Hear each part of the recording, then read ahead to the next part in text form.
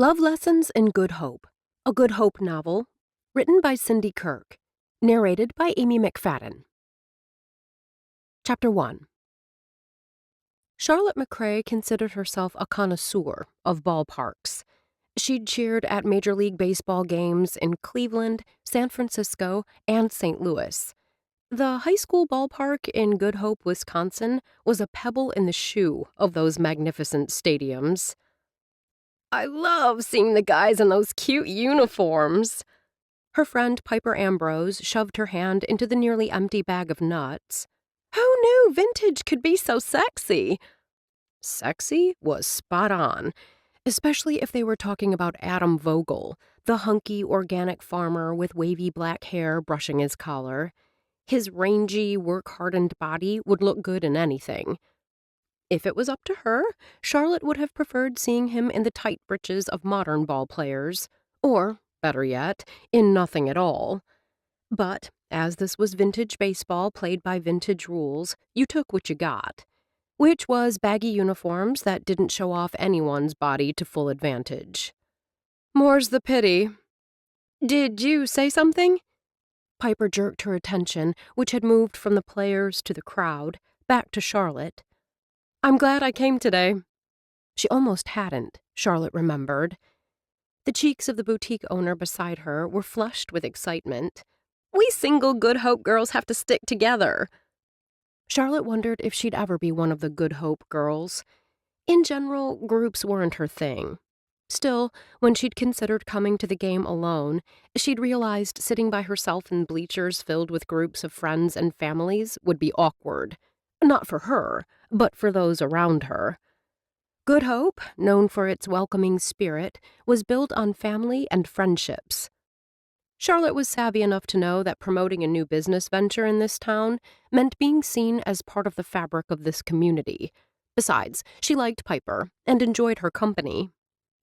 "Any idea who'll be throwing out the first pitch?"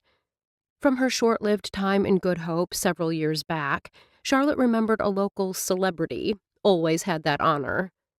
"Tim Vanderkoy." Piper's gaze scanned the crowd until she spotted the top real estate broker on the peninsula. To Charlotte's horror, Piper pulled her hand from the bag of nuts and pointed. "He's right over there." Several people in nearby seats turned to stare. Keeping a smile on her lips, Charlotte resisted the strong urge to jerk Piper's arm down. "Do you know Tim?" Piper asked, oblivious to the looks. "I've got him searching for a place for me." Charlotte sipped her soda. "For now, the apartment over the bakery works. I want to be sure whatever I choose is right. I'm in no hurry." "This is my lucky day. It appears there's space for me to squeeze in beside you." Charlotte froze at the sound of the theatrical voice. Turning slowly, she saw 90-some-year-old Gladys Berthoff, tall and reed-thin, with jet-black hair that had a vibrant swath of silver from front to back, standing beside her. There wasn't room, not unless Charlotte wanted to be squeezed in tight, which she didn't. She opened her mouth to respond, but Piper beat her to it. "There's always room for you." The words had barely left Piper's lips when she scooted over, leaving Charlotte no choice but to do the same. Charlotte offered a polite smile. "It's good to see you again." The way Gladys's pale blue eyes fixed on her had red flags popping up. The older woman, considered the matriarch of Good Hope, was also rumored to be a matchmaker, constantly in search of her next victim. The fact that Gladys had deliberately seated herself beside two single females didn't bode well. Unless Gladys was looking to match Piper. In that case, Charlotte would totally support her efforts. But Gladys's unwavering gaze remained fixed on Charlotte. "You're a blonde now." Charlotte touched her hair. "Do you like it?" "Different. But I like different." Gladys inclined her head. "I understand you're back to stay." While Charlotte was sure Gladys knew nearly every detail of her return, the older woman obviously wanted first-hand confirmation. "I'm here to stay." Unless, she added silently, the new venture failed, or the lure of the city grew too strong. Combining Golden Door with Marigold's salon had been a strategic move, and her best hope of generating the income she needed. Marigold and I are now business partners. We'll be opening Marigold's Golden Door Salon and Day Spa this fall. Gladys inclined her head. So, what I've heard is correct. Marigold gets top billing. Charlotte chuckled, wishing she had $1 for every time she'd heard that comment. Golden Door Marigold's Salon and Day Spa doesn't have the right rhythm. An approving spark flared in the older woman's eyes. I like your spunk. Throwing out the first pitch will be our own Tim Vanderkoy. The announcer's voice boomed over the loudspeaker, and the people in the stands cheered. Tim, a perfectly pressed man in his late 50s, stood and waved. He knew how to play the crowd. Before throwing out the first pitch, he held the ball high. Everyone cheered some more. Finally, blessedly, his arm came back and he launched the ball. Adam jogged forward, keeping his eye on the ball that came down far short of where he'd been waiting. As gloves weren't worn in the 1860s, he caught the ball bare-handed.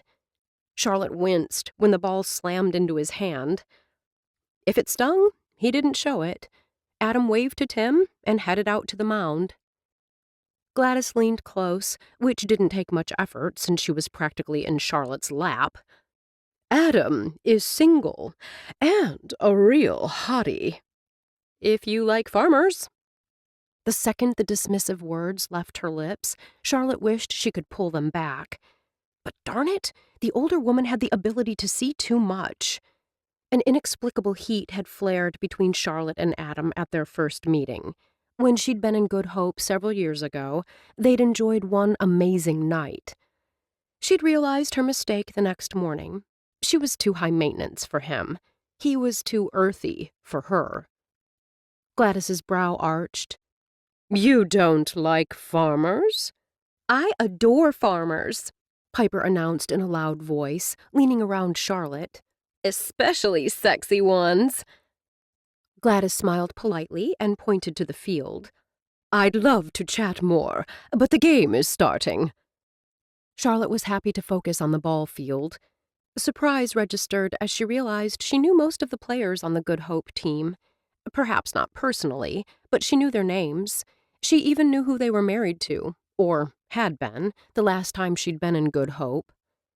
Her smile turned rueful when her gaze landed on Max Brody.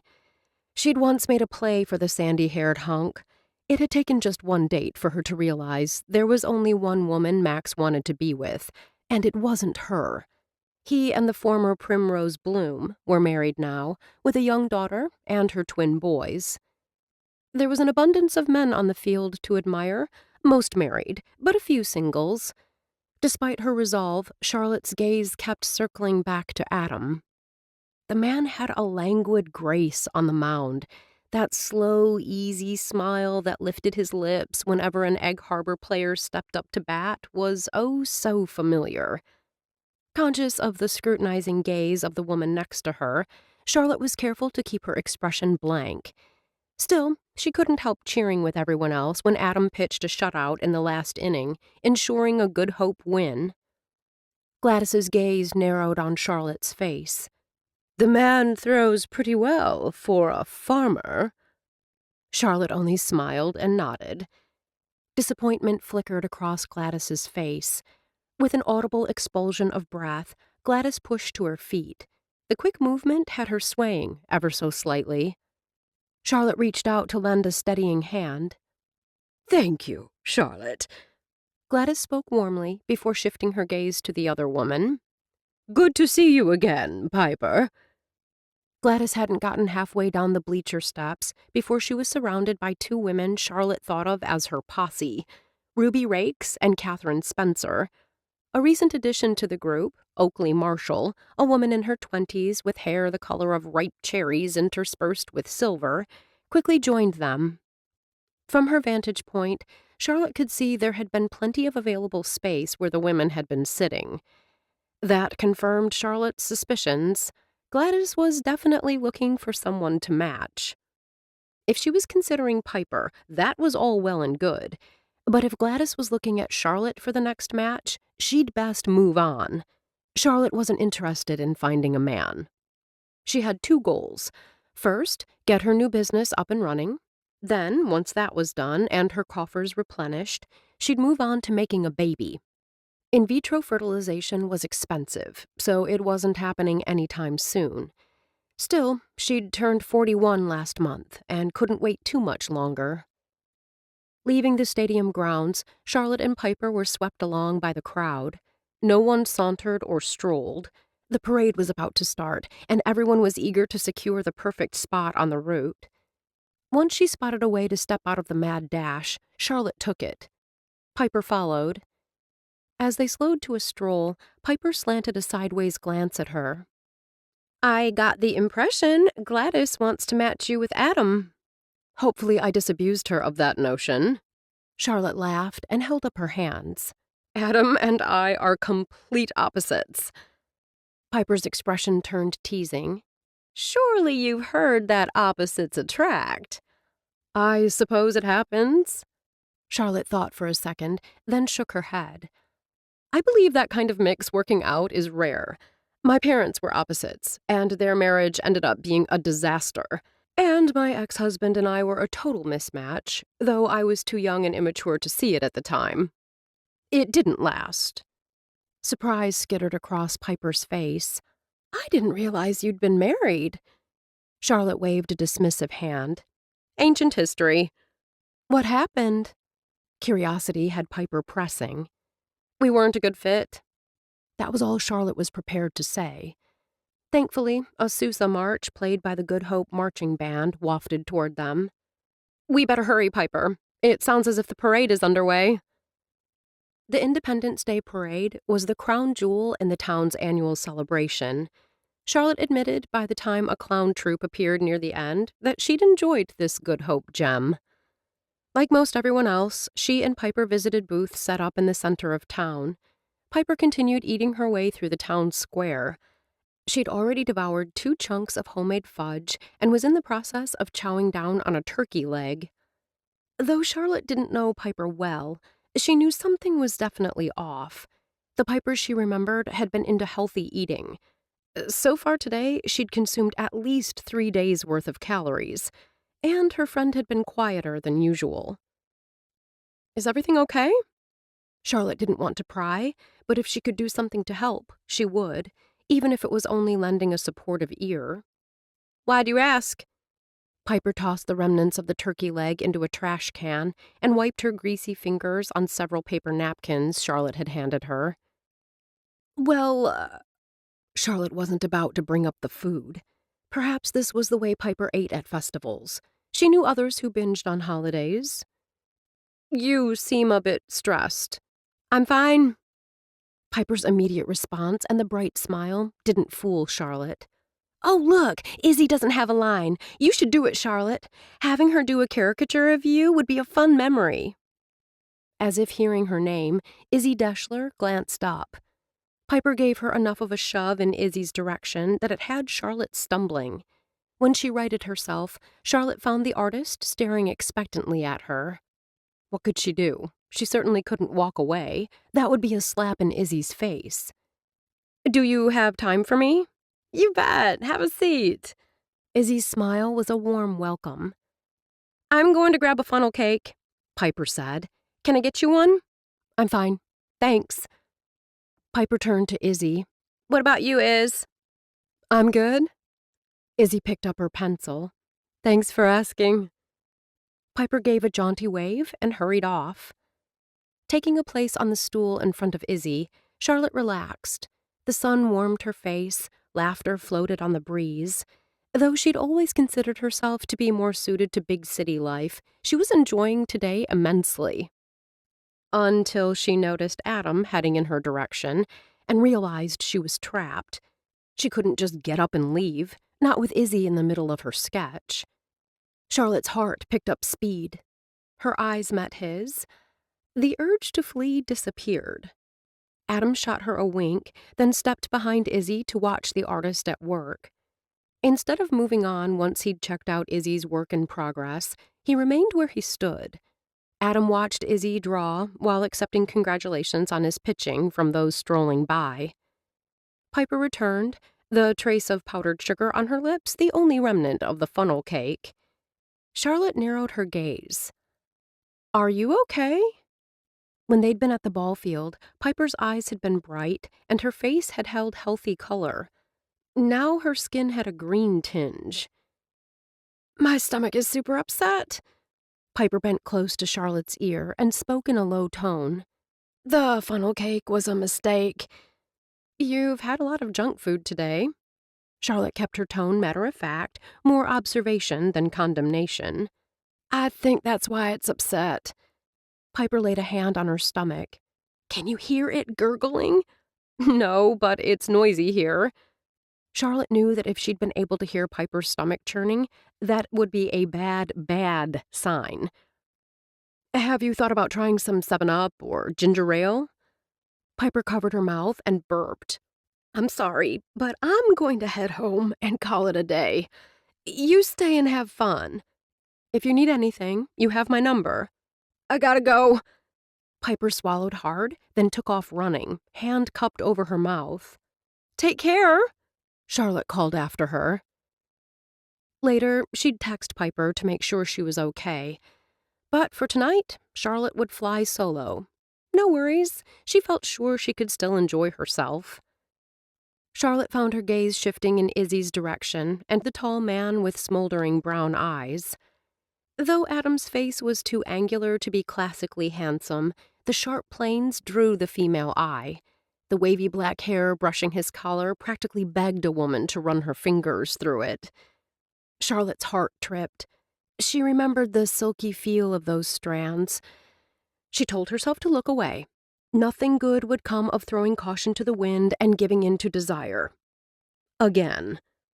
"Look away," she ordered herself. His eyes deepened with pleasure at the sight of her. When his lips curved in that slow, easy smile, she was lost. Instead of looking away, Charlotte smiled back. Chapter 2. Adam had planned to enjoy the 4th of July festivities with his dad until Stan woke up this morning with a headache and decided to head home after the baseball game to recharge. As his father aged, he'd slowed considerably. It didn't help that the weakness in Stan's lower limbs seemed to get worse every year, or that summer and fall were the busiest times on the farm. When his dad urged him to go out with friends after the baseball game, and even added a wink and said he'd see him in the morning, Adam knew spending the rest of the day at home wasn't an option. His dad already worried that living together was hindering Adam's social life. His father was a romantic who wanted Adam to find someone special to marry and give him grandchildren. No matter how many times Adam told his dad that he wasn't in any hurry to get married, the complete truth, his father remained resolute. When Adam spotted Charlotte in the town square, her once dark brown hair now a sunny gold, the spark that should have faded long ago, the spark Adam assumed had dissipated, reignited. With that mass of blonde hair and brilliant blue eyes, the gorgeous salon owner was striking indeed. But when you tossed in red shorts on long, toned legs and a scooped-neck white tank covered in blue stars, the result had fireworks exploding in his chest. He should have been able to resist the temptation to draw close, but he couldn't stop himself. Adam watched Izzy work on Charlotte's caricature, then he watched Charlotte watching him. He'd held out little hope of anything happening between them tonight when he'd seen her earlier with a friend. He'd met Piper, owner of Swoon, a fashion and bridal boutique, at several local singles activities. Adam attended the events more to support the organizers than anything else, since he was already acquainted with most of the single women in the area. Piper was nice. She was intelligent and interesting. She also gave off mixed signals. One signal spoke of want, while another had a keep-your-distance vibe. He'd kept his distance. Since he wasn't attracted to her, it didn't matter enough for him to evaluate the situation any closer. "Adam, Congrats on the pitching! You were magnificent! He pulled his gaze from Charlotte. The smile he offered the blonde who'd approached came easy. Vanessa, it's good to see you. Adam pulled her in for a quick hug. Bright blue suits you. Adam considered Vanessa Eden, owner of the Garden of Eden Nurseries and a past lover, a close friend. Though in her mid-50s, Van could easily pass for someone 10 years younger. They'd dated for a time several years back and had parted ways amicably. Thank you. She smoothed a hand down the front of the sleeveless summer dress. Only then did he notice the girl's hand tightly clasped in hers. The child's strawberry blonde hair was pulled back in a tail, tied with a huge sparkly bow. Chubby legs peeked out from under the hem of a bright red dress. Who's this with you? He crouched down in front of the child. I'm Adam. What's your name? Instead of answering, the girl turned away and lifted her arms to Vanessa. Vanessa hefted her up as Adam stood. The girl's face was now buried in Vanessa's neck. This is my granddaughter, Adeline. Vanessa gave the girl's curly tail a tug. Max and Prim's youngest. Adam shook his head, a smile tugging at his lips. It's hard for me to think of you as a grandmother. Adeline whispered something in Vanessa's ear. I know, I promised. Vanessa chuckled. And they say elephants never forget. It's snow cone time. It was good seeing you. Don't be such a stranger. Stop by the garden center. We'll catch up. He brushed his lips across her cheek. I'll do that. When they walked off, the child finally smiled and waved a goodbye. I love the way this turned out. Izzy sat back in her chair. Adam looked at Charlotte's image. Despite the exaggerated features common in caricatures, it was clearly Charlotte. Izzy had sketched the talented hairstylist as an avenging angel with styling shears and a blow-dryer. Amazing! Adam rocked back on his heels. You captured her spirit perfectly. Are you done? Charlotte called out, rising to her feet. Can I see it now? We're done. Izzy picked up a pencil. I just need to sign it. Before Izzy had even finished signing the portrait, Charlotte crossed to them. As Adam had done only a moment before, Charlotte cocked her head and studied the image. Her smile came hot and fast. She whirled toward Izzy. I love it. Caricatures are fun. Izzy glanced at a woman waiting patiently with a baby in her arms. I'll be right with you. Charlotte dug money out of her purse and handed Izzy a folded bill. Thank you. Please keep the change. Thanks. Izzy stuffed the money into a cash drawer. In case you're interested, I'm donating all the proceeds from tonight to the Alley Arts Project. I don't believe I know that one. Charlotte gave a little laugh. Then again, I'm not well versed in all the Good Hope programs. We use the walls of buildings, the ones facing alleys, as canvases. I did the one on the side of the Bayshore Hotel. We've brought in local and national artists to do some others. That's fabulous. If there's ever anything I can do to help, other than paint, Charlotte flashed a smile. Let me know. Thanks, Charlotte. Izzy turned toward Adam. Stellar pitching. Tell Stan hello. With the goodbyes completed, Izzy turned to her next customer with a smile. Adam fell into step beside Charlotte. It's been a long time. 3 years. Now you're back. I'm back. For good? She considered, then shrugged. Who can ever know for certain? That same restless energy had been there the last time she'd been in Good Hope. Charlotte had big city written all over her. Perhaps that's why he was with her now. He could give in to his attraction without worrying about hidden expectations. Despite being 37 and feeling pressure from all sides to settle down, Adam was satisfied with his life. That could change tomorrow or next week or next year, but right now he wasn't seized with an urgency to find the one, if that woman even existed. As an organic farmer, this was his busy season. He didn't have time for a relationship. Adam gave her shoulder a bump. Where are we headed? Charlotte stopped on the sidewalk at the edge of the square. A smile had her rosy lips tilting upward. We? Adam pointed to her, then back to himself. You and me equal we. She gave a toss of her head that had blonde hair rippling down her back. That's lame. That's me. You're not lame. She chuckled and looped her arm through his. You're wily. You're just as beautiful as you were 3 years ago. Those vivid blue eyes turned skeptical. Hey. He lifted his hands. A guy known for being lame doesn't lie. She laughed. This is exactly how I remember you being that night. Adam didn't ask her to specify what night. With them, there had been only one night. He hadn't forgotten it. Apparently, neither had Charlotte. Charming as well as lame? Cocking her head, she studied him for a long moment. As their gazes locked for those few seconds, it felt the way it had back then. So unexpectedly fun and easy.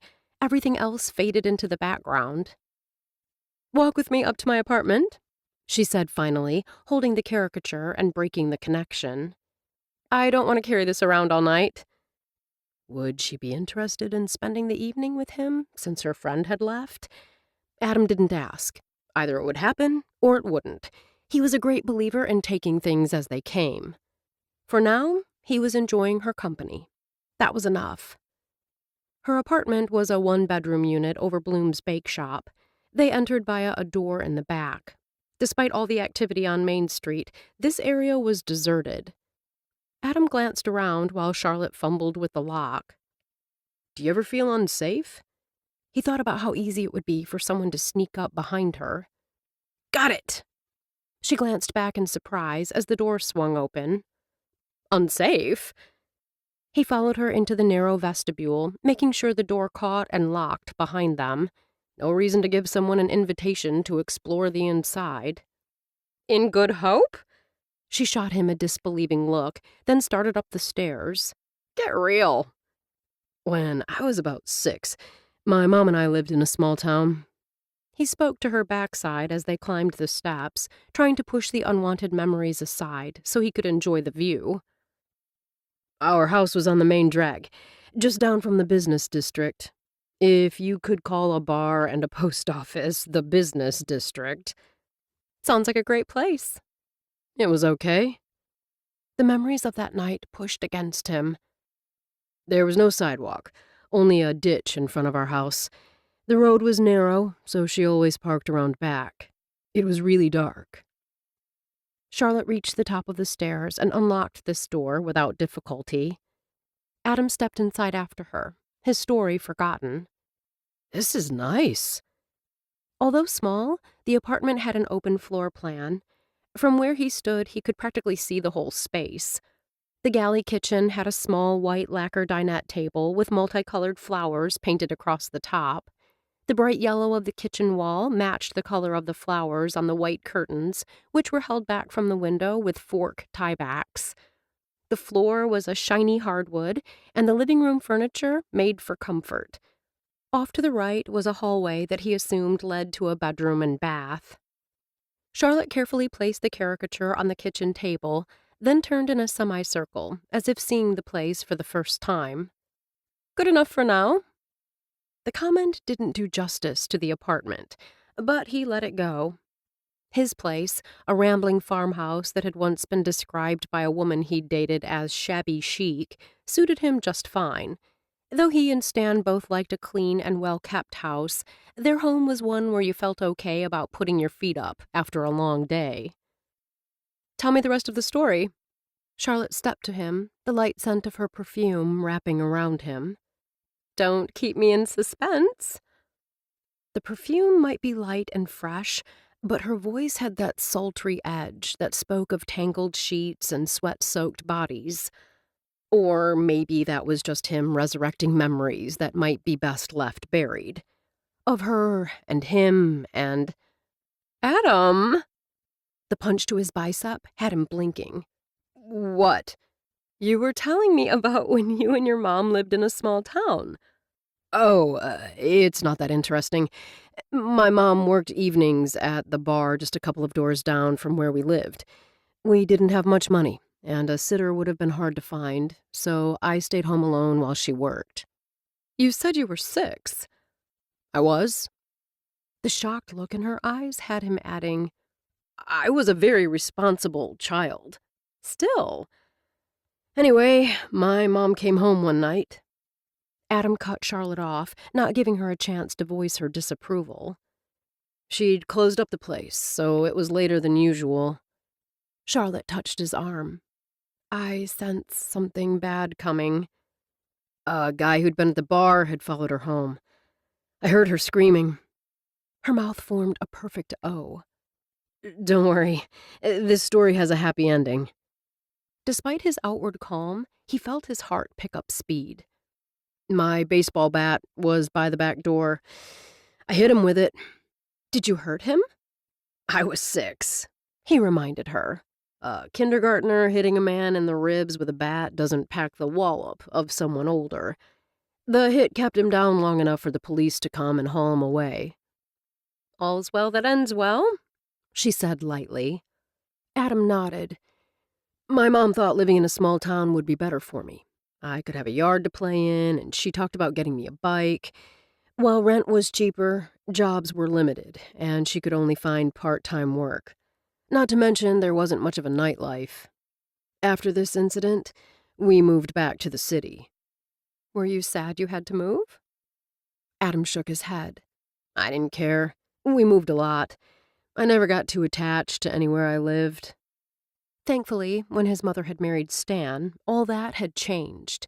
Stan might technically be his stepdad, but he was the only father Adam had ever known.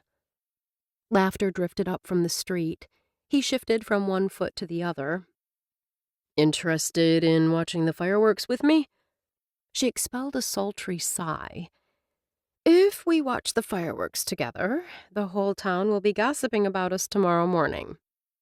You don't strike me as someone who'd let a little gossip stop you from going after what you want. You're right. As long as we know what works for us and what the other person needs, that's all that matters. She smiled and stepped closer. Sometimes I think you are the only person in this town who gets me at all. How is that possible? I don't know, but we are definitely on the same page. He brushed a strand of hair back from her cheek with the tip of one finger. Wrapping her arms around his neck, she slid her fingers into his hair. The last time you and I were together, the fireworks were pretty spectacular. She tilted her head back to gaze into his eyes. He saw his own desire reflected in the blue depths. When she moistened her cherry-red lips with the tip of her tongue, his mouth went dry. Flattening his palm against the small of her back, Adam drew her up against the length of his body. She was soft in all the right places, and the feel of her against him set off the opening flare. Her lips parted at his unmistakable hardness. It was the invitation he needed, and he closed his mouth over hers. Adam continued pressing his lips lightly to hers, teasingly, his mouth never pulling away. You're just as enticing as I remember. She planted a kiss at the base of his neck, her lips warm and moist against his skin. You're just as incredible. Adam ran his tongue along her bottom lip, and she opened to him. He explored her warm and moist mouth, her breathy moans lighting the fuse on the fireworks to come. She kissed him back, and the kisses turned urgent and fevered. Her blue eyes darkened to black in the dim light. A smoldering heat engulfed him. Anticipation built as the taste and feel of her wrapped around his senses. He normally enjoyed this foreplay nearly as much as the act itself. But his pulse had become a swift, tripping beat, almost brutal in its force. He wrapped a strand of hair around his finger. The bedroom or the couch? Dazed and breathing hard, she took 2 long seconds to respond. Bedroom. As if to seal the deal, she caught his mouth in a hard kiss, then took his hand and pulled him down the hall. She laughed, a light-hearted, breathless sound. Once they reached the bedroom, he barely noticed the four-poster iron bed covered with some fancy duvet and frilly pillows. What he did notice was wooden blinds open to a view of Main Street. He flicked them closed, then moved back to Charlotte. When he bent his head to kiss her, she stepped back, lifting a finger. "Do you have condoms?" Adam muttered a curse. For the past couple of years, he'd dated only women who were past the point of needing to worry about birth control. None of them had been active sexually for years, so he hadn't worried about disease. In fact, Charlotte was the last woman he'd been with where he'd needed condoms for protection. "You're not on the pill?" he asked. "Because I'm clean." "I'm not on the pill."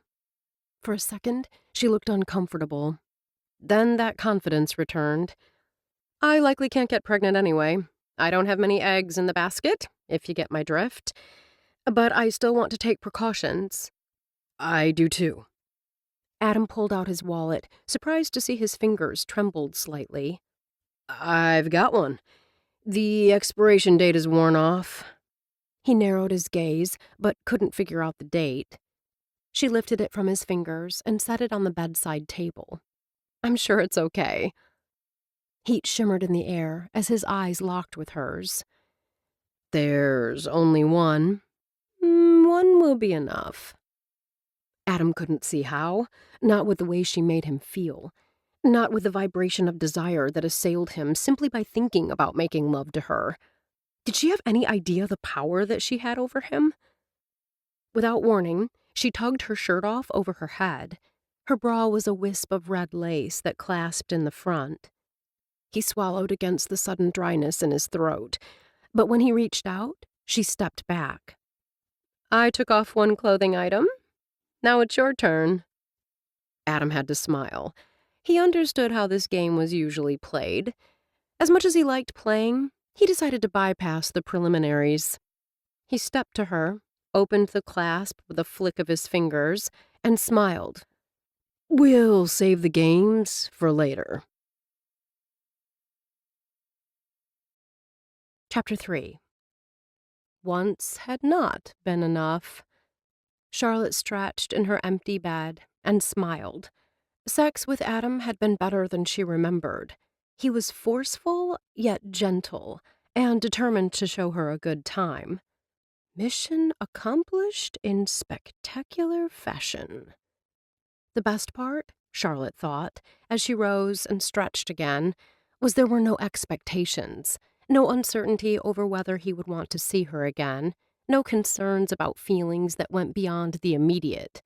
They both took last night for what it was, two people enjoying some magnificent sex, all the while knowing it wouldn't happen again. Neither of them was interested in more, which made for a practically perfect night. Wrapping the silk robe around herself, she cinched it tight, then ambled into the kitchen to start the coffee. Once that was going, she moved to the window to look out on Main Street. Not a lot of activity, but more than she'd expected for a Sunday morning. She breathed deep, loving the scent of yeast and sugar in the air. Having your apartment sit directly above a bakery was a nice perk. Charlotte had to smile, remembering how various friends would lament how they would gain 5 pounds by simply inhaling the sweet scent of rolls and pastries. Charlotte hoped that wasn't true, as delicious scents were always wafting up the steps. As the coffee pot now held enough of the steaming brew to fill a mug, Charlotte pulled out the pot and poured herself a cup. The first sip got her neurons firing. Instead of sitting at the table, she returned to the window and watched a crowd of Good Hope's movers and shakers crossing the town square, headed in the direction of Muddy Boots. She hadn't been gone so long that she didn't remember that the quaint cafe was the place where this group of young professionals gathered on Sunday mornings. Narrowing her gaze, Charlotte searched the group for her new business partner, Marigold Rallis. Charlotte smiled when she spotted the petite blonde with the massive curly hair strolling hand in hand with her husband, Cade. Their newborn son sat nestled in the crook of his arm. What was the kid's name? Marigold had mentioned it numerous times. It started with a C. Charlotte took another sip of coffee, and the caffeine jolted the name free. Caleb. He was a cute baby, bald as her Uncle Scott, but with a sweet face and button nose. Charlotte hoped when she finally had a baby, it would be a girl. Healthy was her first hope, then a girl. It seemed to her a girl would be easier for a single mother to raise. A smile lifted her lips as she imagined a miniature version of herself. Then the smile faded. Her baby plans had been put on hold.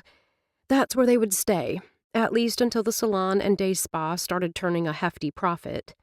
IVF, her last hope for having a child, didn't come cheap. It was too bad insemination couldn't be fun, rather than so clinical. Then again, anything other than clinical would be kind of creepy. Last night with Adam had been pleasant. Actually, more than pleasant. But she reminded herself the time for fun was over. She needed to get down to business. In less than 30 minutes, she was dressed and ready to head out the door. Her mother might call her high maintenance, but Charlotte was an expert at getting herself ready for the day with little wasted effort. For now, the salon remained closed. David Chapin, Marigold's stepbrother and an award-winning architect, had drawn up the renovation plans gratis. Kyle Kendrick, who along with his father ran a multinational construction firm, had a small crew on site daily. Since Kyle and David were business partners, he'd given her and Marigold a good price on the renovation. Charlotte decided to walk to the salon and check on the progress. Last night had energized her, and she was ready to get moving. As the sun shone warm today, she donned a pair of cropped pants and a sleeveless white top with just enough eyelets to make it interesting. Her skin had a hint of a tan, and the white provided a pleasing contrast. Though there was no one she wanted to impress, she made it a point not to leave home without looking her best. She even took time to apply red to her lips. She glanced at her wedge sandals. They would be comfortable enough for a walk to the salon. Heck, she'd be comfortable wearing heels. But she'd already noticed that not many women here wore heels with cropped pants. Her goal was to fit in, not stand out. She hesitated when she reached the main floor, tempted by the enticing aroma of freshly baked cinnamon rolls. Answering the siren call, she entered the bakery. The young woman behind the counter glanced in her direction and flashed a bright smile. "How may I help you?" Charlotte glanced at the glass bake case. "I was going to get a cinnamon roll, but that—" She pointed to a pastry with flaky, buttery layers inside and caramelized burnt sugar on the outside. "Looks intriguing. That's a Queen Amman," the girl told her as the bells over the door jingled. "It's very popular. Think of it as sort of a cross between a croissant and a pommier." Decisions. Charlotte tapped her finger against her mouth, conscious of a line forming behind her. "You could get one of each." The girl offered a hopeful smile and slid open the back of the bake case, prepared for Charlotte's decision. "Good thought." Charlotte pulled out her wallet. "Put them in separate sacks, please." "Absolutely." In a matter of minutes, Charlotte was out the door with 2 white bakery bags in one hand and a to-go cup of coffee in the other. She wasn't sure which pastry she would eat once she got to the salon, but she knew she couldn't go wrong with either one. She decided to cut across the town square. Unlike Marigold's current salon, which commanded a prime spot on Main Street, Golden Door sat several streets off the beaten path. Charlotte didn't mind the walk, but as she crossed Main, she realized the booths she'd seen from her window weren't from last night's celebration. Most of these held fruits and vegetables. Some showcased jewelry and other trinkets, but the majority of booths held produce. She saw tomatoes, peppers, potatoes. There were baskets of sweet corn, and one booth devoted totally to herbs. "Charlotte!" The sound of her name had a shiver traveling down her spine. She turned and locked eyes with the man who'd murmured her name over and over last night in a sexy rasp. Adam stood beside the chair of an older man who had a weathered face and kind eyes, in a booth labeled Pure Orgasmic. She blinked at the sign, reading it correctly this time. Pure Organic. With lips twisted in a wry smile, Charlotte sauntered over. This, she reminded herself, was why she never went out without looking her best. You never knew who you might run into. Adam didn't look like he'd spent half the night in her bed getting very little sleep. He was freshly shaven, and his dark, wavy hair gleamed in the sunshine. The smile he flashed was warm and friendly. "Hard at work already?" She kept her tone light and friendly. "I'm impressed." "Traffic will pick up in an hour or so," the older man said. "That's when the after-church crowd will descend and pick us clean." He rose from the chair with great effort, but steadied once he was on his feet. He extended his hand. "I'm Stan Vogel, Adam's father. I don't believe I've had the pleasure." "I thought—" Adam began. "Charlotte McRae. It's nice to meet you." She closed her hand around the older man's and glanced in Adam's direction. "I've heard only good things." Stan glanced at her bakery bags. "Looks like you've already done some shopping." "Sweet treats for two sweet guys." Charlotte set both bags on the counter behind the vegetables. "You're going to have to decide who gets the cinnamon roll and who gets the Queen Amman. Both look like winners to me." "You don't have to give us your pastries," Adam protested, though the spark of pleasure in his eyes sent a rush of warmth through her. "I feel certain your father taught you how to receive a gift gracefully." Charlotte shot Stan a wink. He grinned and looked at his son. "I like her." Only then did Charlotte realize this interaction was at risk of heading down a dangerous track. Befriending Adam's dad wasn't exactly no-strings behavior.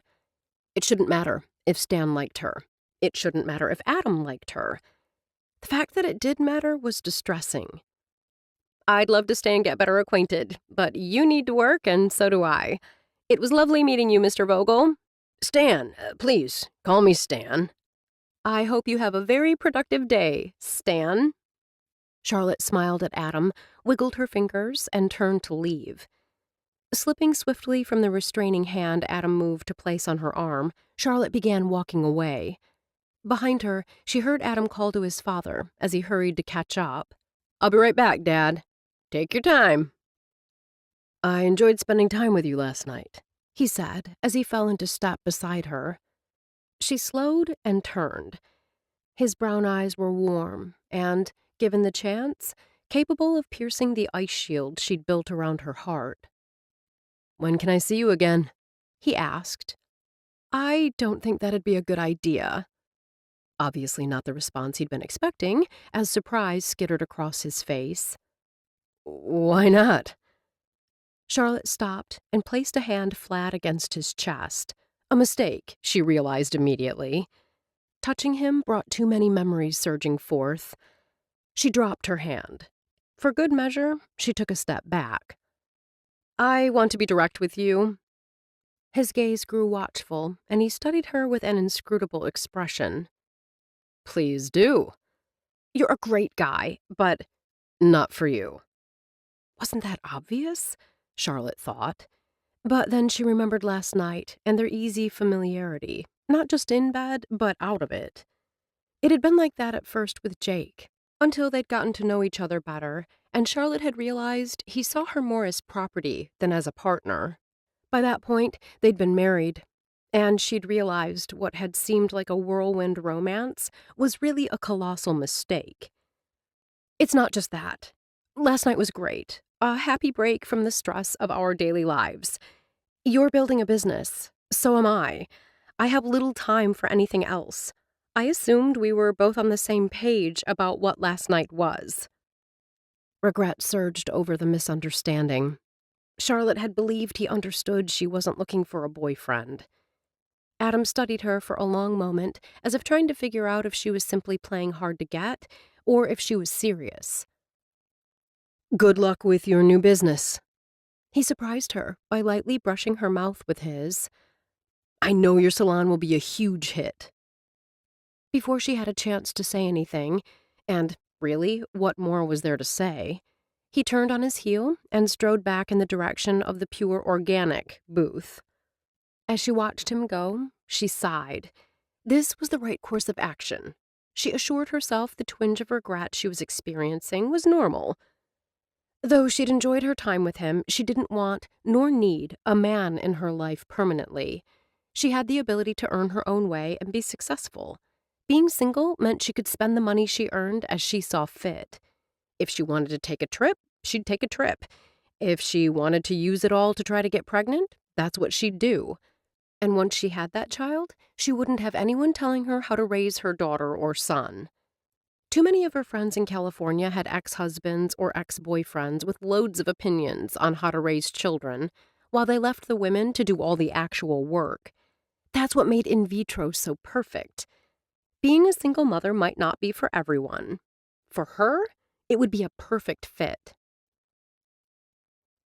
Monday morning, Charlotte glanced around Marigold's, the salon on Good Hope's Main Street. Her business partner had told her when they were combining their businesses that she would really miss the cozy salon she'd opened when she first moved back to Door County. Charlotte could understand why. Though small, the salon was warm and welcoming, yet stylish. Beneath her feet, the dark hardwood gleamed. The tin ceiling above appeared original to the building. The ceiling gave the room a vintage vibe, as did the exposed brick wall. On the dark gray surface of the opposing wall, someone had painted several oversized flowers. Charlotte wondered if this was more of Izzy Deschler's work. The jewel in the room's crown was the chandelier, a vintage Capodimonte porcelain from Italy. The ceramic flowers were hand-painted. Marigold had already informed her that the chandelier was coming to the new salon. Charlotte smiled, recalling Marigold's vehemence on the point. She loved her new partner's energy and missed seeing her in the salon. For the past 2 days, Charlotte had been here alone. Marigold was taking a month of well-deserved time off to spend with her husband and new baby. Since the business she and Charlotte were opening together was still under construction, Charlotte didn't mind taking over Marigold's appointments at her salon. She loved seeing clients and much preferred dealing with hair over paperwork. Unfortunately, when a 2-hour block of time opened that afternoon due to a late cancellation, inventory had moved to the top of her to-do list. Picking up a mug filled with freshly brewed coffee, Charlotte took a step toward the back. The jingle of the bells over the door had her inwardly cheering. She set down her mug with a smile. She loved walk-ins, especially now.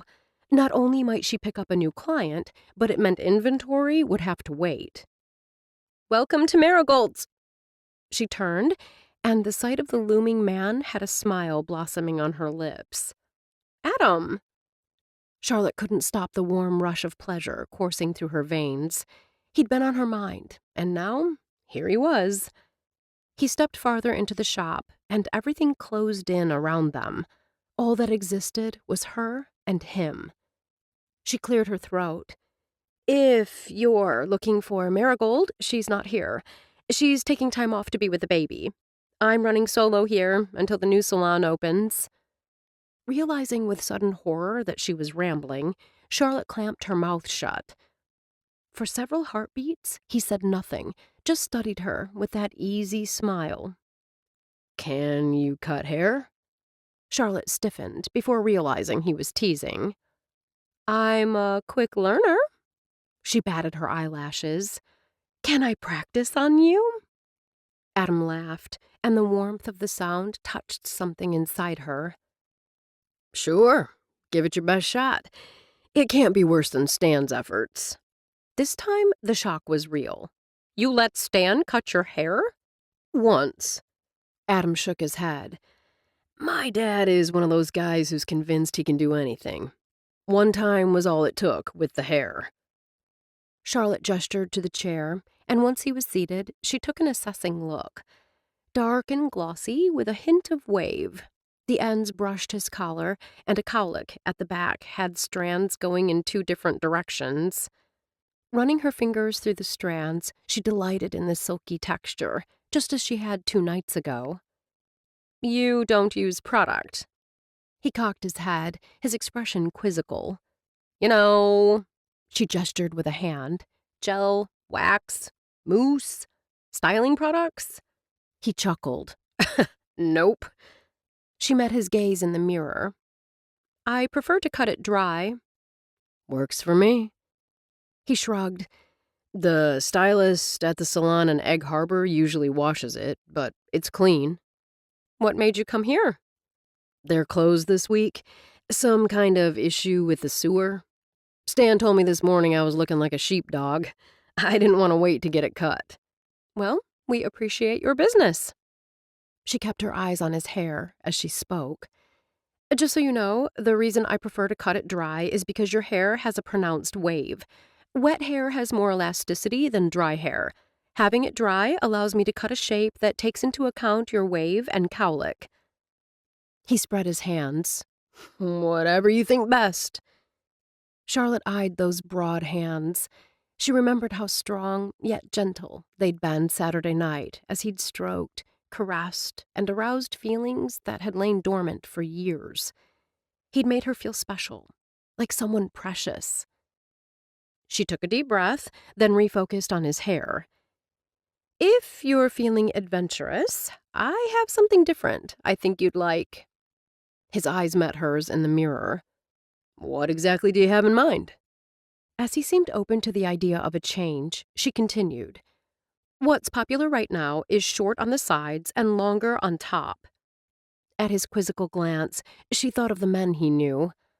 Much like the cut Jeremy has right now, though that particular cut takes more work on his part. The one I'm considering for you is part messy and part refined. I do what's called an undercut fade, which is basically shorter on the bottom, with messy waves on top. Adam's dark brows drew together. I'm not interested in anything that will take a lot of time and effort. All you'll need to do is apply some matte styling cream and leave everything tousled with a little side part. Super easy. He hesitated, and Charlotte prepared for him to tell her to just take off a couple inches. Instead, he nodded. Go for it. 20 minutes later, Charlotte rubbed styling cream between her hands, then ran it through his hair. She turned the chair so he could see what she was doing.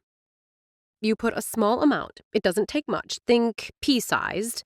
Rub it between your hands like I'm doing, then through this hair at the top. Make a side part, and you're done. Adam stared in the mirror when she was finished. As she removed the cape, he studied himself. I look different. Not exactly the response she'd hoped for. She loved the style on him. The look worked equally well for the head of a Fortune 500 company or an organic farmer. It was especially flattering for someone with Adam's bone structure. The cut emphasized the lines and angles of his face and highlighted those amazing eyes. She'd liked his longish hair, but this stylish cut had her stomach fluttering. What do you think? Charlotte found herself holding her breath. Be honest. When he smiled, everything in her relaxed. I like it. His gaze met hers and held. Thanks, Charlotte. You're really talented. It wasn't anything she hadn't been told a million times, but in this moment, tears stung the backs of her eyes. Get a grip, she told herself. When Adam pulled out his wallet to pay, she tried to dissuade him from adding a hefty tip, but he insisted. Then he was gone. It was good, she told herself, that he didn't stay to talk, even though she had the time. As she stood by the window and watched his long strides carry him down the sidewalk and away from the salon, she found herself wondering where he was going in such a hurry, and who he was meeting. Chapter 4.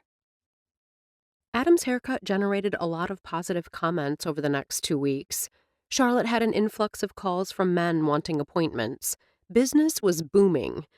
She'd had an opportunity to thank Adam when she'd run into him outside Muddy Boots last Saturday night. He'd been in a hurry, and so had she. Still, something in the way he'd looked at her had made her wish things could be different. Talk in town this week had been about the upcoming ice cream social Sunday afternoon at First Christian. Piper had asked her to go with her, but Charlotte had demurred at first. An ice cream social at a church wasn't really her thing. But she was bored with her own company. When she found herself changing into a dress that matched the bright summer sky to buoy her spirits, Charlotte decided an ice cream social might be exactly what she needed to pull herself out of her funk. It would also afford an excellent opportunity to network. Marigold always said, and Charlotte firmly believed, that building connections was essential in a small town. Once she felt certain she looked her best, Charlotte messaged Piper. "Still interested in the ice cream social?" The reply came quickly. "I'm already here. Look for me." Charlotte responded with a heart emoji and grabbed her bag. The church was close, and the heeled sandals she wore were comfortable, so she walked the 4 short blocks to the church. Music wafted on the breeze. As she drew close, laughter and the buzz of conversation rippled on the air. When the church and surrounding yard came into view, Charlotte paused for a second to admire the church, with its pointy spire and white siding that glistened in the sun. She let her gaze linger on grass so green and lush it looked fake. Then a rectangle table holding 3 huge tubs of ice cream caught her eye. Off to her right, a refreshment stand offered iced tea and lemonade. The scene would have been festive even without the brightly colored tablecloths and streamers. Balloons tied to chairs at scattered tables bobbed in the light breeze. Charlotte marveled at the sheer energy in the air. She spotted Piper, but noticed her friend was engaged in conversation with several women Charlotte didn't know. Not wanting to intrude, she turned to check out the ice cream and ran straight into a broad chest. 2 hands briefly gripped her arms to steady her. "Whoa there, Missy. I'm so sorry." She stopped the apology when she saw it was Adam. "You stepped in front of me on purpose." Her words held no bite. How could they, when she was too busy smiling? Even dressed simply, in a red polo and cargo shorts, Adam was the most handsome man there. His dark hair glistened in the sunlight. Charlotte resisted the urge to reach up and run her fingers through the wavy strands on top. She'd missed him. He was one of her few friends in town. Though their night together had been incredible, right now she wished it hadn't happened. Then maybe they could be hanging out at this church social as friends, without things being weird. "You have to decide." She blinked and brought her wandering thoughts under control. Decide?" He thrust out both hands. "Which one?" Each hand held a sugar cone crowned with ice cream. "You got 2? One for you, one for me." At her surprised look, he grinned. "I saw you coming. Pick. This one is starting to dribble." Charlotte inclined her head. "That's clearly strawberry. What's the other one?" "Peanut butter and strawberry jam." He pulled the hand holding that one back. "Really more of a kid's flavor, though I hear it's a popular item among adults at the Good Hope Market." "You've convinced me." She lifted it from his fingers. "Thanks." She was conscious of his gaze fixed on her mouth as she took a bite. Her lips tingled under his watchful eyes, and when she licked the last bit of ice cream from her mouth, she swore she heard him groan. He cleared his throat. "How is it?" "Really yummy." She held out her cone to him. "Want a taste?" "You don't mind?" "I wouldn't be offering it if I did." Charlotte expected him to take the cone from her. Instead, he leaned close and took a big chomping bite out of it. "Hey! I said a taste. You ate half of it." He held out the strawberry, which was dripping down the sides of the cone. "You can have some of mine." "I believe I will." She took his cone and swirled her tongue around the outside to catch the drips. When she looked up, their eyes met and locked. "My Henry and I used to share our ice cream cones." Charlotte jerked her head in the direction of the wistful tone. "Seeing the 2 of you together brings back such wonderful memories." Gladys sighed, then waved a bejeweled hand. "Carry on." Gladys turned to stride in the direction of Albert August, a fellow resident of the Good Hope Living Center. The dapper older gentleman stood conversing with several of Gladys's friends. "She seems to be under the mistaken impression we're dating." Taking back the strawberry cone Charlotte had thrust at him, Adam shrugged. "Gladys likes to matchmake. Her romantic nature often causes her to see more than is there." Charlotte put aside any concerns and glanced around. "Looks like a good turnout." "Any event with ice cream brings people out." Adam spotted his father and waved before turning back to Charlotte. He squeezed her arm. It was good seeing you. Enjoy the cone. Do you have to— The question didn't have a chance to fully form before he was weaving his way to his dad. "Charlotte!" Piper stepped to her, a double-dip chocolate cone in hand. "I'm glad you decided to come." Charlotte forced her gaze away from Adam's sexy backside, licked her cone, and resisted the urge to sigh. "Me too." Saturday night and nowhere to go. Except, Charlotte thought with a wry smile, to the grocery store. The Good Hope Market closed at 10 in the summer, which gave her an hour to shop. As she strode through the nearly empty parking lot toward the entrance, she mulled over an earlier decision. Maybe she'd been too hasty in declining Piper's invitation to join her and a few friends for drinks at the Ding-a-ling. The thing was, the day had been brutal. Her first appointment at the salon had been at 8 and the last one at 6. She'd grabbed a protein bar for lunch and sat for 5, but otherwise had been on her feet all day. When Piper texted, the mere thought of going with a bunch of women, 2 of whom she didn't know, to a loud bar held little appeal. Was she getting old? There had been a time not long ago when she'd have jumped at the chance to socialize, grueling day or not. Now all she wanted to do was pull on her jammies, pour a glass of wine, and work on bolstering her social media presence. How lame was that? For a second, Charlotte considered messaging Piper she'd changed her mind. But she was already in the market, shopping cart in hand. Besides, she'd set several appointments for tomorrow. Grocery shopping had to be done. She smiled, thinking of the ice cream she planned to pick up. Peanut butter and strawberry jam. Charlotte hoped Adam hadn't been kidding about the market carrying the flavor. If he was, she would— Charlotte chuckled. It wasn't like she would call him up or text him or anything like that. Though, really, there was no reason they couldn't be friends. No reason except the way he made her feel. The longing that rose whenever he was near puzzled her and sent big red flags popping up.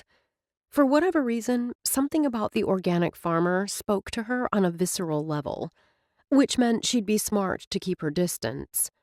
The last thing she wanted was another misunderstanding.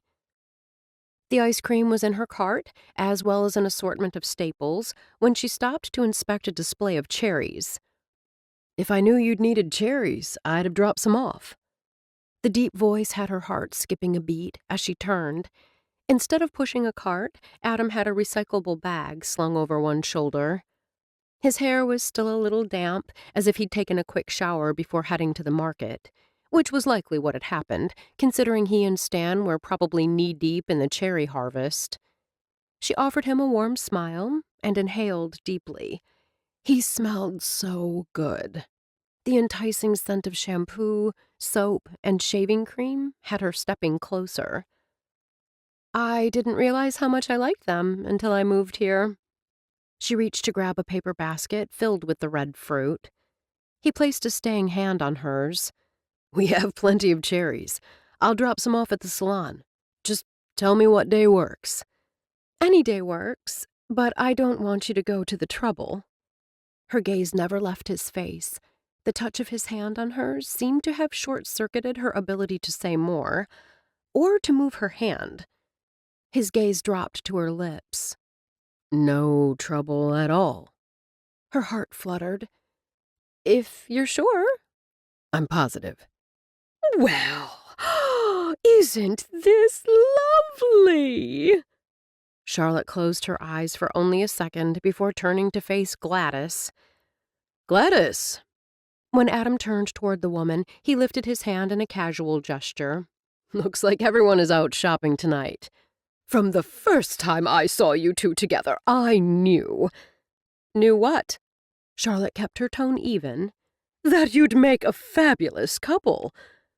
Charlotte and I are friends, Adam corrected in that easy way of his. I ran into Adam while looking at the cherries.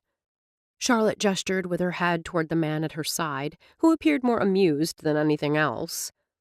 I'd say you were looking more at each other than those cherries, Gladys cackled. Can't say I blame you. If I had such a handsome man with his hands on me, I'd have more on my mind than cherries, too. Don't make a big deal of this, Charlotte told herself, stifling her irritation over the interruption. The older woman had made a simple mistake, but getting into each other's business and making assumptions was the thing about small towns she didn't love. Charlotte forced a chuckle and reminded herself Gladys saw what she wanted to see: a Good Hope girl and guy flirting and falling in love over a basket of cherries. What the older woman didn't realize was that while Adam was a Good Hope guy to the core, Charlotte could never be a Good Hope girl. Adam dropped off the cherries Monday morning. Charlotte was busy with a customer and could only wave a thanks. That was 2 long weeks ago. It was odd, Charlotte thought, how she could go from seeing Adam around every corner to not seeing him at all. Oh, over the past 2 weeks, she'd seen him at a distance. They'd exchanged a smile, but that was all. Though she reminded herself keeping her distance was for the best, the encounters with him left her unsettled. Thankfully, the salon and her social media efforts kept her too busy to dwell. Last Friday, they'd closed down Marigold's in preparation for the grand opening of the new salon. It seemed impossible that the first week of September was only 2 weeks away. Charlotte had spent this Monday morning learning the ins and outs of the new computer scheduling system. She glanced up as Marigold burst through the entrance to Golden Door, cheeks flushed and eyes bright. "I hope I didn't keep you waiting long." "I know how doctor's visits can be," Charlotte told Marigold as the blonde dropped down in another desk chair behind the counter. "Didn't you say you were doing the ultrasound at this one?" "It was, and we did." Charlotte gave Marigold another once-over. Though Marigold wasn't due until early February, her previously flat belly now resembled a small basketball. Maybe it was because the youngest Bloom sister was also the smallest. Petite would be the word, like a wood sprite or a cute little fairy. There was really nowhere for a baby growing inside such a small space to go but out. "How did it go?" This wasn't just idle chatter, but genuine interest. Someday, when she got pregnant, Charlotte would be having these experiences and wanted to know what to expect. Marigold's entire body hummed with excitement. The blonde glanced around as if making sure none of the workmen there to complete the finishing touches were nearby. "The ultrasound was awesome. Dr. Swanson, she's my OB, met with Kate and I first and explained it all to us." "Like, what did she say?" "Well, she told us, Marigold paused, as if she'd lost her train of thought. She gave a little laugh. "Ah, sorry, I'm so excited about, well, everything. What did you ask?" "What did the doctor say about the procedure?" "Oh, yeah." Marigold flashed a brilliant smile. "She said sound waves travel better through liquid, so I had to drink a whole lot of water before we did the sonogram. Dr. Swanson told us she'd be evaluating our baby's growth and development and make sure the dates were accurate." "Were the dates accurate?" Charlotte leaned forward, caught up in Marigold's excitement. "Did you get to hear the heartbeat?" "Not just one heartbeat." Marigold grinned and held up 2 fingers. Charlotte pulled her brows together. "It picks up both yours and the baby's heartbeat?" She didn't remember any of her friends mentioning that fact. Then again, she hadn't been paying that close of attention before. "No!" Marigold reached out and gripped Charlotte's hands. "We're having twins! Dr. Swanson suspected because of my lab work and how big I am already." "Ah, Charlotte! We saw them on the screen. We heard their heartbeats." Charlotte could only stare. After years of unsuccessful infertility procedures, Marigold and Cade had pursued adoption. Caleb had been the result. Right around that time, Marigold had discovered she was pregnant. "You're going to have a 7-month-old? And twins?" Even as her mind spun, Charlotte kept her voice even and her tone matter-of-fact. "I know!" Marigold's voice trembled with excitement. "Cade and I want a big family. It's a dream come true." 3 babies? The thought boggled Charlotte's mind. "I admit, I freaked for a few seconds, but Cade reminded me I'm not alone. We're in this together. He's my rock, Marigold told her. Caleb and the babies will have both of us. And I have loads of family, all of whom have tons of experience with babies. Charlotte didn't see fear in Marigold's shining eyes, only joy. I'm happy for you and Cade. Twins! Wow! I can't wait to tell my sisters. Marigold glanced at the monitor. It appears the new scheduling system is up and running. Is it difficult to master? It's easy. I found the tutorial easy to follow and the system very intuitive. I have no doubt our new receptionist will be ready to begin scheduling appointments right after you walk her through it. Oh, I forgot that Evelyn is coming in this afternoon. Marigold expelled a breath. You met with the contractors. I'll train Evelyn. She called to confirm she'd be here. Charlotte leaned back in the chair. And she's asked that we call her Evie. Evie, Marigold repeated. Got it. Charlotte could definitely use a break. She'd fulfilled her part of the bargain. But she could see Marigold was itching to tell her sisters and to share her exciting news with the rest of her family. I've got nothing planned for this afternoon. How about I stay and go through the system with her? Charlotte smiled. You and Cade should celebrate. Tell your family and pick up your son. I'm sure he's missed you. This is the first time I've left him for this long.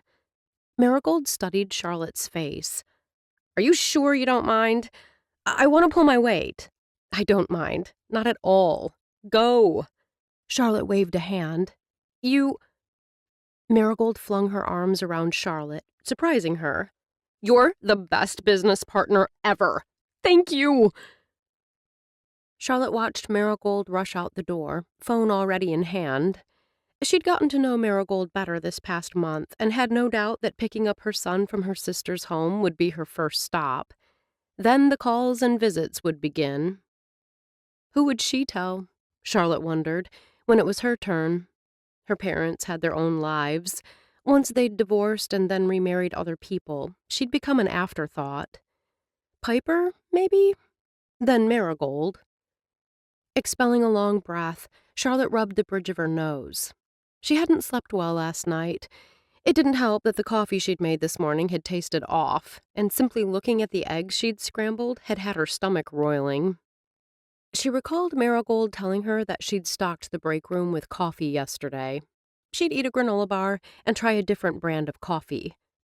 With anticipation fueling her movements, Charlotte shoved to her feet and turned toward the break room. The world spun. She was forced to hold on to the top of the counter until the light-headed feeling passed. Slowly, she lowered herself back into the chair, her heart pounding. First the nausea this morning, now the lightheadedness. If she didn't know better, she'd think she was... Charlotte stopped herself before she could finish the thought. It was simply not possible. Then she remembered the single condom. She recalled telling Adam they had nothing to worry about when one time had not been enough. That had been... She did a swift calculation. 6 weeks ago. Blowing out a breath, Charlotte sat back. Simply not possible? Was now a possibility. Chapter 5. After leaving the salon, Charlotte took the longer, circuitous route to walk home. What if she was pregnant?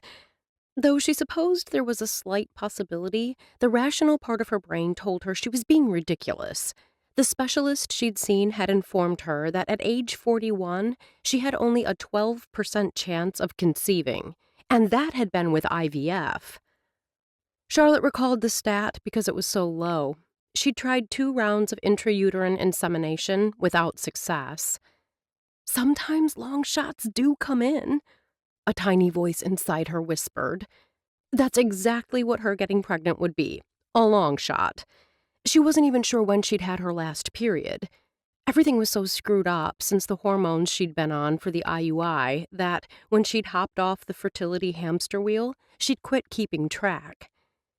After glancing around to make sure no one was nearby, she gave one of her breasts a squeeze. Not sore, though the electrical zing was something new.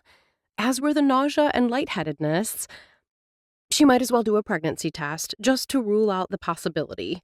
Charlotte knew herself well enough to know that if she didn't, her mind would simply keep circling back to the possibility. Best to get it off the table as soon as possible. Satisfied with the decision, she resolved to order a kit online. There was no way she'd pick one up in town, or even in a nearby town. Keeping a low profile had helped her avoid the gossip mill. Anything printed about her in the Open Door newsletter had focused on the salon.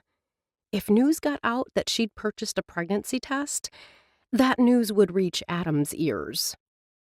The sun might be warm, but a shiver of apprehension crawled up Charlotte's spine. What if she was pregnant and he wanted to be involved in the baby's life? Not wanting that involvement was the reason she'd decided she would go with a donor rather than one of her male friends in California. If she had a baby, she wanted it to be hers, one she would raise, without any input.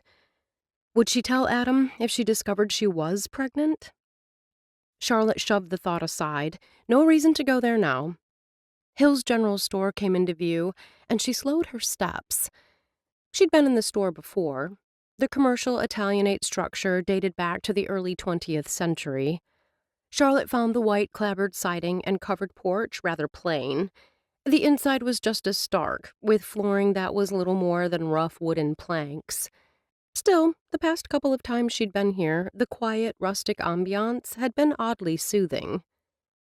Catering to tourists, the store offered a little bit of everything, from fishing lures and bug spray to a full-service pharmacy. Charlotte had forgotten a couple of minor items on an earlier trip to the grocery store this week. She wasn't yet out of deodorant or toothpaste and could just as easily order them online when she ordered the pregnancy test. Maybe it was the fact that she wasn't in any hurry to get home that had her opening the door and taking a step back in time. Charlotte identified a couple of customers as tourists. Jackie, she couldn't recall the woman's last name, was operating the antique cash register and visiting with one of them. Charlotte didn't need to disturb Jackie or the pharmacist to ask where to find deodorant and toothpaste. The place was so compact, unless management had decided to put them next to fishing lures and bait, the aisles closest to the pharmacy window seemed the likely place to start. She located both items quickly and had turned toward the cash register when her eye caught 3 letters, EPT. Keep walking, her brain told her. There was no reason to look at the test now. She'd done enough of them to know which ones she preferred. Her free hand snaked out and closed around the box. She found herself lifting it to eye level.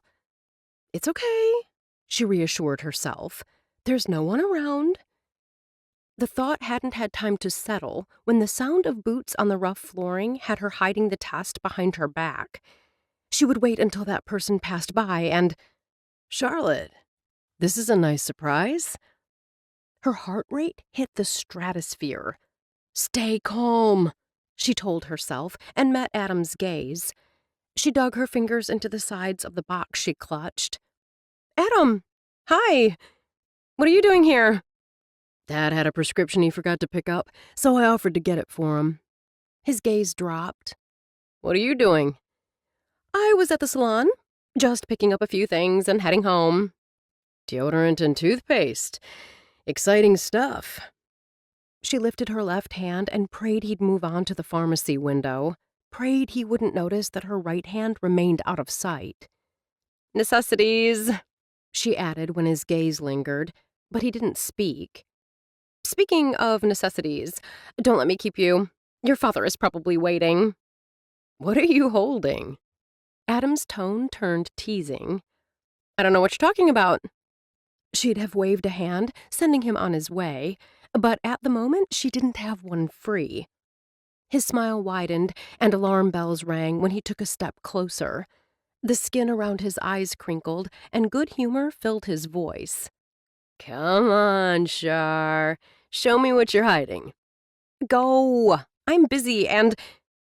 Adam reached around her, bringing his face close to hers, his mouth even closer. Her heart rate skyrocketed, not from his nearness, this time because of the danger. She couldn't let him see. Before Charlotte could stop him, he nipped the box from her hand. Was that so bad? This is... The blood drained from Adam's face. He stared down at the pregnancy test, then up at her. She saw the shock in his eyes. Maybe that boded well for the future. Perhaps he wouldn't be interested in the baby if she was pregnant, which was unlikely. The sound of other footsteps and other voices had Charlotte snatching the box from his hand and placing it back on the shelf. Together again! Satisfaction filled Gladys's voice. The couple that shops together stays together. Standing behind her, Oakley snorted out a laugh. That's lame even for you, G. Gladys turned to fix imperious blue eyes on her young companion. I'm sorry. Oakley sounded sincerely contrite. That was rude. Even as her heart hammered in her chest, Charlotte managed to paste a smile on her lips. She wanted them gone. No, she amended. She wanted to be gone. Out the door. She needed to do it without creating a scene, though.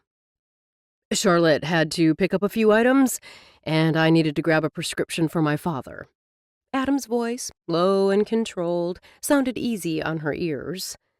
The warning in those brown depths told her if she ran, she wouldn't get far.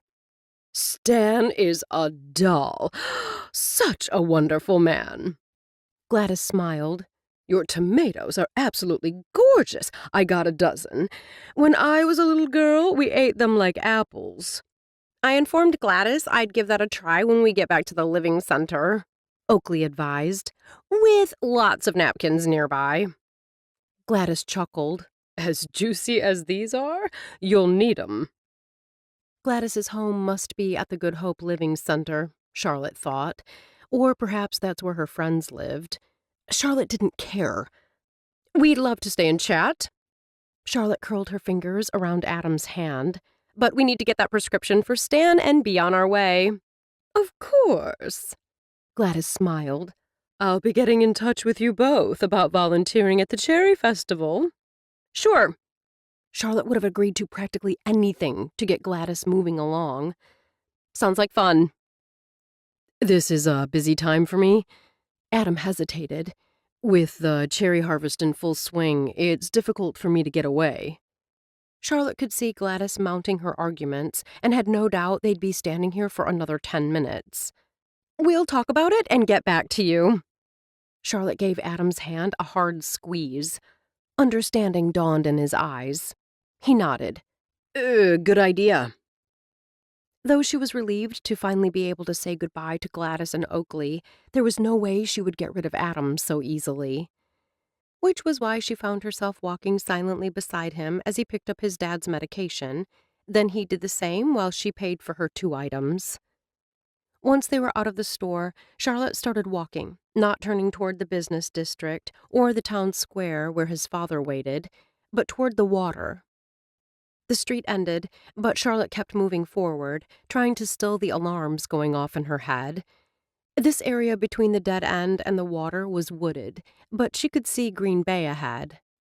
There was no beach or place to moor a boat at this part, the shoreline only patchy land leading to the water's edge. They shouldn't be disturbed here. Charlotte climbed up to sit on the top of a weathered picnic table near the water. The tabletop was peeling paint, and bits of twigs and leaves from a recent storm were scattered across the top. Charlotte did her best to brush away the debris before she sat.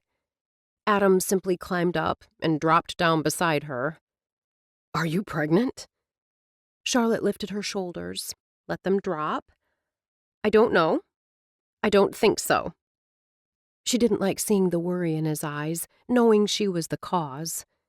You must have some suspicions, or you wouldn't have been looking at tests.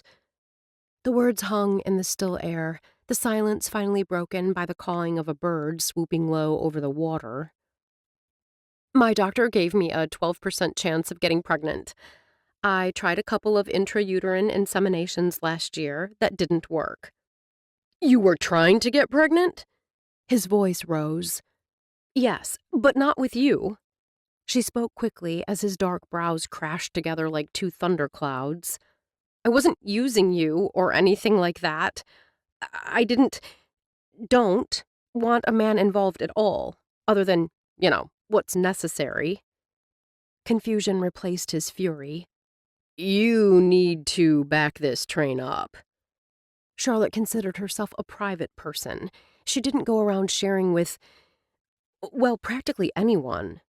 But Adam might have a pony in this race. Charlotte stopped herself. She hated it when one of her dad's old sayings came to mind. The crazy thing was, in this instance, it fit. Adam was a persistent guy. One way or the other, he would demand answers. She might as well lay it all out now so they could move on. When I found myself approaching 40, I realized that while I could easily live the rest of my life without a man, I wanted a child. That's when I went to the doctor and discovered I was running out of time. You're ill? The concern in his voice warmed her. No, I'm old, at least when it comes to getting pregnant. My fertility is on the downward curve. If I was going to have a child, it had to be soon. She gave a little laugh. The news couldn't have come at a worse time. My salon in San Diego was bleeding red. I tapped into my reserves, but the 2 IUI cycles wiped me out. Wouldn't finding a man be easier? Not to mention cheaper? I want to raise a baby with no outside interference. You don't want the father involved. He spoke slowly, as if still piecing the idea together in his head. That's why you went with insemination. Pleased he finally understood, she nodded. Exactly. Which is why, if you are pregnant, you didn't want me to know. Which is why, if I am pregnant, you don't need to worry about me wanting something from you. Feeling as if she'd hit her stride and they were finally on the same page, Charlotte continued with more confidence. No child support, no visitation, nothing that will disrupt your life. If I am pregnant, that is. But, as I said, a pregnancy isn't likely. Adam inclined his head, his expression giving none of his thoughts away. If a pregnancy is so unlikely, why were you looking at tests? Do you have symptoms? Charlotte waved a dismissive hand. A few minor ones that could be something else entirely. Such as? The wind picked up, whipping her hair into her face. Before she could react, Adam leaned over and gently brushed a long blonde strand behind her ear. The gesture wasn't anything special. Then why were tears stinging the backs of her eyes? Stress, she decided, pure and simple. Such as? He prompted when she didn't speak. A little nausea. Today my coffee didn't taste right. Then, when I was at the salon, I got up quickly and was lightheaded. Concern filled his eyes as they searched her face. Are you okay? Absolutely. I didn't fall or anything. Just a moment of dizziness. Charlotte decided not to mention the bit about squeezing her breast and getting a zing. I got to thinking and decided to check and be sure. I wasn't going to buy the test at the general store. I don't even know why I picked it up. Charlotte blew out a breath. Then you walked up, then Gladys. And now? Well, now here we are. You'd never have told me. It was a statement, not a question. I don't honestly know. I'm thinking probably not, but I can't be sure. Like I said, I don't believe I am. Let's find out. He jumped off the table and offered her his hand. Forget it. I'm not buying a pregnancy test in good hope. She hopped down from the picnic table. We'll drive to Sturgeon Bay. It's late. Charlotte didn't want to take the test or speak about the results with him. They have a Walmart that's open until midnight. His hand closed over her fingers, but when he tugged, she pulled back. His unyielding gaze met hers. This isn't going away. I'm not going away until I know the truth. Did that mean he would go away once he knew? Clinging to that faint hope, she nodded. Let's go. Chapter 6. Adam pulled into the Walmart parking lot in less than 30 minutes. Buying the test took less than 10. For good measure, they purchased 2. Charlotte said little on the drive back to Good Hope. Though she seemed to be doing her best to appear relaxed, her hands folded in her lap showed white knuckles. I don't recall you saying much about your family. Adam wondered what her parents thought of her plan to have a baby on her own. Perhaps they didn't know. Tell me about them. My parents divorced when I was 12. I was an only child. They've remarried and both have children with their new spouse. I'm a reminder of a past mistake. What would they think about you having a baby? She shrugged. I don't think they'd care one way or the other. What about your mother? She lives in Texas with her husband? Adam hesitated, then continued. She married Stan when I was 8. They divorced 10 years later. Stan isn't your father? He's my dad in every way except blood. Adam's tone brooked no argument. He's the only dad I've known. My birth father, I guess that's what they're called now, paid child support, but wanted nothing to do with me. Silence filled the cab of the truck for several heartbeats. Stan is great. I couldn't ask for a better father or business partner. Why had he told Charlotte about Stan? It's not like it mattered. Except, in a very personal way, it did. Adam knew what it was like to grow up without a dad. His birth father hadn't wanted him. His mom had made that clear.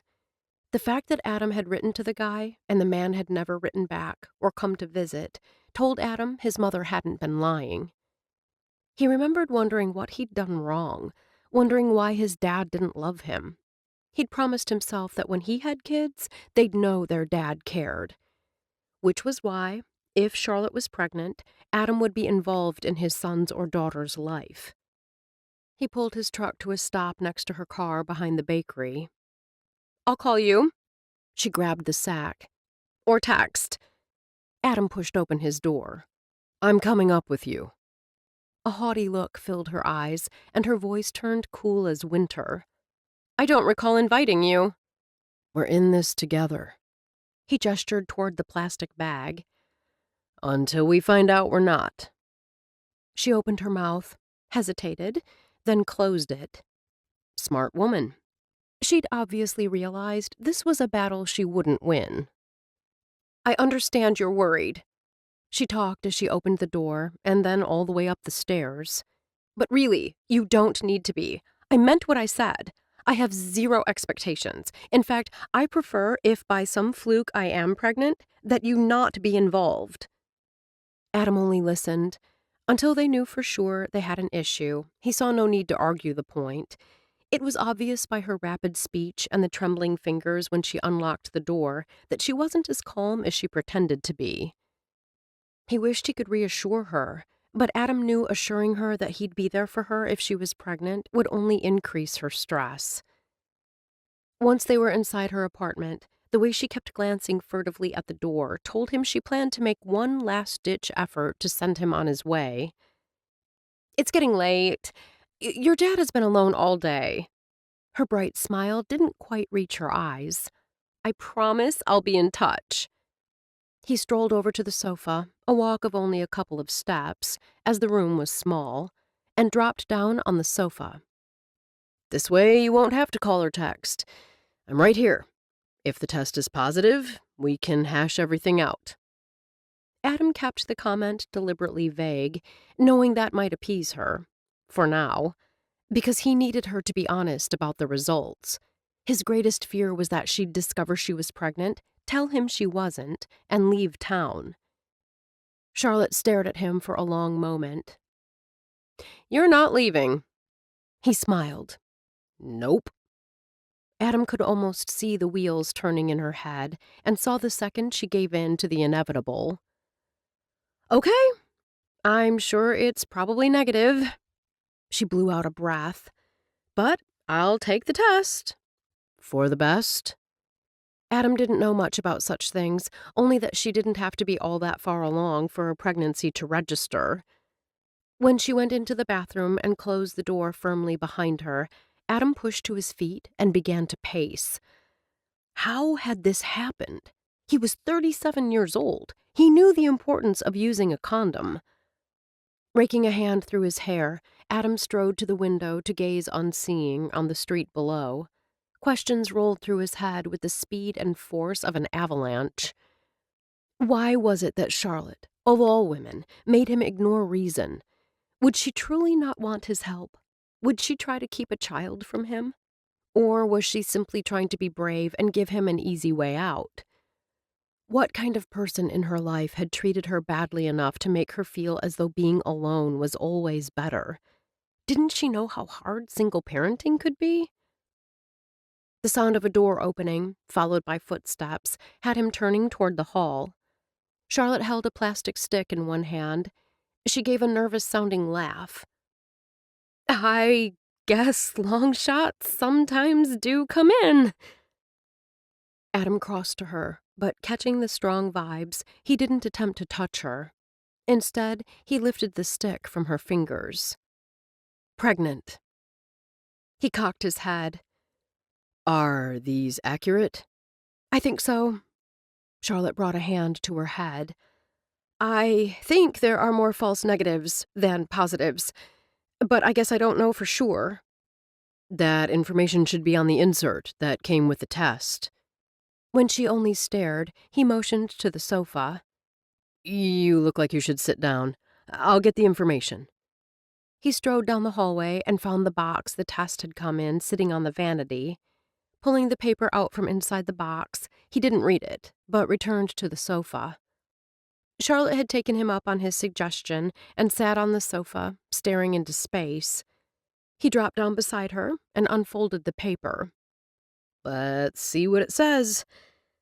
Adam skipped the instructions and other unnecessary information, quickly finding what he was looking for.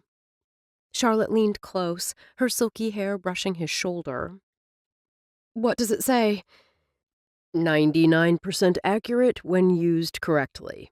What about false positives? Adam couldn't tell from her voice if she was hoping for that outcome or not. Sounds like it's rare. It says here a false positive result can occur if you have blood or protein in your urine.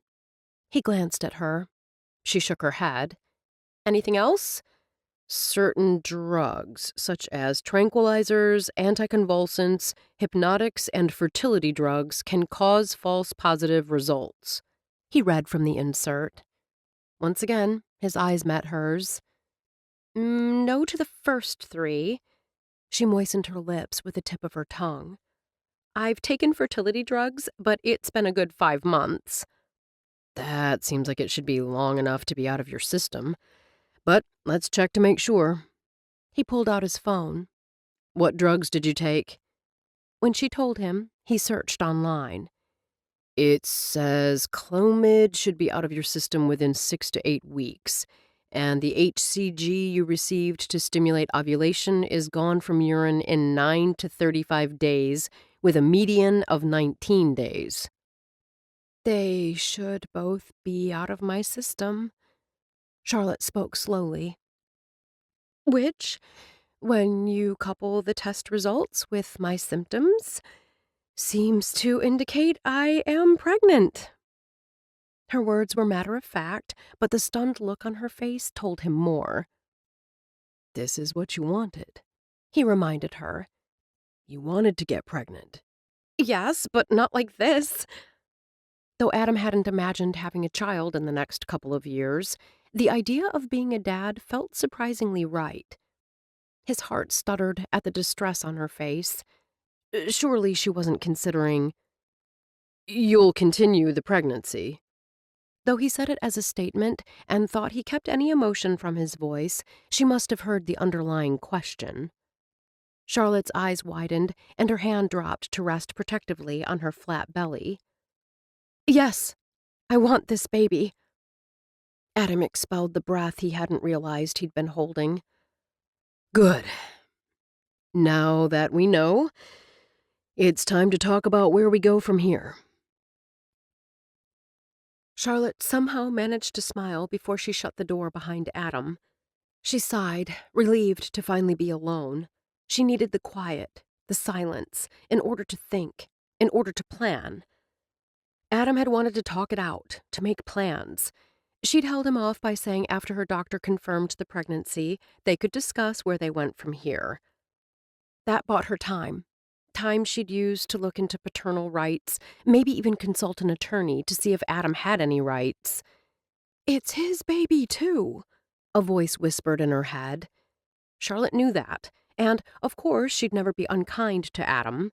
He wouldn't deserve it, and that wasn't who she was. It was just so complicated and unexpected. For a moment, Charlotte remembered a time in her life when she'd pictured welcoming a baby into the world with a loving husband at her side. Unfortunately, she also remembered what a lie that picture could be. She closed her eyes and shook the memory away. She wouldn't think of that now. For tonight, she would revel in the fact that what she wanted had come true. She was going to have a baby. It didn't seem real. She had to admit seeing the word pregnant on the stick had shocked her.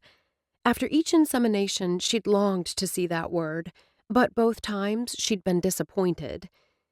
Now, it had happened. A bit unconventionally. Well, actually, the way it usually happened. But there was a baby growing inside her. Adam would come to see reason, she told herself. He would step back and let her handle this by herself. He was a busy man who, unlike her, hadn't longed to be a parent. She had no doubt that one day he would marry and have kids of his own when it made sense for him. Her days of looking for Mr. Right had ended long ago. She'd become set in her ways, happy with being in charge and able to live her life exactly the way she wanted. Charlotte thought of her first husband. During the years she and Jake had been married, it had felt as if she'd had no say in anything. She'd wanted to open her own salon as soon as she got out of school. He'd insisted it was too soon. Big decisions or little ones, it hadn't mattered. The man had wanted his fingers in every piece of her pie. She'd been so young when they married and hadn't seen that side of him. As time had gone on, she'd realized they'd never be true partners. With Jake, it had been about control. He'd had a vision of who he wanted her to be, and it hadn't mattered if she wanted that or not. According to Facebook, he and wife number 3 were happy together. She was happy for Jake. Most of all, she was happy she was no longer tied to him in any way. A baby ties you to a man. She wasn't sure which of her friends back in California had said that. It didn't matter. It was true, which was why they'd all applauded her decision to go the insemination route. What was she going to do? She had to handle this situation with Adam carefully. The dinging of her phone had her picking it up. She expected the text to be from Adam. Though he'd mentioned he wanted her to let him know when she scheduled her first doctor's appointment, she hadn't promised she would. Had he realized that on the drive home? The text wasn't from Adam. Paul Lux. She hadn't thought of the Hollywood producer in almost a year. They'd met in San Diego and had some fun times together. He was the kind of man she liked, smart, well-traveled, and curious about the world. It's been too long. I'll be in SD next week. Love to take you to dinner at Top. Charlotte was flattered he'd remembered Top of the Market was a favorite restaurant of hers. It offered an impressive view of San Diego Bay and amazing seafood. Would love it, but no longer in SD. I'm back in Good Hope, Wisconsin. When there was no immediate response, Charlotte rose and got ready for bed. Even though it was still early, she was exhausted. Was the fatigue due to stress or being pregnant? Maybe a little of both. Charlotte found herself thinking of Paul as she washed and moisturized her face. Way back when, she'd thought they'd been a perfect match, until he'd returned to LA, promising to help her get established there, but that never happened. She hadn't been heartbroken. Since her divorce all those years ago, she hadn't let herself get close enough to anyone to be hurt. Still, Paul's departure had stung. The phone dinged just as she slipped her feet into her pink velvet Ugg slippers. I'll be filming not far from there. Plan on dinner. You pick the place. Charlotte would like to see him, but would it be wise? Her life was in such turmoil right now with the opening of the new salon and now the pregnancy. Another ding from her phone. If you're in a relationship, just say so. She smiled. She'd taken too long to respond, and his mind had jumped to an obvious conclusion. No, guy. You know me. I'd have said that right off. The emoji he sent swiped sweat from his brow. Big relief. Charlotte laughed out loud. Laughing and talking with Paul might be what she needed to remind herself that life as she knew it hadn't ended when she'd relocated. I'll pick the most expensive place. His text came back immediately. I wouldn't expect any less. Chapter 7. Stan's brow furrowed as he stared at Adam. You scheduled a meeting for this morning? The crew knows what they're doing. You guys won't even miss me. Adam took a long drink of coffee. So far, he'd resisted the urge to tell his father about the baby. He wanted to make sure the positive test hadn't been a fluke. Charlotte's visit to the OB/GYN today would either confirm the diagnosis or not. It's not really a meeting. Charlotte needs my help. It shouldn't take long. If he'd waited for Charlotte to get back to him with the time and date of the appointment, he might still be waiting. He'd known she was calling Tuesday for an appointment. When Tuesday had clicked over into Wednesday, he'd called her. That's when he found out the appointment was this morning. Stan's face creased into a smile. You like her. I like helping her out. The fact was, Adam wasn't sure how he felt about Charlotte, other than she'd gotten under his skin. She was beautiful and smart, and they had an intense spark. And she might be the mother of his child. Stan chuckled. The love bug has bitten. Adam opened his mouth, then shut it. There was no reason to dispute Stan's assumption, and every reason to let it stand, at least for now. If Charlotte was carrying his baby, it would be easier on her if people believed they truly had romantic feelings for each other. And, down the road, that would be easier on the child. Nothing like knowing you were the result of a one-night hookup on the 4th of July. When his father arched a brow, waiting for a response, Adam grinned. She's pretty great. I like her, Stan declared. There's something real at the core. I told Jerry that if they have any trouble with anything to give me a call. Adam poured the coffee from his cup into a to-go container, then added more from the pot on the counter. I can handle the crew's questions. His father motioned him toward the door. Get going. Be sure and tell Charlotte I said hello. I'll do that. Adam hated to lie to his father, and a lie of omission was still a lie, but he also didn't want to draw him into any of this, if it turned out to be a false alarm. The clinic where he was to meet Charlotte was on the edge of Good Hope. After doing her research and having heard good things about her from Marigold, Charlotte told him she'd decided to see Dr. Janice Swanson. Though he arrived 15 minutes early, he saw Charlotte's car already in the parking lot. He parked beside the BMW, then hurried up the walkway to the 2-story medical office building. A lobby directory told him he'd find Dr. Swanson on the 2nd floor. Adam took the sweeping staircase rather than wait for an elevator. His heart skipped a beat when he stepped into the waiting area and found it empty. He strode to the desk. Hi, I'm... Adam! Charlotte suddenly appeared in the door leading to the back. I thought the appointment was at 9. It is. She offered a rueful smile. I got here early, so they weighed me, took my blood pressure, and had me give a urine sample. I didn't miss anything. Nothing exciting. She glanced around, appearing relieved the waiting room was empty. The nurse said I'm the first patient of the day. How have you been feeling? He nearly reached out to her, but dropped his hand at the last second. The look in her eye told him she preferred he keep his hands to himself. Good. I've... Charlotte? A woman in lavender scrubs with a floral top called from the doorway.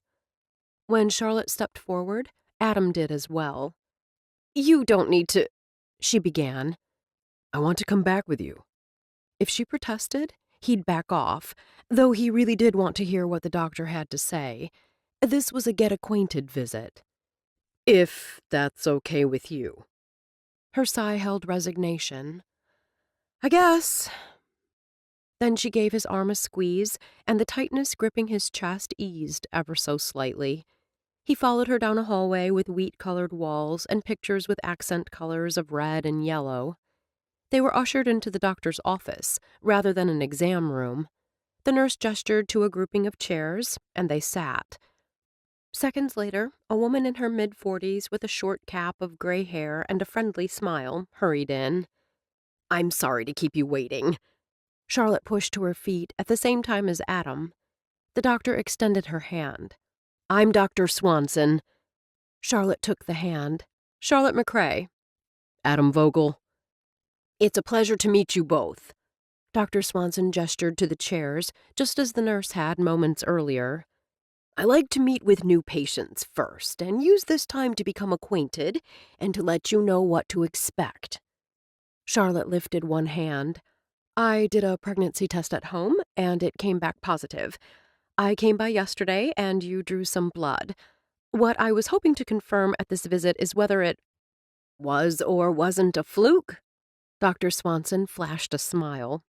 Exactly. I have the results of your blood test from yesterday.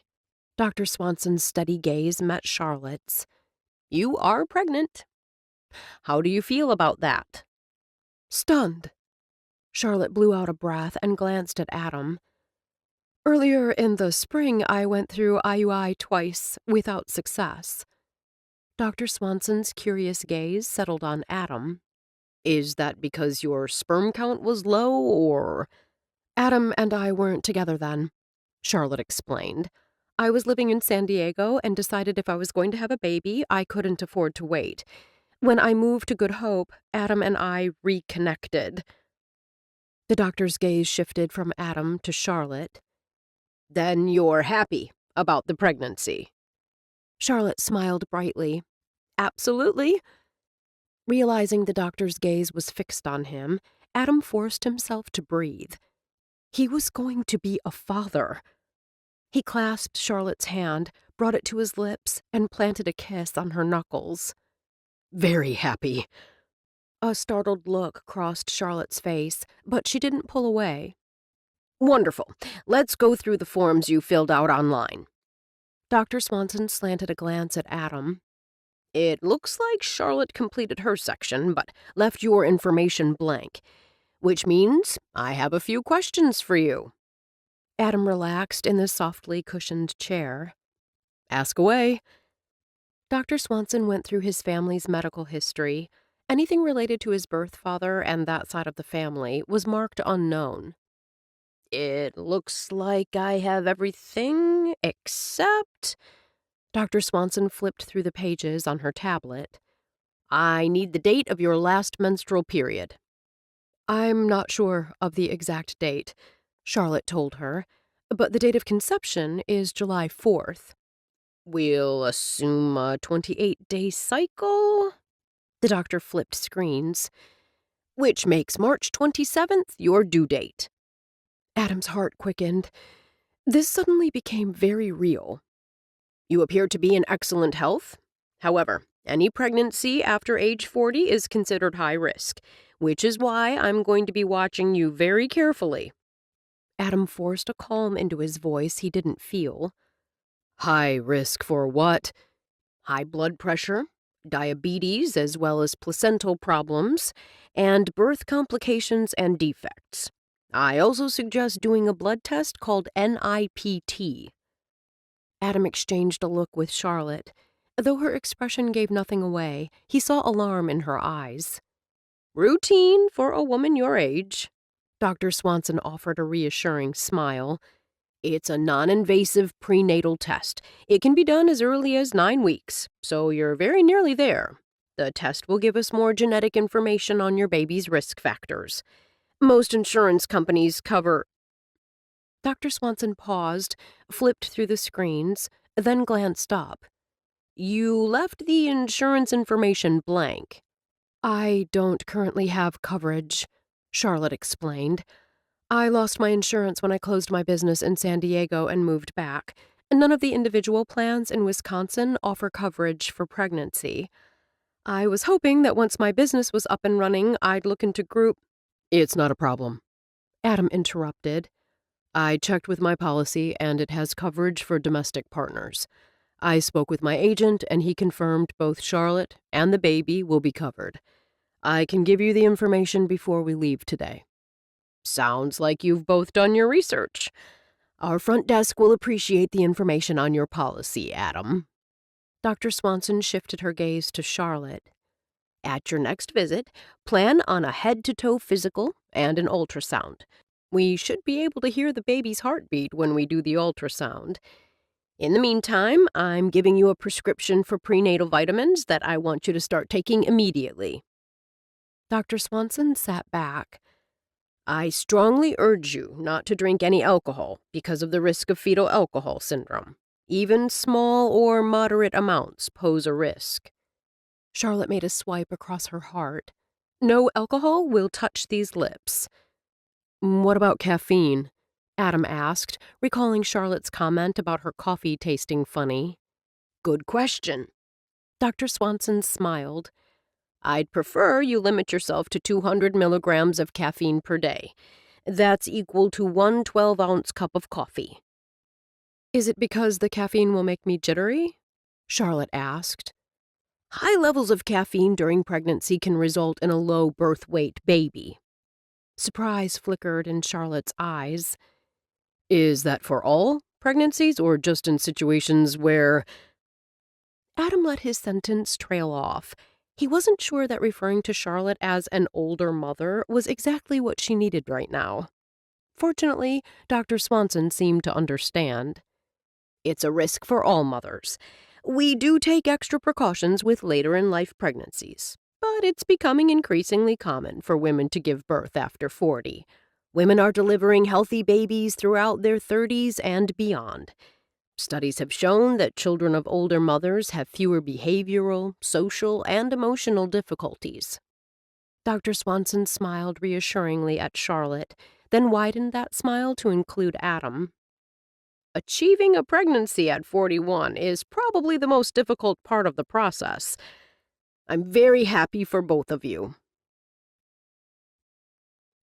After scheduling the next appointment, Charlotte remained silent as Adam gave his insurance information to the front desk.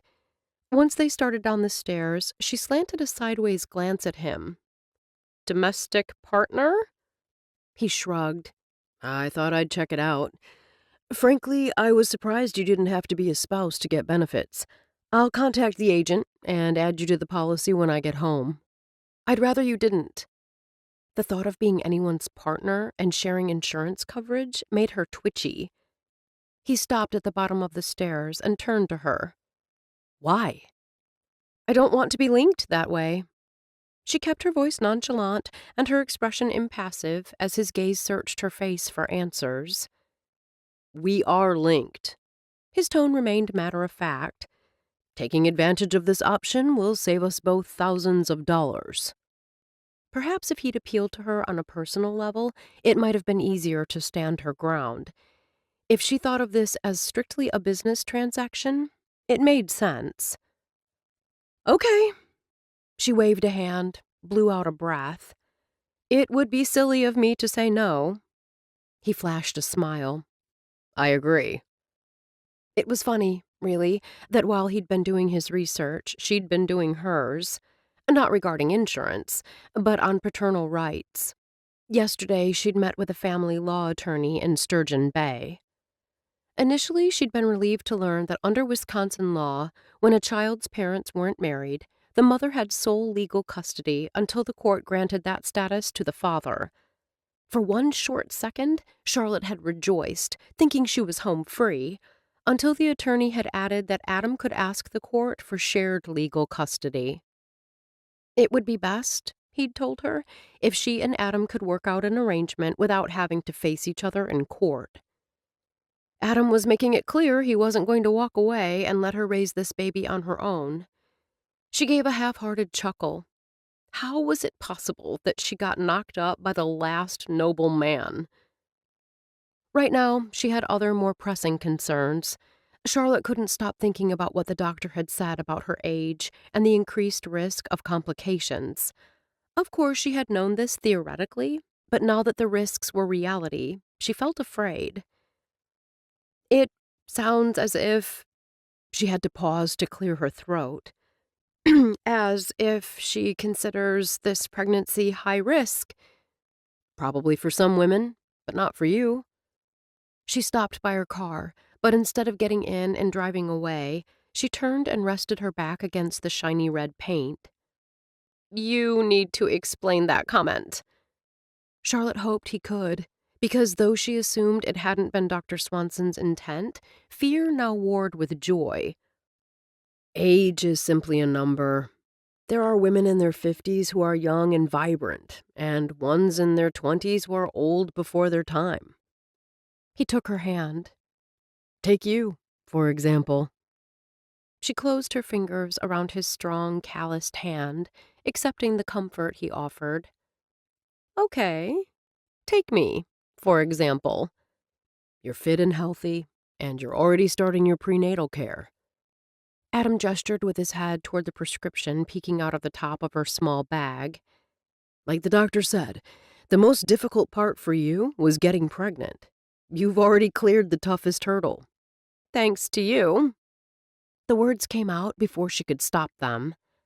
Adam's lips curved in a slow, easy smile that did crazy things to her insides. I'd say the pleasure was all mine, but I believe you enjoyed it too. She chuckled. As she released his hand, she swatted him on the arm. What am I going to do with you? You're going to let me be a part of your life and the life of our child? Her smile faded. His words struck at the heart of her fears.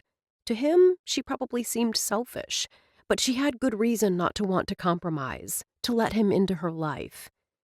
Her ex had seemed like a reasonable guy, and he had been, as long as he'd gotten his way. I'm fully capable of caring for this child on my own. I know you are, and that gives me comfort. Charlotte cocked her head, not understanding. If anything happens to me, I have no doubt you will carry on and make a good life for yourself and our child. His voice took on an earnest tone that matched his expression. But I am here, which means you don't have to go it alone. What if I don't want you here? What if I asked you to walk away? Might as well be blunt, Charlotte told herself. She was past the age of playing games. He paused for a long moment. She braced herself. Are you hungry? What? I think better on a full stomach. I didn't take time for breakfast this morning. His eyes took on a knowing look. If I had to hazard a guess, I'd say you didn't eat much either. I had a granola bar. Charlotte had been afraid if she didn't eat at all, she might be sick. Though she hadn't thrown up yet, her stomach churned.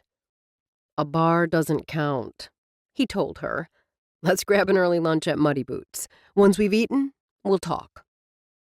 Charlotte experienced a surge of hope. Perhaps her doctor's visit had made him realize the enormity of what they were facing. By telling him she didn't want him involved with the baby, she'd given him an out that he could live with. She reminded herself he hadn't said he'd take the out, or expressed an interest in taking the out. But he also hadn't been as firm as he'd been when he first learned of the pregnancy. Her nod had him smiling, and the tension in his shoulders easing. I'll meet you there. Charlotte reached out and touched his arm when he started to open his door. A big mistake. What was it about this guy that could set off an explosion of nerve endings with simple contact? Aren't you busy at the farm? You let me worry about that. If the cafe is crowded and we can't speak privately, after we eat, we can go up to my apartment to hash out any details. She hoped those details would be him seeing reason and walking away. But as he got in his truck and backed out, offering her a jaunty wave, Charlotte couldn't quite quell her doubts. Adam deliberately kept the conversation light while they ate. Helen, the waitress who'd worked at the cafe for as long as Adam had lived in Good Hope, cleared the dishes. She'd just dropped off the check when Adam spotted Len Swartz and Anita Fishback entering Muddy Boots. Let's take our conversation to your place. He kept his tone low and tossed a couple of bills onto the table, enough to cover the check and tip. He and Anita had once dated, and he knew her propensity to spread gossip. Charlotte gave a nod, pushed back her chair, and stood, knowing she wouldn't be able to avoid Anita. The owner of Crumb and Cake, a popular bakery, had been one of Charlotte's most loyal customers, partially because the striking brunette liked the way Charlotte did her hair, partially because of her complicated relationship with the Bloom family. Anita stood with her palm resting possessively on Len's arm. Len had been the sheriff the last time Charlotte had lived in Good Hope. He'd retired, and Cade had taken over the position. After greeting the couple, they left the cafe and walked to Charlotte's apartment. Adam hoped being on her own turf might help her relax, but the change in location didn't appear to be working. Not if her tightly set jaw and stiff shoulders were any indication. They sat, angled toward each other, on opposite ends of the sofa. He considered the best approach. Adam knew she was stubborn, but he also knew she was smart, which meant she had some kind of plan. What do you plan to do? About? He spread his hands. About the baby, once he or she arrives. Don't worry, I'll handle it. Where will you live? He gestured with one hand toward the small space surrounding them.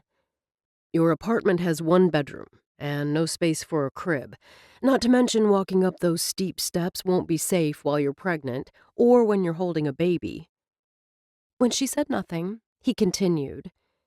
You're launching a business with a partner who not only has a new baby, but who's also pregnant. Marigold likely expects you to shoulder more of the load this first year. Her spine went ramrod straight. Like I said, I'll handle it. All of it. Adam thought of all she was facing and felt a twinge of sympathy. If she would just see him as her partner in this journey, rather than her adversary.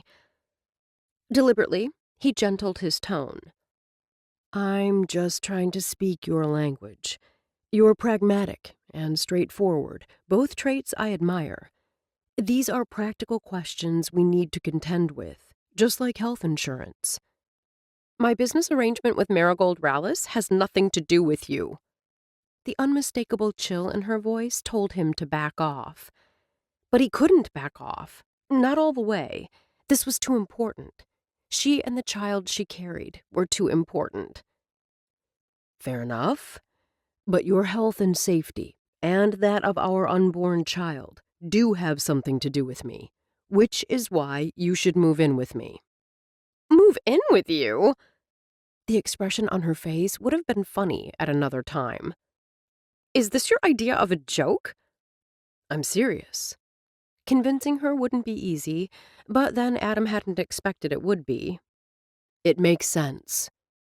Her chin jutted up, and her eyes shot blue fire. To you, maybe. You...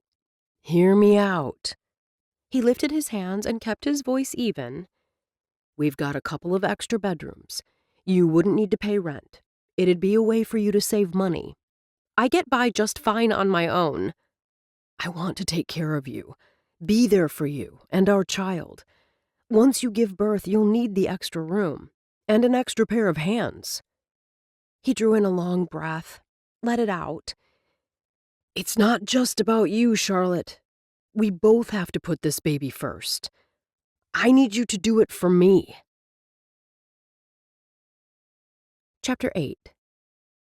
No way would Charlotte move into Adam's home.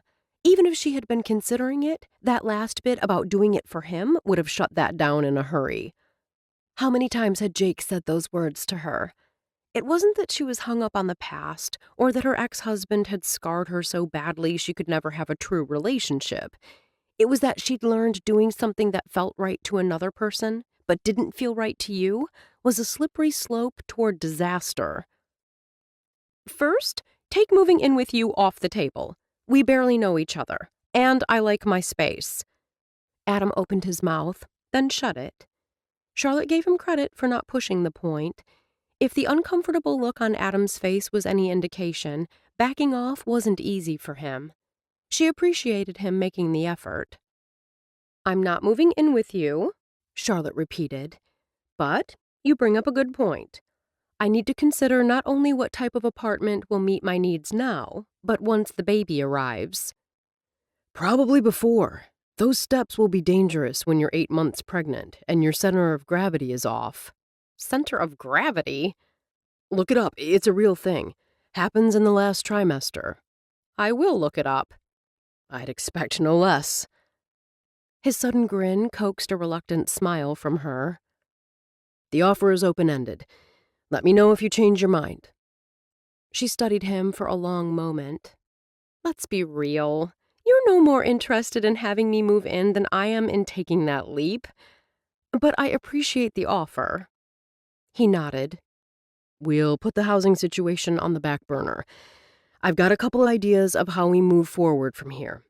I'm betting you have your own thoughts." Charlotte did, and she wasn't afraid to share them. She needed to clear up something first. "This wasn't deliberate." When Adam inclined his head, Charlotte continued. "The baby. I didn't plan to use you to get pregnant. I realize this child is an unwanted complication in your life." "Just because a baby is unexpected doesn't make that child unwanted." Charlotte's expression softened. "I like you, Adam. You're a good guy." He smiled. "Liking me is an excellent start." "That doesn't alter the fact that you are a bit of a snag." Because that sounded cold, she clarified. "My being pregnant doesn't need to change your life. Not if—" "If I turn my back on you and our child and walk away? Not happening." The finality in his voice told Charlotte she wouldn't change his mind.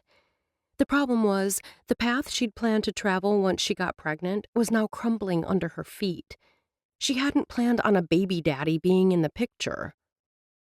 "I don't like seeing you worried." "Then give me what I want." The words circling in her brain remained unspoken. "Once the baby is born, we'll discuss visitation." Charlotte resisted a nearly overpowering urge to sigh. "First things first." Adam spoke easily. "We need a plan to get better acquainted over the next 7 months." She blinked. "Why?" "We're going to have a child together." His expression turned thoughtful. "I did some reading on the benefits of divorced parents being friends." "We're not divorced," she pointed out. "Which only means we know each other less than those couples." Adam's tone stayed easy and conversational. "The articles all say that having both parents play an active role in a child's life is best. In fact, the mother and father having an amicable relationship is a strong factor in the emotional well-being of the child." Charlotte shot him a quizzical glance. "You did all this reading before you knew for sure I was pregnant?" "I believe in being prepared." Adam shrugged. "Acting in our child's best interest needs to be our top priority. To do that, we need to be on the same page." Charlotte said nothing. "I know what it's like to be a child and wonder why your birth father didn't want you." The look he shot Charlotte tugged at the door to her heart. "I don't want my son or daughter wondering why I'm not involved. I also don't want our child put in the middle." Keeping her swirling emotions in check, Charlotte fell back on the active listening skills she utilized every day with her clients. "Tell me how you picture this going." "We learn how to best work together before the baby arrives. Hopefully, a solid friendship will be forged." His expression remained serious. "Getting closer over these months will also help stave off the gossip. When news of your pregnancy comes out, I'd like people to believe the baby came as a result of a relationship and not a one-night stand." She gestured for him to continue. "We need to think of our child. I grew up in a single-parent household, and it wasn't great." Charlotte considered telling him that life in some two-parent families wasn't all that great either. But this wasn't about her. It was about her child. Their child. We date, get to know each other. When you decide the time is right to make an announcement about the pregnancy, everyone will already see us as a couple. He'd thought it all out. She knew he, like her, was a planner, which shouldn't have irritated her, but it did. Then we break up when the baby is born?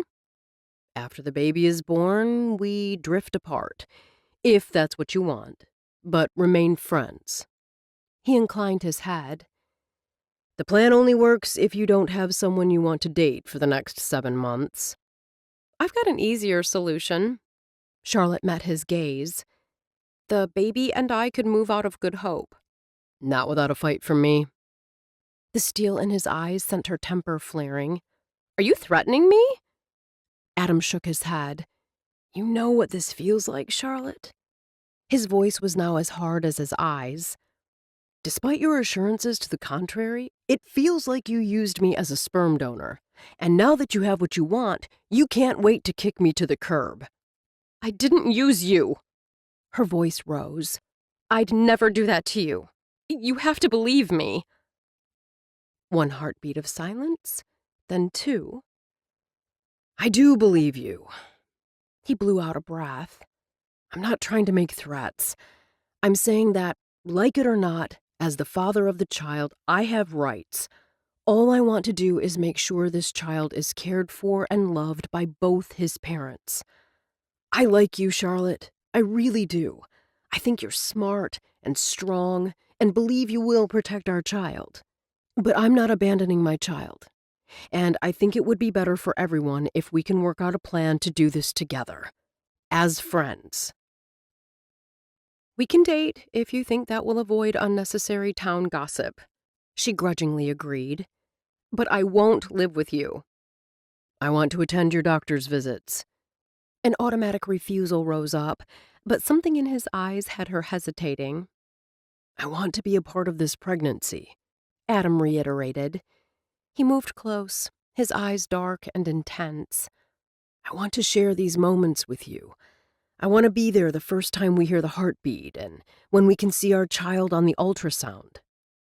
His words and the sincere emotion behind them touched a part of Charlotte's heart that had become crusted over with a hard shell.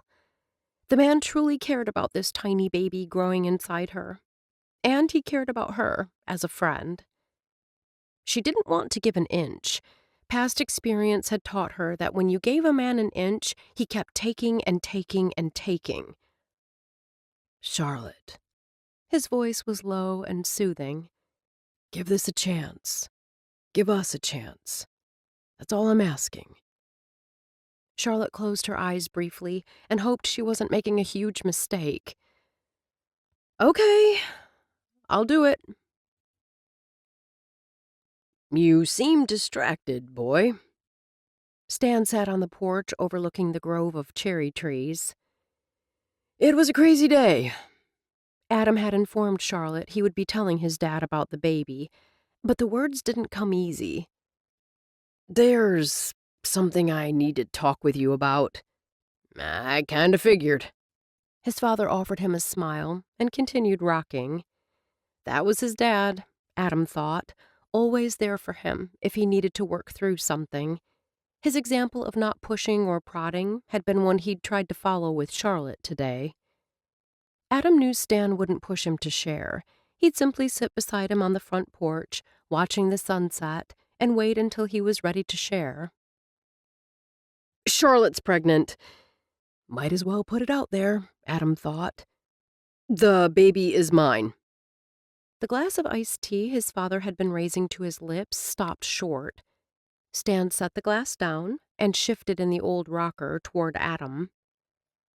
I didn't realize you two were that well acquainted. We knew each other from before. The last time she was in Good Hope, we got together. For sex, Adam thought, but there was no need to go into that detail. The spark was still there. Has the pregnancy been confirmed? Stan spoke slowly, his tone giving nothing away. She took a test, then we went to the doctor, who did a blood test. Stan slowly nodded, rubbed his chin. I don't want you to take this the wrong way, but are you sure the baby is yours? Adam nodded. I'm sure. Are you going to marry her? Marry? Adam jerked back. We barely know each other. She's having your child. Adam had never considered marriage. He and Charlotte were strangers. Heck, she didn't even want him involved at all. He had to smile, imagining how she'd have reacted if he'd proposed marriage. You find the idea of being married to the mother of your child amusing? Charlotte and I don't know each other well enough to take that step. The look in his father's eye had him shifting gears. We're going to spend the next 7 months getting to know each other. Adam searched for the right words to convey the situation accurately without dissing Charlotte. Charlotte, for whatever reason, is gun-shy when it comes to men. She told me I can back out completely. She prefers to raise this child on her own. Stan was silent for one long minute. Your mother was like that. Oh, I'm not saying her and Charlotte's situations are the same. It's just that your mother was disappointed by the men in her life. Those experiences made it difficult for her to trust me. You think that's why Charlotte wants to raise the baby alone? She doesn't trust me? You're a wild card, son. Stan lifted the glass of tea, took a long drink. She doesn't know you, doesn't know how you'll respond in different situations. Adam set his jaw in a hard line. She'll learn she can trust me. I'll show her. Stan rubbed his chin again. Won't be easy. A wise man once told me you don't give up on what matters. Adam met his father's concerned eyes. This baby and Charlotte matter. Charlotte walked out of Marigold's at 6 on Saturday night with no plans beyond trying a new matcha tea mask that one of the estheticians had recommended and starting a new Instagram challenge. She hadn't seen Adam since their conversation after her doctor's appointment on Thursday. Though she'd planned to head straight home after her last hair appointment, the late summer day had delivered on its earlier promise of warm and sunny, and she found herself strolling down the sidewalk. Swoon was still open. Her gaze was drawn to a red dress in the window. As she studied it, she briefly considered going inside to say hello to Piper. But through the glass, she saw her friend with a group of tourists. No need to ruin a sale or two. Charlotte felt him before he spoke. That dress would look good on you. She turned her head toward him. Adam, what are you doing in town? I get off the farm from time to time. He smiled, slow and easy. I was actually looking for you. I texted, but hadn't heard back. I was hoping you'd agree to grab a slice of pizza with me. His tone, light and conversational, held no pressure. The decision was hers. I didn't realize you'd messaged me. Charlotte pulled the phone from her tiny purse and saw 2 unread texts. I see the problem. I switched my phone to silent during my last client. The tiniest noise upsets Gwen. He studied her face, and his eyes softened. Long day? It felt endless. Charlotte lifted her face to the sun. You know what I'd love? Adam inclined his head. I'd really like to walk and enjoy the beautiful weather I missed by being inside all day. She looped her arm through his. Then I could eat. Sounds like a good plan. They'd gone only a block when Tim Vanderkoy called Charlotte's name, then crossed the street to intercept them.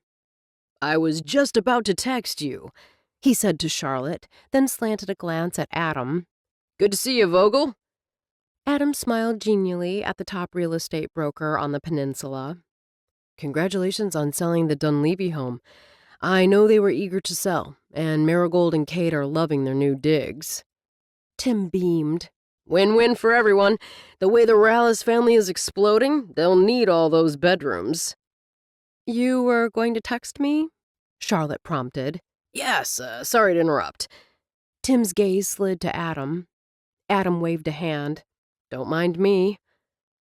I have a showing in 15 minutes, so I'll make this quick. Tim focused on Charlotte.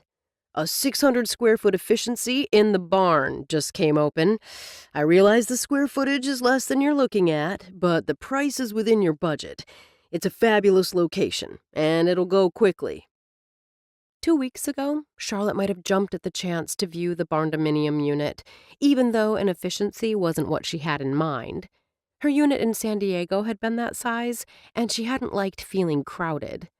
Her discussion with Adam had made her realize she needed to carefully consider her housing requirements. Amy had agreed to let her stay in the apartment over the bakery for as long as she needed to. What do you think? Tim glanced at the Apple Watch encircling his wrist, the epitome of a busy man with places to go and things to do. I'm going to pass, Tim, Charlotte told him. The building is lovely, but I'm not in the market for an efficiency. I have a couple others that might... Charlotte held up a hand, stopping him. Hold off looking for now. I've discovered I'm content where I am. I like the location, and I love being greeted with a delicious aroma of cinnamon rolls every morning. A look of puzzlement crossed Tim's face. You told me Amy didn't want to offer you a year's lease. She doesn't, but I've settled into the space, and she's agreed to a month-to-month arrangement for now. I should be safe until they start renovating this block of buildings. Charlotte kept her voice matter-of-fact. When she says my time is up, or I decide I'm ready to start looking again, I'll let you know. I really appreciate all your efforts. You've been wonderful. Call me when you're ready. Tim glanced again at his watch, offered them both a quick smile, then hurried down the sidewalk. This doesn't mean I'm moving in with you, Charlotte told Adam, in case there was any misunderstanding over her conversation with Tim. But you brought up several good points earlier. I'm going to review my housing needs. Adam studied her face for a long moment, then shrugged. Just know that my offer remains open. You're sweet. She patted his cheek. Not to mention persistent. It's part of my charm. Smiling, he gestured with one hand. I promised you a walk. The sidewalk in the business district teemed with people. This was still tourist season. Just another reason Charlotte wished the salon was ready now. The next week couldn't go by quickly enough. The first walk with the animals is coming up. Adam slanted a sideways glance at her. Are you going to participate? Piper had given Charlotte the scoop on the dog-friendly event designed to support homeless animals in Good Hope. The salon is sponsoring several giveaways. I also signed up for the 5K fun run. What about you? I'm doing the run, and Stan is manning a booth. We'll be selling homemade organic treats for dogs and cats. Charlotte's brows pulled together. I didn't know you made animal treats. We only recently dipped our toe into that market, but it's showing a lot of promise. You'll have to check out our webpage. Adam's expression relaxed when they left the business district and entered the less hectic residential area. The event is for a good cause, and as a business owner, I think it's important to be involved in the community. That's why I signed up. Charlotte recalled the discussion with her new business partner. Marigold is opting out this year. Because of the pregnancy? No, she's helping her sister at the bakery that day. It's all Bloom sisters on deck. Finn anticipates the event will have Good Hope bursting at the seams. She won't be wrong. Adam shoved his hands into his pockets. How's Stan? Charlotte asked when the silence lengthened. He's good. Adam smiled, the way he always did when speaking about his father. He's refinishing his vintage cradle that was out in the barn when we bought the place. Every night he works on it. It's going to be beautiful. Charlotte frowned. Haven't there been a lot of injuries from putting babies in old cradles and cribs? Adam stopped walking and turned to face her. You don't want it? She heard the edge in his voice, but didn't take the bait. I don't know whether I want it or not. I think it's lovely your father is refinishing it. I would simply want to make certain, since it is old, that it conforms to all the current safety standards before putting my baby in it. The tight set to his jaw relaxed. As would I. Just so you know, Stan would never put his grandchild into something that wasn't safe. Mollified, Charlotte nodded. She'd expected him to blow off her concerns. Instead, he'd listened. She couldn't explain what she was feeling, not even to herself, so she didn't even try. Let's eat. If we head back now, we should beat the crowds. Chapter 9. The next week passed quickly. Apparently realizing this was an extremely busy week for her, as the salon's grand opening was set for today, Adam hadn't pressed to see her. Charlotte appreciated the consideration. Instead, he texted her daily, never about anything important, just brief snapshots of his day. He always asked about her and her day, and she found herself looking forward to these daily conversations. Charlotte had just finished dressing for the grand opening when her phone pinged. With an eagerness that surprised her, she scooped up her phone. Not Adam, but Paul. Opened a bottle of Rombauer Chardonnay last night. Remembered the bottle we shared cruising San Diego Bay. Can't wait to share another bottle with you and celebrate. The cryptic remark had her frowning. Celebrate what? Charlotte hesitated, then dashed off, "Good memories, heart." Perhaps adding the heart emoji had been unwise, but the text seemed short and impersonal without it. She had fond memories of their last night together on San Diego Bay, the fun, laughter, and kisses on a deck beneath a star-filled night. Now he was in Los Angeles, and she was pregnant in Wisconsin. Life was definitely strange. She glanced down at the red dress, she'd gone back to Swoon to purchase it, and the strappy sandals she'd chosen for the grand opening. There would be tours of the facility and drawings for everything from free facials to a day of beauty. In addition to the hairstylists, Marigold's Golden Door Salon and Day Spa had nail technicians, estheticians, and massage therapists on staff. They would all be there today, handing out their cards and getting acquainted. A number of cars were already in the lot by the time Charlotte stepped inside. She spotted Marigold by a table laden with a wide variety of sweet treats and hurried over. "I'm sorry, I thought the event started at 3. "It does." Marigold looked up from arranging plates of cookies Charlotte couldn't begin to identify. "My family came early to help us get everything ready." Marigold held out a cookie. "Try one." Charlotte took it, but didn't immediately take a bite. "What is it?" "Lavender cookie with rosewater icing. Amy makes them using our mother's recipe." Marigold's pink lips curved. "These particular cookies are an important part of every Bloom event." Charlotte bit into the cookie, let the taste roll around on her tongue for several seconds. "Buttery. I'm not sure if it's the lavender or the rosewater that adds the unique flavor." "Do you like it?" Charlotte took another bite, chewed. "I do." Marigold flashed a smile. "That makes me happy." "You look happy." Charlotte studied her business partner for a long moment. "You're positively glowing." "That's what pregnancy and being happy do for you." Marigold glanced around the salon, which had large windows and an open feeling. "This place has a good vibe." "Marigold?" Her sister Finn motioned to her from across the room. "What can I do to help?" Charlotte asked. "There are cups in the kitchen area that need to be unpacked and brought out for the punch. Prim was going to do it, but she got sidetracked." Marigold paused. "Oh, before I forget, and this is totally last minute, so if you can't come, I'll understand." "Come to what?"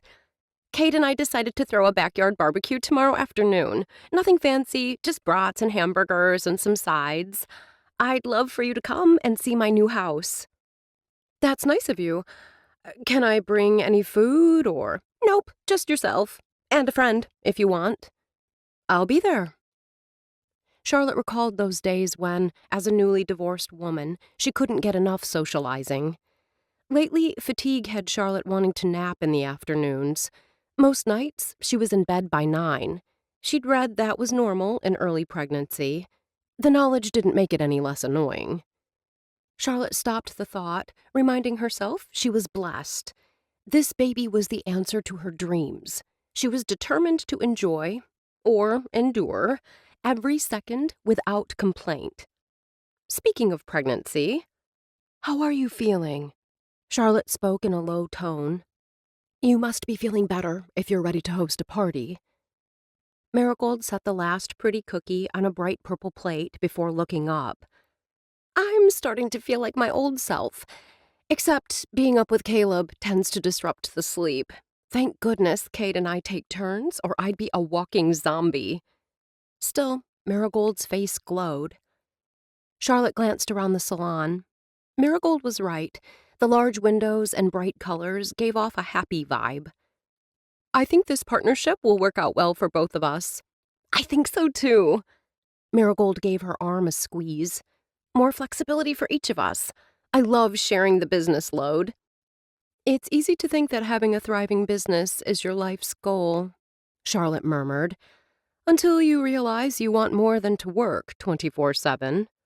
I once thought I wouldn't be a success unless I was the top stylist in the country. Marigold gave a little laugh.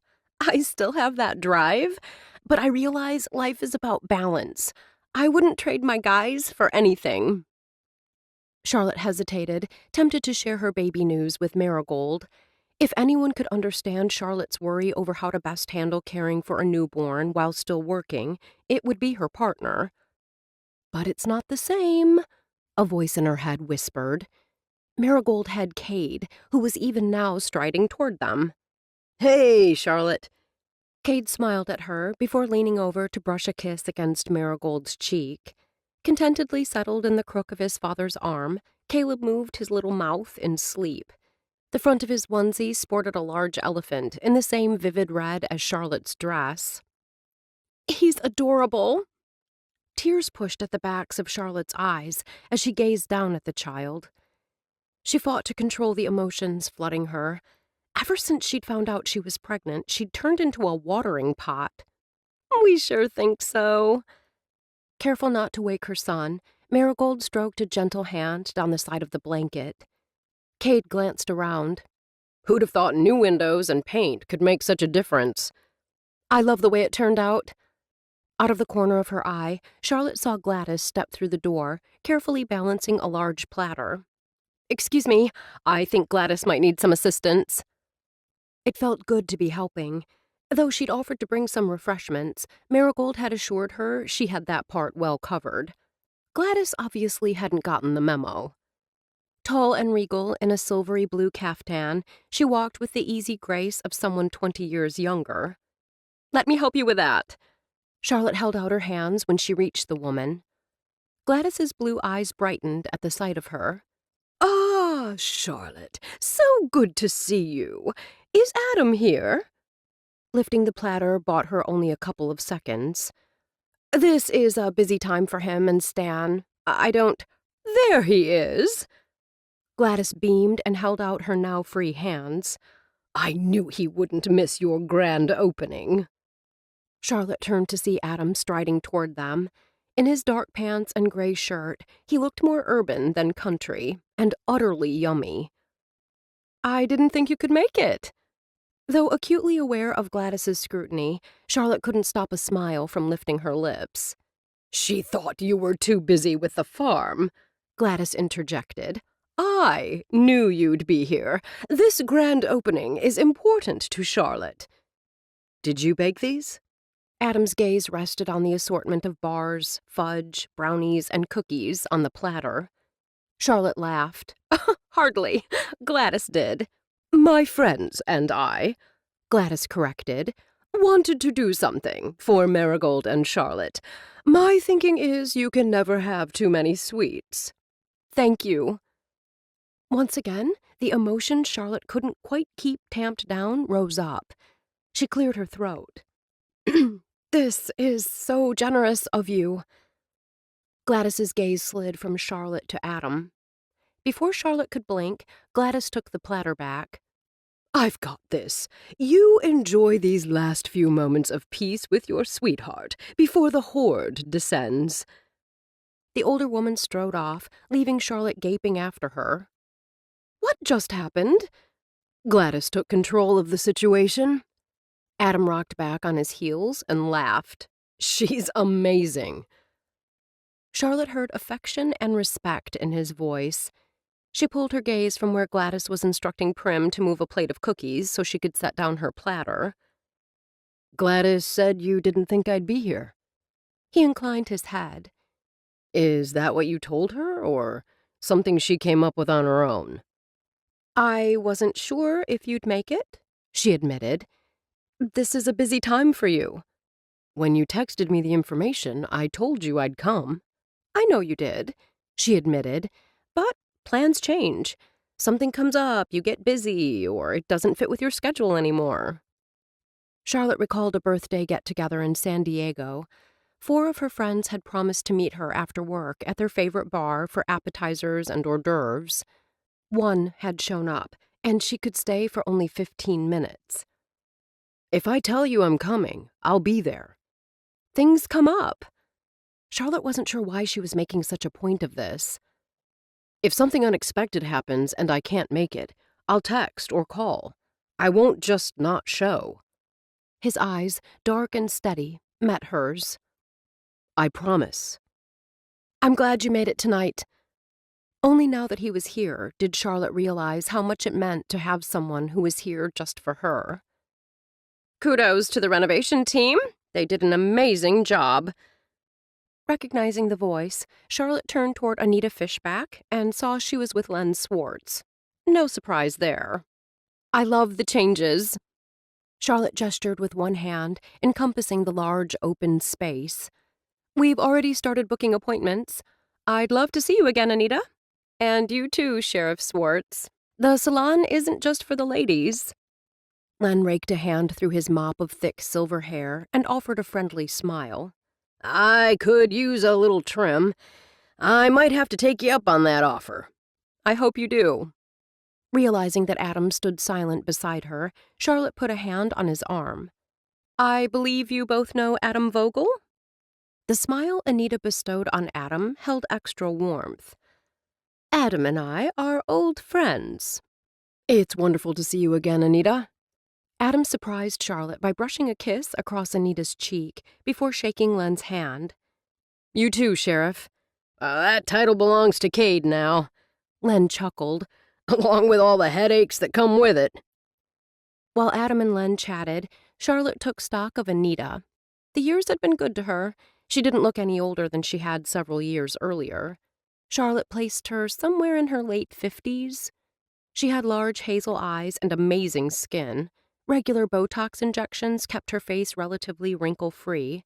The stylishly cut auburn hair held more red than usual, which had to be a recent addition by her current stylist. Anita cocked her head and narrowed her gaze. Are you and Adam dating? Glancing at Adam, Charlotte expelled a breath and slipped her arm through his. If he wanted them to play at being a couple, they might as well start now. What do you say to that, Adam? Adam shifted his attention from Len to her, and the pleasure Charlotte saw in his eyes as he put his hand over hers had blood flowing through her veins like warm honey. When he smiled at her, her knees went weak. I'm sorry, I missed the question. Anita asked if we're dating. Adam shifted his gaze to Anita. You two just seem so different, Anita said in answer to his unspoken question. Adam chuckled. I thought the same thing when you and Len started seeing each other. Now it's clear you're perfect for each other. Len slipped an arm around Anita's shoulders. I don't know what I'd do without Muffy. There's no one quite like her. You're good together, Adam said again, then smiled at Charlotte. On the surface, Charlie and I may seem an odd match, but we fit. Anita raised a dark brow. Charlie? A pet name? Charlotte let her lips curve. Like Muffy. Honey, Lindsay and Owen just got here. Len pointed to the doorway. Olivia is with them. I'll make an appointment. Anita squeezed Charlotte's arm, but her gaze remained on her granddaughter. We'll catch up then.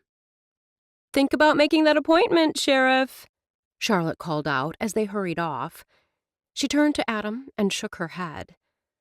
Anita is a difficult woman to figure out. Not so difficult, but then I know her pretty well. He met her gaze. After she and Steve split, Anita and I went out a couple of times. You and Anita? Charlotte stumbled over the words. She's an interesting woman with a strong entrepreneurial drive. His lips curved. She can be a lot of fun. I hate to point out the obvious, but she could be your mother. He shrugged. Age is just a number. I've dated a number of older women. I like that they know who they are and are secure enough to reach out and take what they want. Charlotte cocked her head. Just when I think I've got you pegged, something new gets added to the mix. It's a good thing we have a lot of time. Time? For you to figure me out. He shot her a wink. There's no rush. Charlotte! Catherine Spencer, a former client and a close friend of Gladys, hurried over. I'm so happy you're back in business. Charlotte smiled at the warmth in the older woman's voice. By the time the open house came to a close, Charlotte was smiled out. So many people had come to tour the facility that they'd spilled outside. It was a good thing Marigold and her sisters had baked an obscene number of cookies, and that Gladys had added her monster platter of goodies, because every last one was gone by the time they closed the doors. Adam stayed to help with the cleanup. You look tired. He spoke in a low tone as he put away the last of the folding chairs. Feeling okay? I feel great, but I appreciate you asking. She studied him. He'd made it clear he wanted them to get to know each other and start to build a solid relationship. Before I forget, Marigold and Kate are hosting a barbecue at their house tomorrow afternoon. I realize it's short notice, but apparently it was a last-minute decision. I'm invited, and so are you. Puzzlement filled his dark eyes. Me? Yes, you. Charlotte kept her tone deliberately light. You're my boyfriend. Who else would I bring? Chapter 10. Adam paused when he and Charlotte reached the backyard of the home that for years had been referred to as the Dunleavy Mansion. It wasn't really a mansion, simply a large brick Victorian home with a stately presence. The area where the party was held was a vast expanse of green. Tables and chairs dotted the yard, as well as a badminton net and croquet stakes. Right now, everyone seemed more interested in the burgers and brats on the grill. A long rectangular table topped with a brightly colored cloth held a variety of side dishes. Looks like they went all out, Adam commented. Charlotte's hand tightened around his bicep. Though her expression remained serene, jumping into this crowd had her spooked. Or perhaps it was showing up with Adam, cementing the notion that they were a couple. Can I get you something to drink? He asked. Just water. She started to say she'd keep him company, but stopped herself. Why don't you come with me? He asked, picking up on her hesitation. Sure. She lifted one shoulder in a slight shrug. If you want. You probably know everyone here, he said, thinking of the time she'd spent in Good Hope before. Not really. She kept her voice low and scattered smiles as if they were confetti on their way to the large tubs filled with ice and soft drinks. I had customers here, sure, but my main salon was in Highland Park. That's where I spent most of my time. Why buy a business in Door County if you're not from here, and your main salon was in Chicago? Reaching into a stainless steel tub, he pulled out 2 bottles of water. I'd been to Good Hope several times on vacation and thought it was underserved. I got a good deal on the building and thought I could tap into the local and tourist market. Did you? I didn't give the business enough attention for it to truly thrive. Still, it did well enough. She expelled a breath. Then I sold my Highland Park salon and moved to California. But costs for commercial space there were astronomical, as was apartment rent. Total money suck. Charlotte took the bottle he handed her, screwed off the lid, and took a long drink. Live and learn. Is that the only reason you came back to Good Hope? Because the money ran out? He studied her. It was one thing to move here because she wanted the sense of community, but if she was here only because she was fresh out of options, it didn't bode well for her staying long term. The simple answer is yes, though answers to that type of question are anything but simple. He was eager to have her continue, and had no doubt she would have, except Marigold hurried over to greet them. It's so good to see you. She clasped Charlotte's hands. I'd give you a hug, but we'd likely crush Cal in the process. Strips of fabric wrapped around the woman's back held the child comfortably in place. Marigold focused her attention to Adam, even as the pads of her fingers stroked her son's back. I'm glad you could make it. I appreciate the invite. Adam shifted his gaze to the baby. It's a miracle. Marigold smiled uncertainly. Your son. Adam gestured with one hand. I'm happy for you and Cade. Caleb is a lucky boy. We're the lucky ones. Marigold's eyes grew misty. You're right. Every child is a miracle. Though don't ask me to wax poetic about motherhood when he's screaming for his bottle at 2 a.m. Adam chuckled. I can't imagine. Then he realized that would be something he'd be experiencing in the spring. The thought made him smile. Grab some burgers.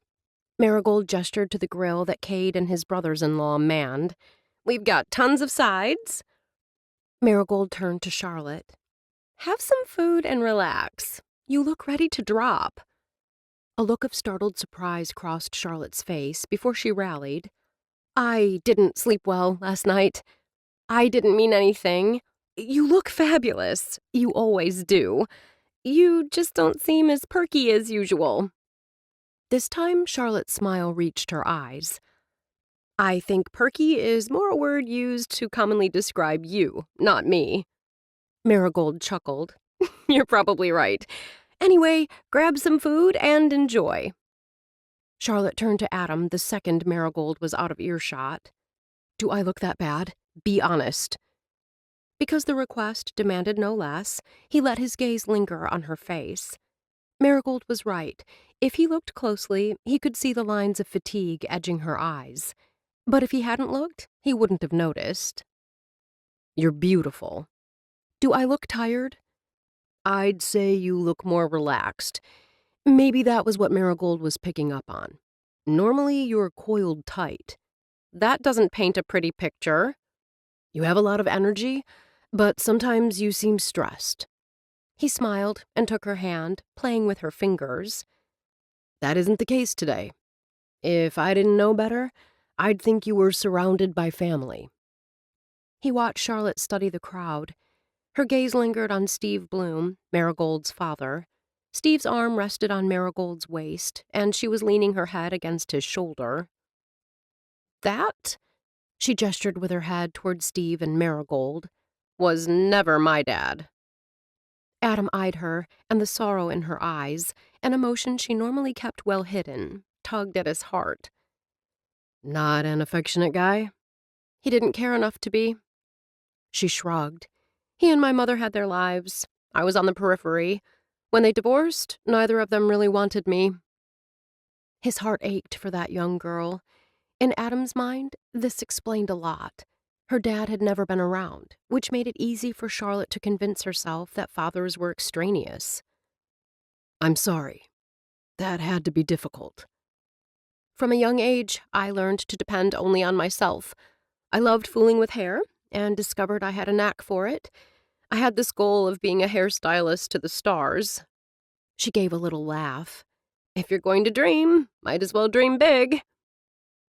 Adam wanted to ask how she defined success now. He had the feeling he already knew, by the amount of money she earned. He'd once held the same view, but Stan had helped him see success was more than a high bank balance. That seemed too heavy a topic for a backyard party. Besides, Charlotte and the baby needed nourishment. I'd make all of your dreams come true, if I could. The best I can do right now is get you some food. What will it be? Burger or brat? Charlotte finished off the last of her burger and felt her tension dissolve. She'd never had such a strong reaction to a simple meal. A perfectly cooked burger, fresh fruit, and one bite of Adam's brownie, and suddenly all was right in her world. The sunshine and blue skies probably played a part, as did the easy conversation. She watched Adam from beneath lowered lashes as he and accountant Max Brody discussed organic systems and challenging weather conditions. Charlotte's lips quirked as she thought how she'd once pursued Max. He didn't hold a candle to Adam in looks. Though he was attractive, she realized Max's blonde hair and blue eyes paled in comparison to Adam's dark hair and eyes. What about the salon? Max asked. Charlotte blinked. Thank goodness she'd never been the type to blush, or she'd be doing it now. How embarrassing to be caught, almost, crushing on Adam like a besotted teenage girl. Max is wondering if you've considered going with more natural products in your salon. The barely disguised twinkle in Adam's eyes told Charlotte he realized she'd been caught off guard. This was him tossing her a lifeline. We offered several lines of natural products at my San Diego salon, Charlotte explained. Many of my clients wouldn't use anything else. She jerked a thumb in Adam's direction. They were like this guy. Max chuckled. Prim and I got on board the natural bandwagon several years ago. We like the idea of not exposing our children and ourselves to those additives. Charlotte thought of the baby growing inside her. The idea of keeping things natural in all aspects of her life held appeal. In terms of the salon, though Charlotte knew both she and her partner had their favorite natural brands, nothing said they couldn't offer even more choices throughout the salon. I'll discuss increasing our offerings with Marigold. Max gave her the thumbs up, then turned back to Adam. Stan mentioned something about chicken manure? Charlotte wrinkled her nose. Time to make an exit. She gave Adam's arm a squeeze. I'm going to mingle. His eyes searched hers. What he saw must have reassured him, because he nodded. I'll catch up with you. Charlotte disposed of her now empty plate and glanced around the yard. She knew most of the people, but on a more superficial level. Which was how she rolled. When she thought back to her friends in San Diego, she realized most of their discussions had centered around fashion, popular night spots, and men. At the moment, she couldn't think of one friend she'd feel comfortable talking to about her pregnancy fears or her concerns over how she was going to make everything work once she had the baby. She would make it work. There hadn't been a challenge tossed in her path she hadn't been able to navigate. A step at a time was her mantra each time she tackled a new challenge. What seemed impossible one day turned out to be manageable when taken in tiny, bite-sized chunks. Welcome back. Delphinium Rakes, Marigold's sister, stepped up to her.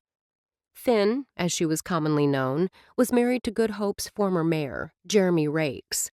The last time Charlotte had been in Good Hope, Finn had been living in Los Angeles and working for a film development company.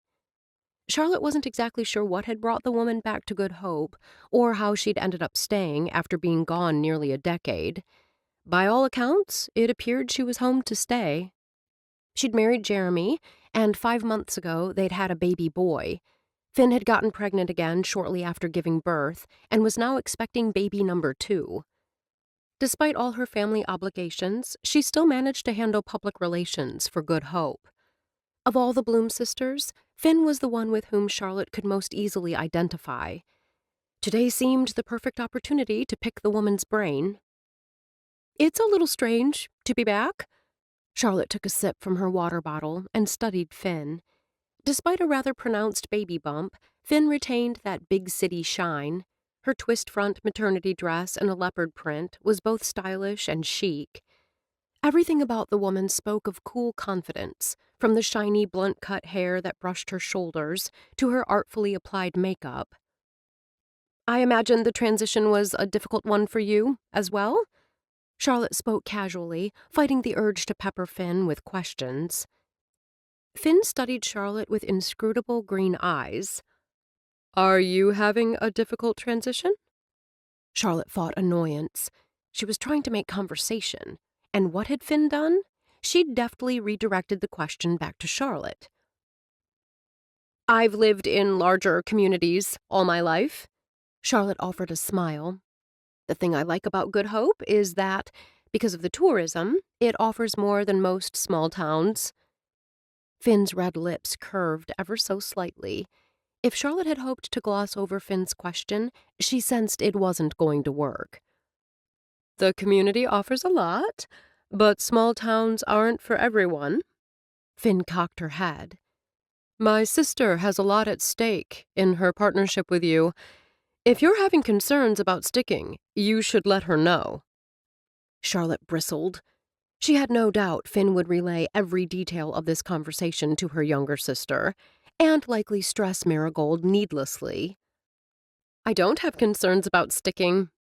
Her tone was as cool as Finn's had been only seconds earlier. Since you moved back after a lengthy stay in LA, I was hoping to get a few pointers on how to navigate a smooth transition. No worries. I'm adept at figuring things out for myself.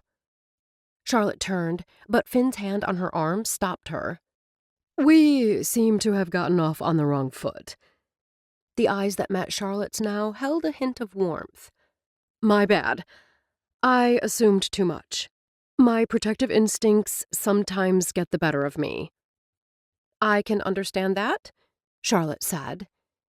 It was a difficult transition, Finn admitted, and her eyes took on a faraway look. There were so many things I loved about living in Los Angeles. Amy and I are closest in age. While she always loved it here, I couldn't wait to venture out, which is what I did, until circumstances brought me back for what I thought was a short time. You ended up staying. I did. Finn's hand moved to her baby mound, then her gaze drifted to where her husband stood, holding their infant son in his arms, while he chatted with her father. A soft look filled her eyes. Did you stay because of Jeremy? Charlotte wasn't sure why she pressed the issue, unless it was because every time she thought about staying in Good Hope because her baby's father was here, she felt trapped. Partially. Finn lifted one shoulder and let it drop. In high school, Jeremy and I were inseparable. We broke up right before he left for college. I never got over him. Not fully. I assumed it was because he was my first love. You know how that can be. I've never been in love, Charlotte admitted. Finn looked at Charlotte and paused before continuing with her story. I was engaged when I returned to Good Hope. Finn shook her head. I thought this big city guy who wielded power like a lightsaber was the man for me. My friends envied me. They thought we were the perfect couple. I know now. I was more in love with who he was, rather than him. You broke it off and went back to Jeremy. My heart always belonged to Jeremy. Finn's lips curved. For me, the transition back to small-town living was easier because I grew up here. My family is here. I'm close to my dad and my sisters. Now I can be a part of my nieces' and nephews' lives in a way I couldn't from a distance. I don't have that here. Charlotte's laugh held a tinny edge. I don't have anyone. You have Adam. Finn glanced to where the farmer spoke with Max. I meant girlfriends and family. Charlotte wasn't about to get into discussing her complicated relationship with Adam. I don't know about you, but my relationships in the city were more surface only. Finn lifted her hands, then let them drop. Probably my issue. Some of the women I considered friends may have been willing to be closer, but most of them were in the same industry, and the truth is I never knew who I could trust. Confiding in anyone doesn't come easy for me. The realization took Charlotte by surprise. Not because she thought she was the confiding sort. She did fine keeping her own counsel. Until now, she hadn't considered how she'd deliberately cultivated a distance between herself and others. I understand. When Finn's strong and steady green eyes met hers, Charlotte believed this woman did understand. Even better, She didn't condemn. I suggest you find someone you believe you can trust, then share a little of your inner thoughts and feelings. Charlotte inwardly recoiled at the idea. Though Charlotte hadn't said a word, Finn chuckled. I realize it's scary. That's why you take it slow and maybe feed that person bits of information at a time. See how it goes.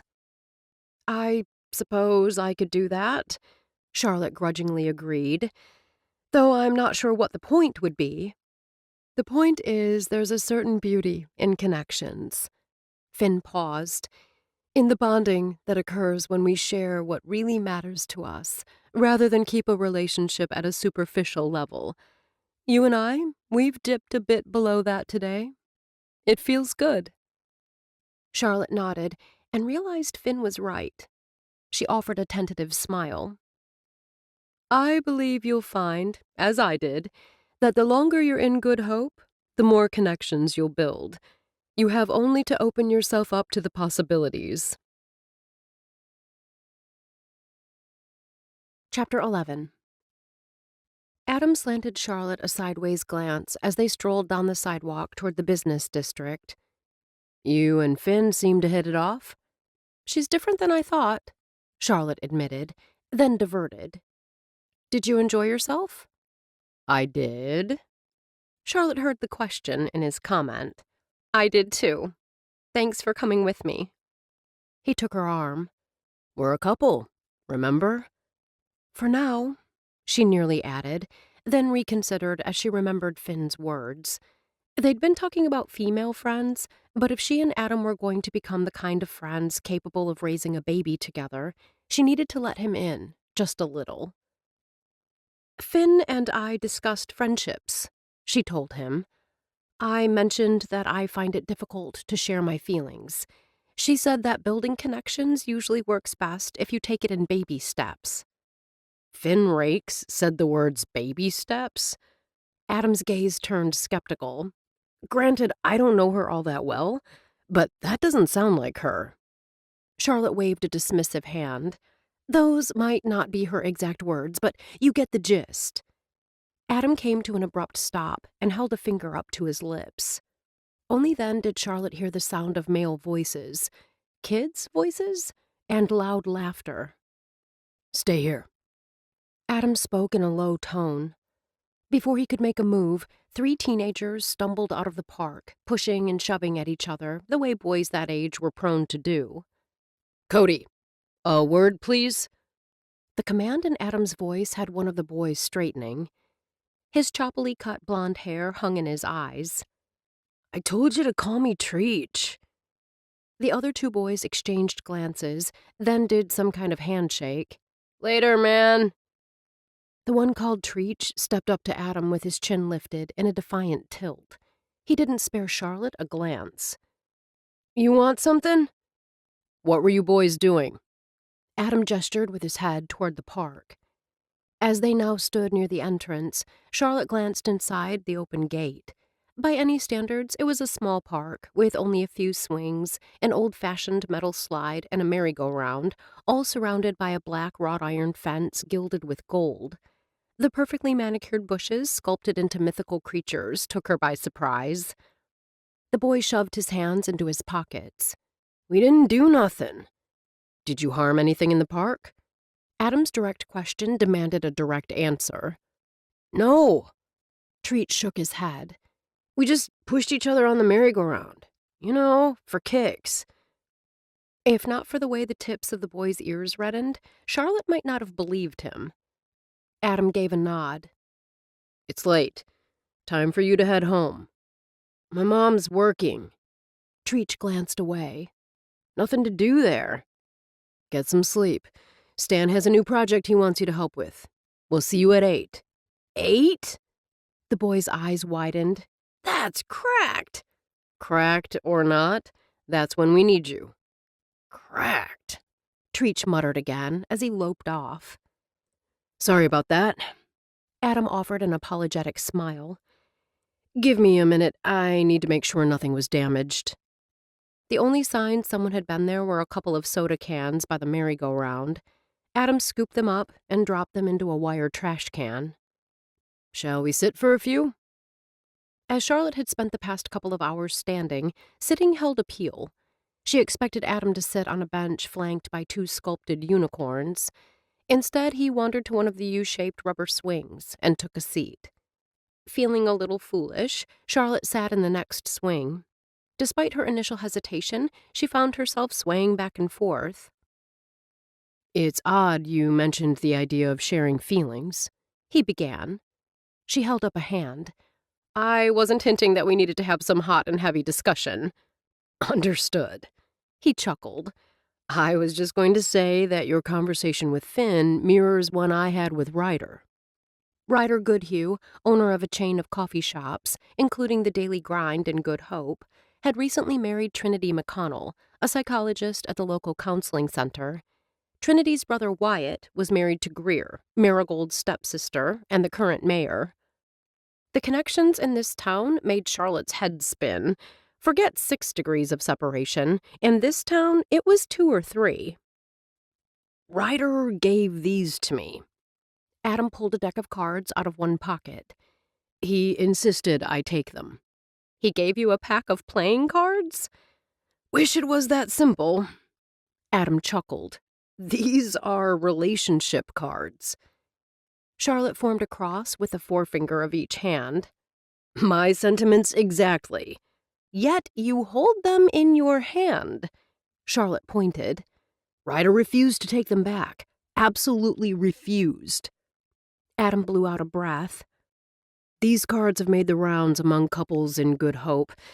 Ryder got his ears scorched from Gladys for not forwarding them on to Clay and B. He promised her he'd move them along before the end of the party." "You expect me to believe Ryder just happened to be carrying around oh, excuse me, relationship cards?" Charlotte shook her head. "Sounds fishy." "Trinity had them in her purse. Apparently, when she saw us together, she gave the pack to him to give to me." "What are you supposed to do with them?" Charlotte leaned back in the swing, her hair waving in the ever-so-slight breeze. She inhaled deeply, loving the fresh scent of pine in the evening air. "Not me. Us. We have to each answer the questions on 3 of them. I think the same 3, though Ryder didn't specify." Charlotte turned her head toward Adam. "Are they going to send the relationship police after us if we don't do it?" "Hey!" Adam lifted his hands. "Don't shoot the messenger. All I know is nearly every couple at the barbecue has been through these cards." "Except for Clay and B, who managed to slide by." "Only because Ryder and Trinity failed in their duty to pass them along." Only in Good Hope, Charlotte thought, hiding a smile, would they be having this discussion. Just say no, was her first impulse. Then she thought about her conversation with Finn. Okay, so maybe the woman hadn't said the words baby steps. Charlotte simply had baby on the brain. But the advice held true. "I suppose we could try one. If it's not too painful, we'll move on to another." Even as she said it, Charlotte hoped she wouldn't regret the decision. Surprise skittered across Adam's face. "You're willing to play?" "Let's sit at the picnic table." Charlotte pushed to her feet. "I want to shuffle the cards. I don't trust that Ryder and Trinity didn't stack the deck by placing the most difficult ones on top." "Smart thinking." He stood, but instead of crossing immediately to the table, he tugged her to him. His arm slipped around her, not confining, but comfortable. Charlotte found herself relaxing enough in his embrace to rest her head against his broad chest. His fingers stroked her hair until she felt like purring. Relaxing, she listened to the steady thump of his heart. Finally, as a languid warmth filled her body, they strolled with their fingers linked to the metal picnic table. Adam waited for her to sit, then took a seat, staring at the deck as if it were a snake ready to strike. "Or, if you want, we could wait." She realized suddenly he was no more eager than she was to play this game. Charlotte found the knowledge both reassuring and amusing. Picking up the cards, she separated the deck into halves and began to shuffle. As Charlotte's hands shuffled with a light touch, Adam wished he'd taken the time to glance through the deck. When Ryder had produced the cards, the guys around them had laughed and offered their sympathy. He'd assumed they were simply having fun at his expense, but he had to wonder now. What were relationship questions? And Charlotte was right. Who said they had to answer them? Cut? She slid the deck across the table toward him. This would be the time to reiterate they didn't have to do this. He would hand the cards back to Ryder, or, if he wouldn't take them, to Gladys. He'd be polite but firm in his refusal. You don't have to cut. Charlotte's voice broke through his thoughts. He waved a hand in a gesture indicating he'd pass. But he wouldn't pass on the cards or on the answers that might help him know Charlotte better. They were compatible sexually.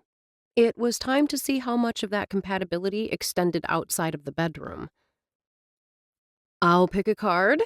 You answer first, and then I will. We'll reverse the order when we get to the second question. She cocked her head. That work for you? He liked her decisive nature, her willingness to gain consensus before moving forward. This, despite her earlier claim that she liked being able to do things as she wanted, without input. That works. Lifting the deck, she slipped a card from the middle, flipped it over, and read, What's an ideal weekend for you? She glanced expectantly at him. It's going to sound lame, he warned. Tell me anyway. Her warm smile gave him the push he needed to lay it out. I'm going to answer as if we're talking an ideal weekend for us. He glanced at her. She nodded. You'd have spent the night. We'd get up slowly, no rush, make love, have a shower. I'd go down and start breakfast. We'd talk, eat, drink our coffee, then go outside and play in the dirt. She arched a brow. Play in the dirt? Plant, weed, prune? His smile flashed. I love seeing things grow and making that happen. She only nodded. Adam saw his ideal day had surprised her. He wouldn't apologize. He'd been honest and could only hope she'd be the same. What about in the evening? She prompted. Ideally, sitting beside you on the sofa, watching a movie with a bowl of popcorn, my arm around your shoulders. The fact that he could picture it surprised Adam. He wasn't a fool. He knew that Charlotte liked the finer things and had been used to life in a much faster lane. What did it mean that he could see her planting beside him, teasing him and tossing a clump of dirt at him, then laughing aloud when he pulled her to him and kissed her sun-warmed lips? Adam could practically feel her body pressed against him on the sofa that evening, the scent of hot buttered popcorn filling the air. He saw himself twining a lock of her silky hair around his finger, then brushing a kiss across her temple. It was a dream, he reminded himself. A pleasant one, but only a dream. And on Sunday, she prompted, what would we do? Her words took him by surprise until he realized the question had asked about an ideal weekend. Adam thought for a second. We'd start the day with coffee, that's a given. She chuckled softly. I feel the same. Then church and breakfast at Muddy Boots. With my dad, he added, watching to gauge her reaction. She didn't seem disturbed by Stan joining them, or if she was, it didn't show. I see you and my father becoming good friends.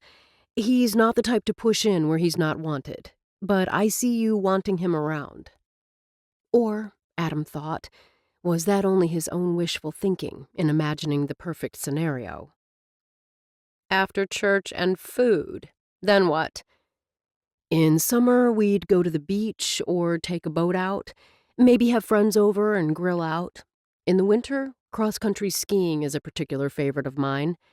Cooking together, maybe making a thick, hearty stew with vegetables from our garden and homemade bread. Relaxing in the evening before the workday begins. Charlotte inclined her head. How would a baby fit into this picture? He or she would be with us, of course. Adam's lips curved. Though being a father was something he'd seen occurring in the far distant future, he was looking forward to it. Or if we wanted to go out, we'd get a sitter. She frowned. I don't like the idea of getting a sitter on the weekends when I've been working all week. Whatever Adam had expected her to say about his plan, it wasn't this. I didn't imply that would happen all the time. I think it's good for parents to have some alone time. Her jaw lifted in a stubborn tilt. Not when you're gone all week. Adam tried a different tack. I wasn't envisioning leaving the baby with a stranger. More like my dad, or a close friend. Your father is having mobility issues. I don't know that he'd be my choice to watch an infant. Heat slithered up Adam's spine like a snake. He had to take one breath, then two. He reminded himself this wasn't an issue now. Charlotte might feel differently later. Or maybe she wouldn't. He now understood more fully why she hadn't wanted her child's father involved. She wanted to run the show, her way or the highway. Back to the question. Adam saw no point in belaboring the point. What would your ideal weekend look like? Charlotte's jaw remained tight. He thought she might return to their previous discussion. If she did, he was prepared to make a stand. Adam cleared his throat and attempted to quell the tension rising inside him. Come on, it isn't that difficult of a question. Her shoulders relaxed, and she suddenly looked lost, like someone trying to remember where she'd been, or maybe where she was going. She blew out a breath. Since Saturday is a busy day when you're a hairstylist, I'd likely be working.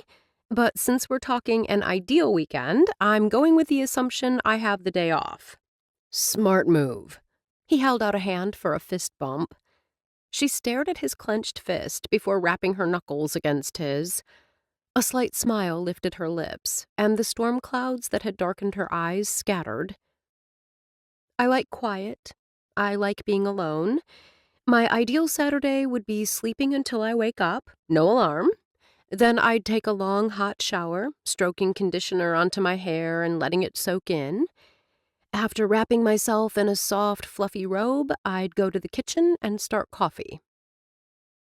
Adam felt a stabbing pain in his chest as he realized he, so far, wasn't a part of her ideal weekend.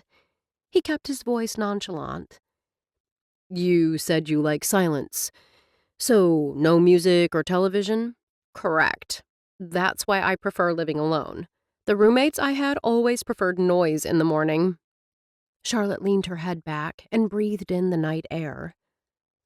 Once I had my coffee and maybe a yogurt, I'd go to the gym. I like working out, especially when I'm not rushed. If a friend was there, I'd have a vegetable smoothie with her. If not, I'd have the smoothie and scroll through my phone. What about in the evening? Just as she'd prompted him, he encouraged her. I like getting dressed up and going out, to dinner at a nice restaurant or to the theater. Her gaze locked on him, and for a moment he felt certain she was imagining him at her side. That, he decided when she continued without mentioning him, was simply wishful thinking. After whatever entertainment concluded, I'd come home and unwind with a glass of wine. With or without a companion? Adam deliberately injected a note of teasing into the words. Her lips curved into a slow smile. Depends. Adam was suddenly tired of this game. Good and tired. The question had brought to light the vast differences between him and Charlotte, between what each wanted out of life. The differences between his mother and Stan had been just as glaring. While Stan was more of a homebody, Adam's mother had preferred going to bars with live bands to dance, rather than spend a quiet evening at home. Stan had done his best to keep up with her, to be the man she'd wanted, but he'd been a decade older than her, and most of her friends, and cut from a different cloth. In the end, the chasm between them had widened, and the union had shattered. Thankfully, by the time they split, Adam had finished high school. He was able to remain with Stan, while his mother had been okay with enjoying her newly single lifestyle without her teenage son hanging around to give away her age. What about Sunday? Adam really didn't care about the answer. He'd heard more than enough. But Charlotte had made him go through his entire weekend, so he wasn't giving her a pass. But he vowed not to ask any questions. Sundays were always my favorite. Charlotte's gaze turned thoughtful. A whole day with nothing to do but what I wanted. Sounds a lot like your Saturday. A cloud blanketed her pretty features. I just realized that I described my ideal day, one where the only person I'm responsible for is me. She shifted position so that she faced him more fully.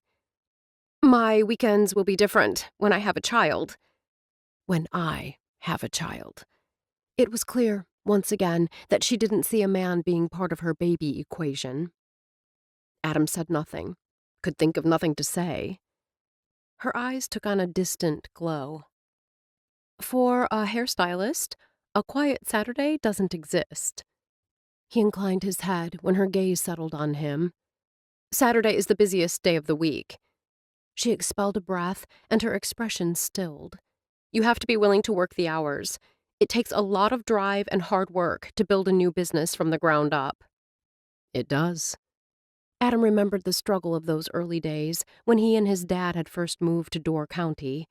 It hadn't been just the physical labor of planting and harvesting, but also getting the contracts and promoting. When I sold my salon in Highland Park and moved to California, I had money to invest. She didn't glance in his direction. It was as if she was talking to herself rather than him. I didn't realize it at the time, but I now see I was on the fast track to burnout. Once I got to San Diego, I couldn't seem to find my mojo. I worked hard and put in long hours, but it didn't seem to make a difference. Getting a foothold in that very competitive market ended up being far more difficult than I imagined. That had to be disheartening. He kept his tone light and non-judgmental. Toward the end, I gave up trying so hard. The weather was beautiful, and there was so much to see and do. Her eyes took on a distant glow. Sand volleyball, parties on yachts, and dinners at fine restaurants. A knot formed in Adam's stomach. How many bad decisions had his mother made in her quest for fun? You played hard. I did. Charlotte chuckled. Still, I don't regret it. Not entirely. I took advantage of everything Southern California has to offer. That's what I want for my child. Whenever and wherever we travel, I want her to experience it all, from museums and live theater to national parks and local playgrounds. The world has so much to offer a child with an inquisitive mind. Adam thought of the chaos of his early years. Children thrive on routine, on a structured day-to-day schedule. Charlotte eyed him, and something he couldn't identify flickered in her blue depths. The two aren't mutually exclusive. I know farmers rely on routine, but each job has its own rhythm. I've learned to be flexible, and I want to teach that to my child. Adapting to change is a valuable skill. When he said nothing, she smiled, but a distinct coolness had replaced an earlier warmth. I've made mistakes. You've likely made your share. My mantra is, failure is my teacher, not my undertaker. She made navigating life's rough waters sound so easy. He knew just how easily parental mistakes could rock a small child's world. You cut your losses and moved to Good Hope. It seemed the wisest course of action. Golden Door was struggling, partially because the manager didn't do her job. Charlotte offered a rueful smile. Partially because I didn't do mine.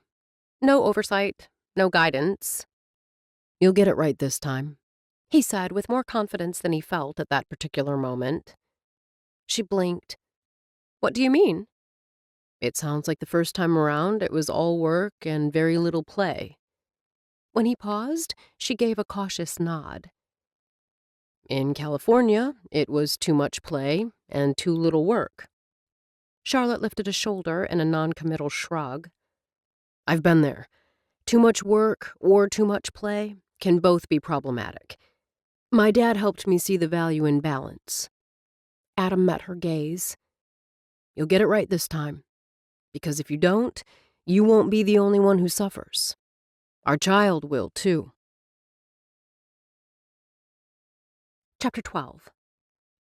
Charlotte didn't even consider asking Adam inside when they reached the door to her apartment, not with the tension shooting sparks in the air between them. That last remark had stung. She would have to get it right.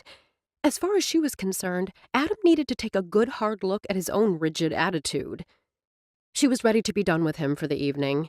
She needed time alone, time to consider all that had happened the past couple of weeks, time to think about her growing feelings for such a pig-headed man. She turned toward him, intending to send him on his way, but found him so close she could feel the heat from his body. Adam wasn't intentionally crowding her. The landing at the top of the stairs was simply so small there was no room. "You didn't have to walk me to the door. I'm quite capable of ascending a flight of stairs without supervision." She spoke in the pleasant tone they'd each used on the walk home, the kind usually reserved for people you don't know well. With a solemn expression, he brushed a lock of hair back from her face. "It was my pleasure." Her heart squeezed tight in her chest. What was happening to her? Adam was the only man she knew who could make her want to throttle him one minute, then long to kiss him senseless the next.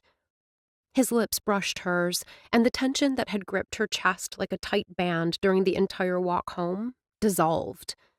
Without giving herself time to consider the wisdom of her action, Charlotte wrapped her arms around his neck and kissed him.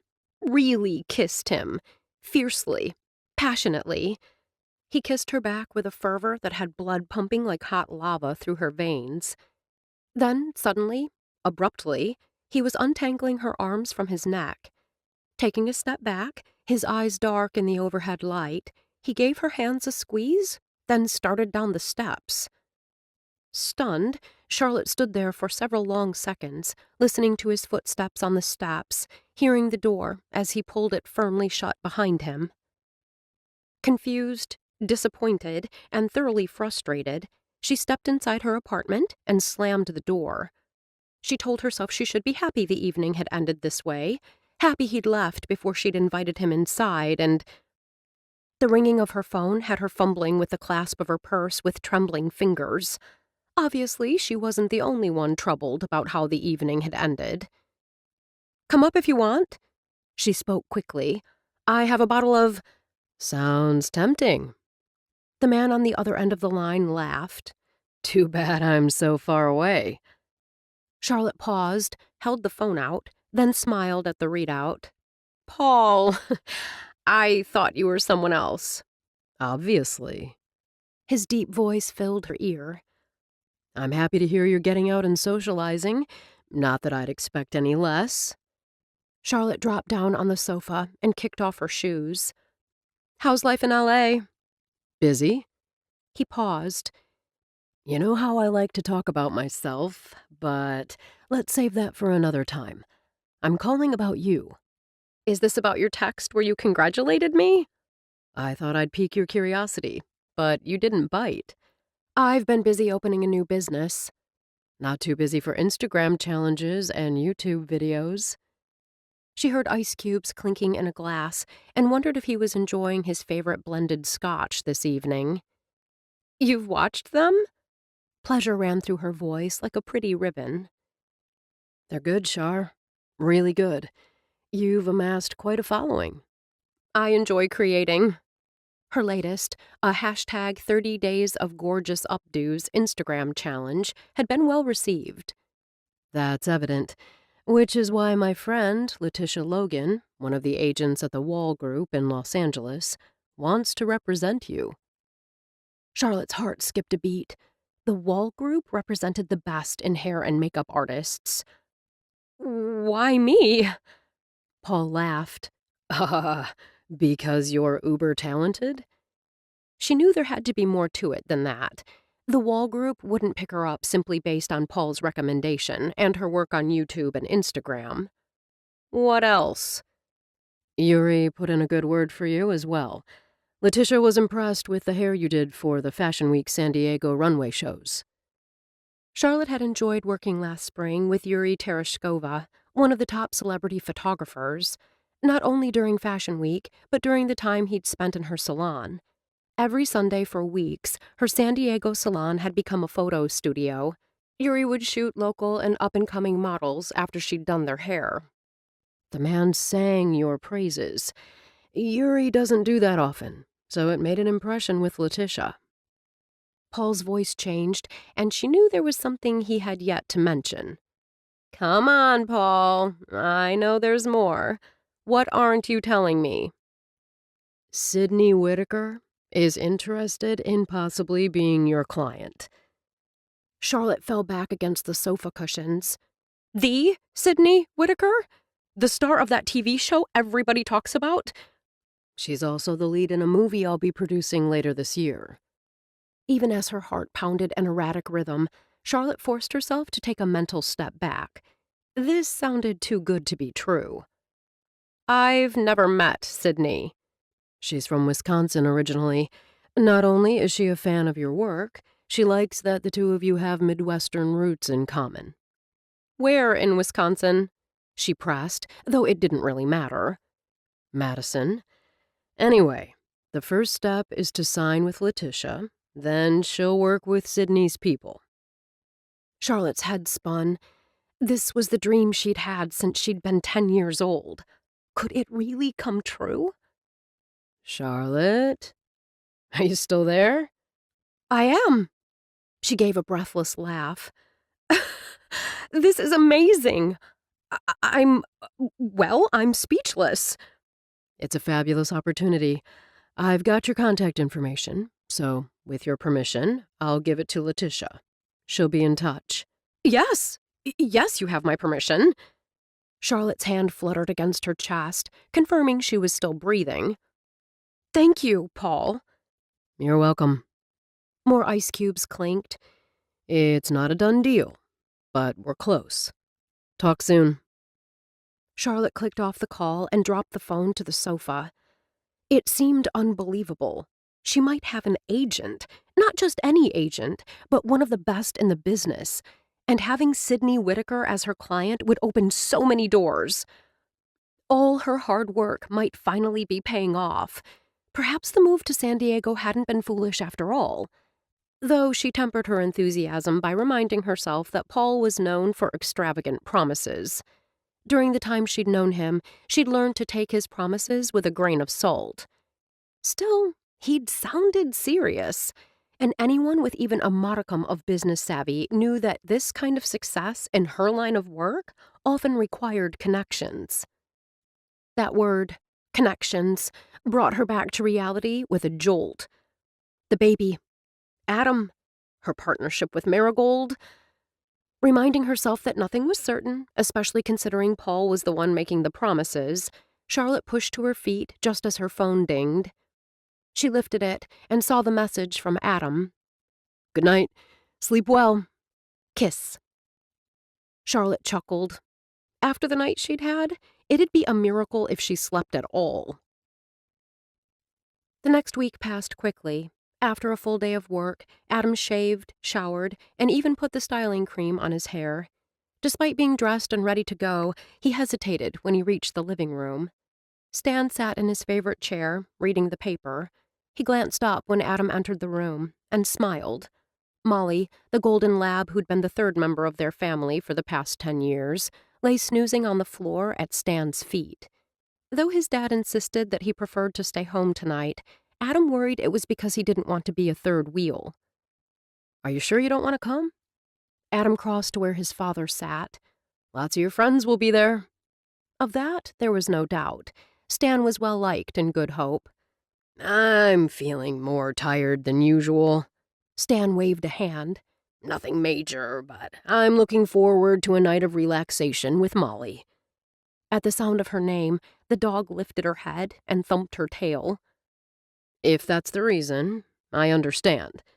Adam kept his gaze focused on his dad. This was the first he'd heard about the fatigue. If you're worried about coming with me and Charlotte, don't. If it was that, I'd be honest and tell you, Stan assured him. I'm just plumb tuckered out. For the first time that day, Adam looked at his dad, really looked at him. This time, he saw what he'd missed earlier, the lines of fatigue edging his eyes and pain tightening his lips. "Can I get you anything?" Adam asked.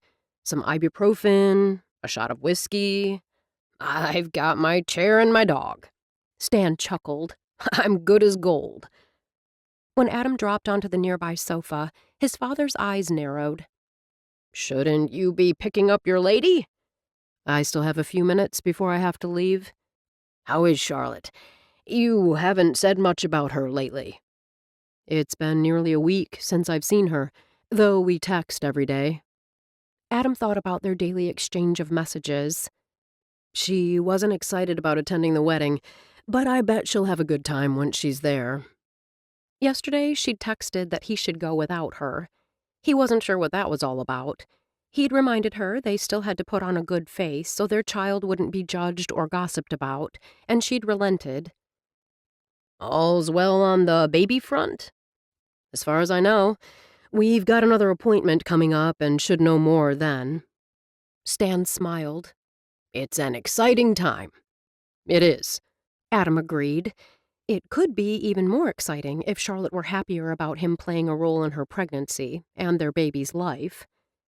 Her desire not to have a man involved went deeper than he'd first thought. Changing her mind wasn't going to be easy. "Ryder gave me a deck of relationship cards at the barbecue last weekend." The abrupt change of topic didn't faze his dad. He and his father often jumped around in their conversations. "That deck is the talk of Good Hope." Stan grinned. "I've heard the questions are a hoot." "I haven't looked all the way through the deck, but the question Charlotte and I answered certainly brought out some differences." Stan's gaze remained on Adam's face as the older man scratched the top of the lab's head. "That so?" "She doesn't think you should leave a baby with a sitter, not even for a few hours." Adam began to pace. "Have you ever heard anything so crazy?" "I'm betting you'll feel the same way, at least at first." "I won't. Not if I left him or her with someone I trust," Adam stubbornly insisted. "Maybe so, maybe not. That's something the two of you can work out at the time." "Charlotte doesn't want to work anything out." Adam blew out a breath, thinking of her plans to travel with their kid. "She'd like to raise this child her own way, without input from anyone." "That's a hefty burden," Stan remarked, continuing to rub Molly's head. "A burden? Hardly." Adam gave a little laugh. "It's easier. You get to do whatever you want. You also bear the full weight for the decisions you make." Stan straightened and gestured toward the sofa. "Sit down, boy. All this pacing is making Molly nervous." At the sound of her name, the old dog lifted her head again. "Full weight?" Adam sat, wishing he was wearing a tie so he could unknot it. He needed something to do with his hands. "You should explain that comment." "Remember when your mom and I got married and the two of you came to live with me? Happiest day of my life." There had been a sense of order and calm in Stan's home that had been sorely lacking in the apartment Adam had shared with his mother. "No more worrying about being evicted or the electricity being shut off. Tammy had good intentions. She desperately wanted to give you the kind of life other kids had. That was difficult to do on the salary of a waitress." Stan smiled, and Adam could see his father was looking back. "I remember how her face glowed when she told me about a trip to the amusement park when you were in kindergarten. She was so proud she'd made that happen." "That money was supposed to go toward the rent." Adam's voice held a harsh edge. "She told me I had to be really quiet when the landlord pounded on the door so he'd think we weren't home." "She said when you got home from the park, you thanked her and said it was the best day ever." Stan's eyes never left Adam's face. "You took the lightsaber she bought you as a souvenir to school the next day." "It was a good day." Adam couldn't stop the memories that flooded back. "The roller coaster line was long, but Mom didn't complain. She kept her back to the ride while I entertained her by mimicking the expressions of the riders. One kid puked when he got off." Adam chuckled. That was hilarious. It was my favorite ride, and we went on it over and over. Quite a feat for a woman terrified of coasters.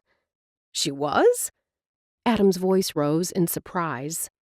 Stan nodded. Yep. We rode it 10 times, at least. It was your special day. A gift. She wanted to make you happy. Stan sat forward. Your mother loves you, Adam. So do I. You were the best dad. Are the best dad. Love clogged Adam's throat. I don't know what I'd do without you. Stan's eyes glistened. Hearing you say that means the world to me. These weren't just words. Adam loved his father. More, he respected and admired him. Stan was a stand-up guy, smart, kind, and a hard worker. Why did you marry her? I mean, I'm glad you did, but you and my mom are so different. I've never understood the attraction. Stan's expression softened. Tammy is so bright and full of light. My wife had passed away several years earlier. As we hadn't been blessed with children, I was alone. I worked with numbers all day, then went home at night. You met Mom at a cafe? Adam prompted, needing to hear more, hoping to see what he'd failed to grasp so far. I'd been going to that hole in the wall for lunch every day for years. I remember the day Tammy started there as a waitress. How her smile lit up the room. She was kind to everyone. Stan's expression turned wistful.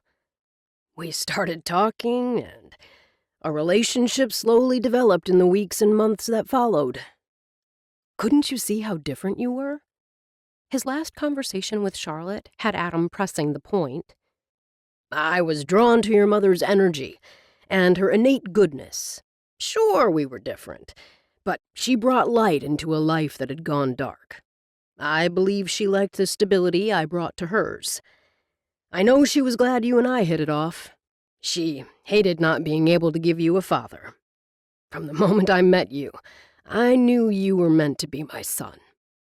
Stan's voice thickened with emotion. If you had to do it over, knowing all you know now, would you still marry her? Absolutely. Stan didn't hesitate. I loved your mother. I still do. And if I hadn't married her, you wouldn't be my son. When the silence between them lengthened, Stan broke it. I know I asked you before, but have you thought more about marrying Charlotte? There's so much about Charlotte I like and admire. Adam pulled his brows together. I worry we're too different to be happy together. I'm not certain you know each other well enough to make that determination. Stan's gaze grew thoughtful. Charlotte clearly has an idea how parenting has to be, as do you. Maybe you're both a little bit right and a little bit wrong. Not everything can be planned for. Sometimes in life you just have to roll with what you get. It's just...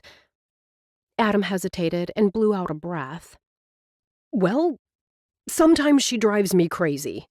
You might be falling in love. Adam looked at his father in disbelief. Stan chuckled. No one can drive you crazy like someone you love. No way would Adam respond to that observation. His father patted his arm. Best get a move on. You don't want to keep your lady waiting. Don't forget your jacket. Though Clay's wedding would be more casual than his sister Greer's extravaganza several months earlier, it would still be a Chapin wedding. Picking up the suit jacket he'd slung over the top of the sofa, Adam stood. After brushing off the dog hair, he shrugged it on and attempted to summon enthusiasm for the evening ahead.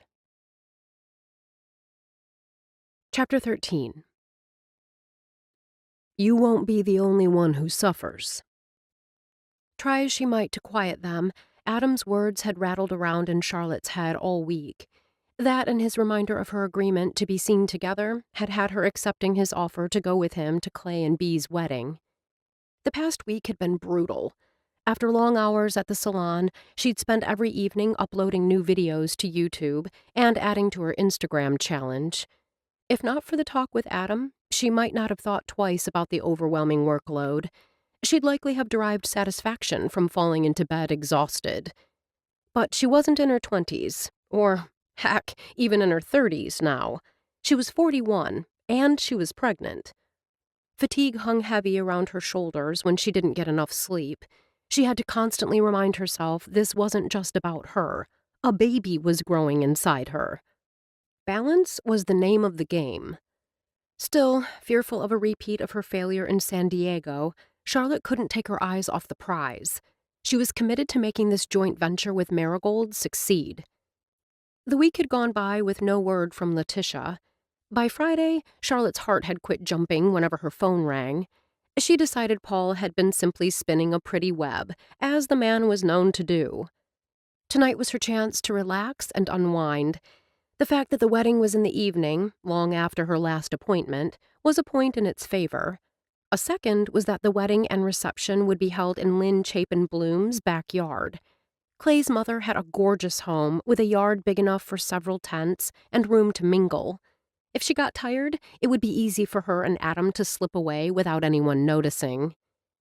Charlotte took another look at herself in the full-length mirror on the back of the bedroom door. Her life as a brunette had ended shortly after she'd moved to California. She'd embraced the San Diego lifestyle and gone blonde.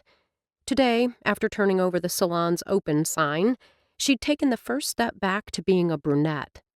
Instead of using a semi-permanent or permanent color on the blonde strands, she'd chosen a different route, using a French technique known as balayage, basically coloring strands of hair by hand without foil. And one of the salon's new organic products, she'd added several lowlights close to her own natural hair color. She positioned the darker sections strategically throughout the interior of the hair. Though Charlotte had forgotten how difficult using this technique on your own hair could be, she'd had fun. While the change wasn't dramatic, it necessitated making subtle adjustments to her makeup. She smiled, pleased with the nice, healthy flush. Then again, the heightened color might simply be the anticipation of an evening out. The knock at the door had her heart skipping a beat. Charlotte glanced at the clock on the wall. Adam was right on time. Even though their last conversation made Charlotte wish she could avoid Adam a little longer, it was crazy how excited she was to attend a small-town wedding. She could just imagine the look on Paul's face if she told him this was how one spent a festive Saturday night in Good Hope. A second knock, louder this time, sounded. "Keep your shirt on," she muttered. Casting one last look in the mirror, Charlotte blew her image a kiss and headed to the door. Her heels provided a pleasant click, click, click on the shiny hardwood. Charlotte jerked open the door and blinked. Who was this handsome man standing before her? Adam might not be wearing a tie, but his dark tailored suit with a gray shirt open at the neck had her heart skipping a beat. "You clean up nice," she finally managed, before stepping back and motioning him inside. His lips curved in that slow grin she loved. It might be familiar now, but it still packed a punch. "You don't look so bad yourself." Once inside, he took a moment to study her, the look in his eyes one of pure masculine appreciation. The heels and her long legs held his interest for several seconds before his gaze lifted to the cherry-red jersey dress. The fabric clung to her lithe figure, showing a still flat stomach and breasts that had never required padding. When his gaze lifted to her face, he frowned, and she saw his puzzlement. "Your hair, it's different."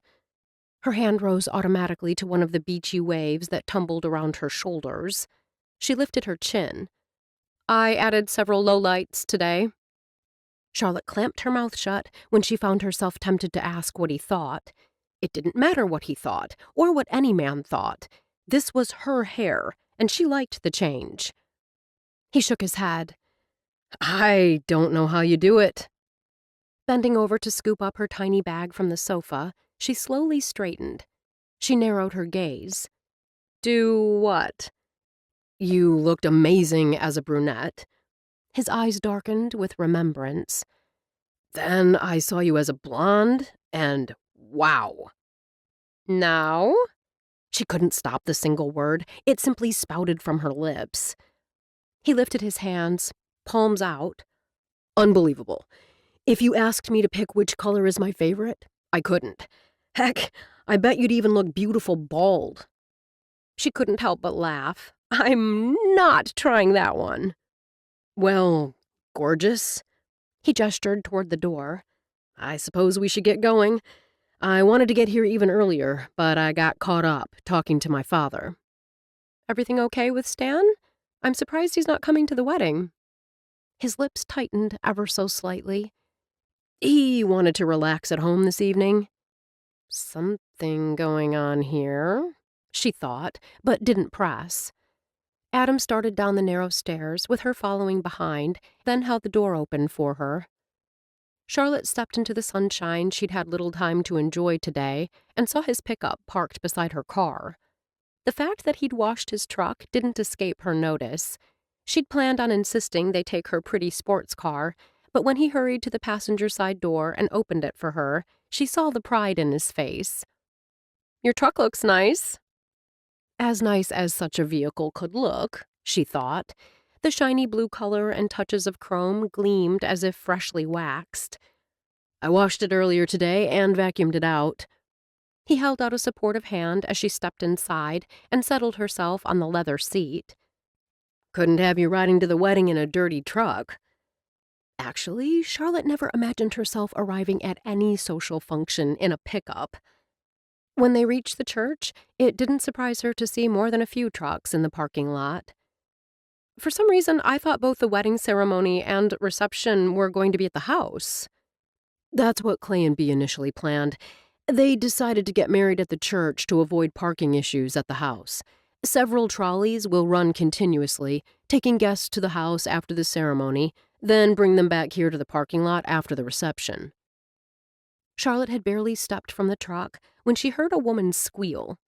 Piper, striking in a dress the color of buttercups, rushed toward her. Charlotte! I'm so happy you're here. I didn't know you were invited, or I'd have suggested we come. Piper's run-on words stopped when she saw Adam step around the front of the truck. Wait, you two are together? How? I mean, wow. I'm here as Adam's +1. Charlotte looped her arm through Piper's. But I'd love to sit with you. Adam grinned. I believe what my +1 means is we'd love it if you'd sit with us. Piper's stunned gaze slid from him to Charlotte. Are you two really dating? We're exploring possibilities. Adam spoke easily and shot Charlotte a wink. Charlotte, who never ever blushed, felt heat creep up her neck. Ignoring the warmth, she glanced at the church. Let's hurry. It's never good etiquette to walk in with the bride. Despite Charlotte's worry, they'd arrived at the church in plenty of time to be seated before the bride walked down the aisle. Adam glanced around the sanctuary, conscious of Charlotte's thigh pressed against his. The subtle, sultry scent of her perfume wrapped around his senses. When she'd opened her apartment door, he'd been struck dumb for a second. She was gorgeous. Her hair color or style, or whether her hair was up or down, didn't matter. As lovely as she looked this evening, he liked her just as much when she went totally casual. This, he reminded himself, was the real Charlotte, the one who loved dressing up and going out with her girlfriends, the one who'd probably still be living in San Diego if she'd been able to make a financial go of it. A woman who wouldn't be caught dead dating an organic farmer if she wasn't pregnant with his baby. The way she'd latched onto Piper as if she'd rather be with anyone but him proved that. While Charlotte and Piper conversed in low tones, Adam let his mind wander. The farm, while holding its own, certainly hadn't padded his or his father's bank accounts.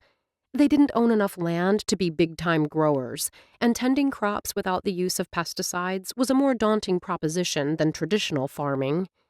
Despite knowing he'd never be rich, Adam had been content with his life when it had been just him and his dad. Stan, he knew, felt the same. Neither of them was a high roller. But now there was a baby to consider. From everything he'd read, babies were expensive, And as the father, he was determined to pull his load. For him to be able to do that, they needed to continue to diversify. He had to figure out how to keep doing what he loved, what he believed in, while bringing in more money. The music began. Like everyone else in his pew, Adam shifted his gaze just in time to see Greer slowly walk down the aisle on the arm of her husband, Wyatt. Though he was no expert in weddings, he'd attended enough of them to recognize Greer's outfit was on the casual side. A sleeveless white top showed off tanned arms. Her brown, or maybe it was more goldish, skirt had an uneven hemline that showed some leg, and she had on shiny metallic sandals. Wyatt wore a simple tan Havana suit with a vest a shade lighter than the suit. The two smiled at each other as they made their way to the front of the church. Adam was happy for Greer. He'd worked with her on some bank loans in the past and had known it would take a special guy to get past the wall she'd erected around herself. She'd found that man when Wyatt McConnell had moved to Good Hope to take over Cherry Acres after the death of his grandfather. Clay's older brother, David, and Bee's sister, Brittany, made the trek down the aisle next as the best man and maid of honor. Adam had met Bee's twin when she'd briefly been in Good Hope this spring. The music swelled, and everyone rose to their feet as Bee's father walked her down the aisle to where Clay waited at the front. Her dress was simple and sleeveless, the only adornment a metallic band around the waist of the white flowing dress. A rustic flower crown sat atop her head. "He looks incredible," Piper whispered to Charlotte. "She's radiant," Charlotte whispered back. Radiant was a good word, he thought, to describe the bride. It also fit the smile Clay bestowed on his bride when her father stepped back and the couple stood side by side at the front of the church. Adam listened to the service with half an ear. At 37, he'd been to more weddings than he could count, had heard more vows spoken than he could recall. The only ones he remembered were the funny ones, such as those written by a guy who worked for him. "You're the French fries in my chocolate shake," had made the minister scowl and everyone else in the small church laugh. Adam still wasn't sure what it meant, but hey, 3 kids and 10 years later, they were still together. "Today, I'm marrying my true love and my best friend." The words from Bee's vows leaped out at him. What would that be like, Adam wondered, to marry a woman you not only loved, but considered your best friend? "From this day forward, let us build a home together filled with love, laughter, joy, and light." Clay's voice, strong and true, filled the sanctuary. Envy swelled up inside Adam. Bee and Clay were well matched. He had no doubt they would enjoy a happy life together. His mother might have brought light back into Stan's world after his first wife's death, but they'd been too different in who they were and what they wanted for their marriage to succeed. Just like marriage would be for him and Charlotte. Charlotte decided it must be pregnancy hormones that had her wanting to weep as Clay and Bee exchanged vows. She'd never been one of those women who cried at weddings or sweet romantic movies. Maybe it was because Bee and Clay seemed so happy. She didn't know either of them particularly well, but love practically oozed from their pores. When they turned to face the congregation, their smiles could have qualified as a light source. Everyone applauded as the couple swept down the aisle. "I didn't expect the applause." Piper leaned toward Charlotte. "But it feels right." "I think Bee and Clay were surprised, too," Charlotte mused. "Even sitting here, I felt their joy." "Their happiness filled the church," Piper agreed, appearing wistful. Piper remained with her and Adam as they strolled toward the line of trolleys, each festooned with chains of flowers and greenery and punctuated by gauzy white bows. Every few feet on the way, Adam would exchange a greeting with someone he knew, while Charlotte and Piper continued to chat. On the trolley, Charlotte and Piper took a seat together. Adam sat behind the two women. When he saw Gladys making her way down the aisle, he motioned to her. "The seat beside me is open." Gladys stopped beside him. He slid over, making room. Instead of sitting, she shifted her gaze to Charlotte and Piper. What are you two ladies doing dateless on a Saturday night? Gladys! Piper's face brightened.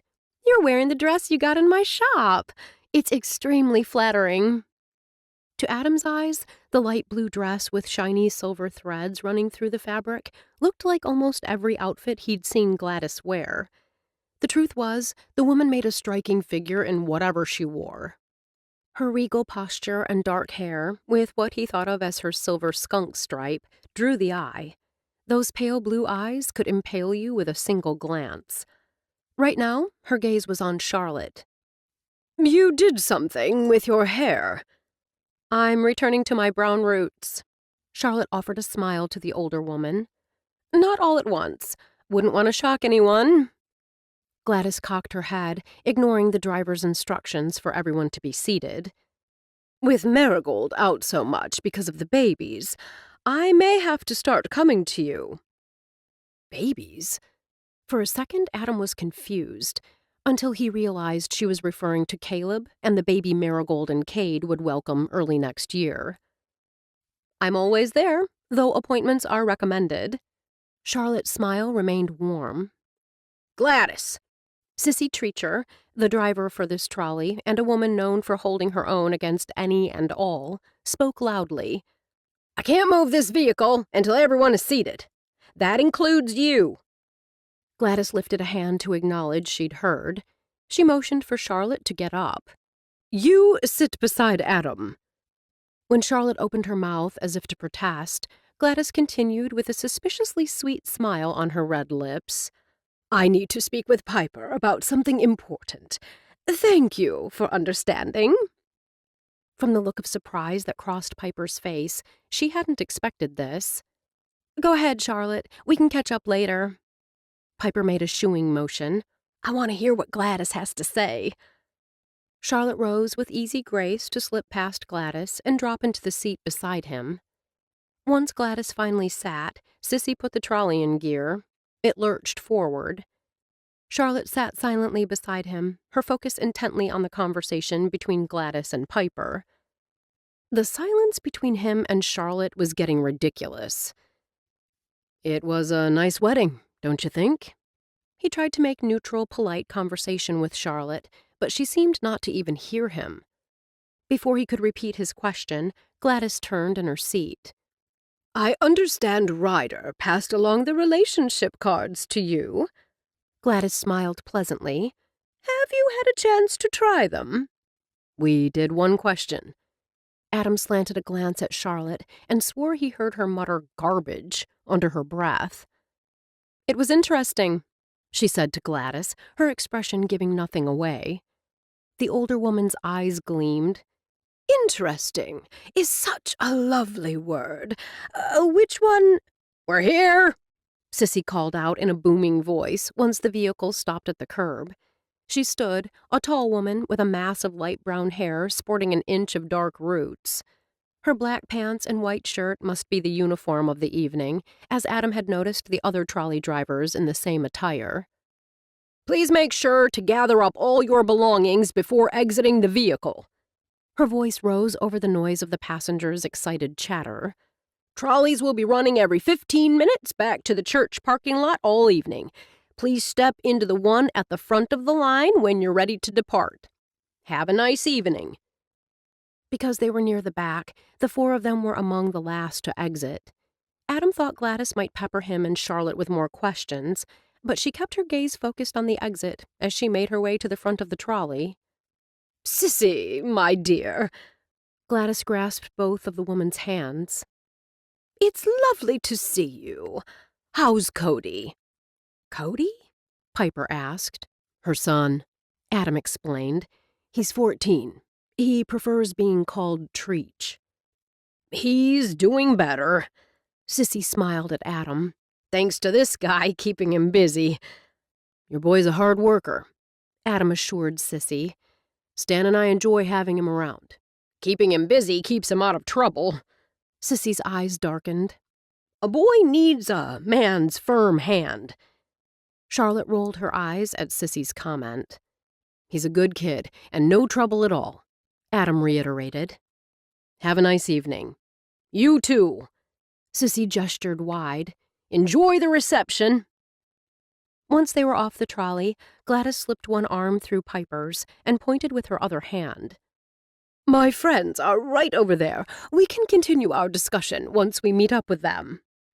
Piper shot Charlotte an apologetic look. "You don't need to worry about Charlotte." Gladys tightened her hold around Piper's arm. "She's got Adam." Chapter 14. When Charlotte started down the wide path with the rest of the crowd toward the large white tents, Adam placed a hand on her arm. "We need to talk." She offered him a cool look, then nodded. They wound their way around another concrete path, which led around to the back of the sprawling house. A fence enclosed a spacious patio already decorated with fall plantings. Water shimmered in the pool. "What is it you want to talk about?" Her tightly crossed arms and insolent tone had him hissing out a breath. "I'm making an effort here. Why aren't you?" Her chin jutted out. "I've been nothing but nice." "Is rolling your eyes at Sissy nice? Is trying to ditch me for your friend the second we arrive nice?" "Is this about me talking to Piper?" Charlotte gave an incredulous laugh. "Not that it's any of your business, but I'm worried about her.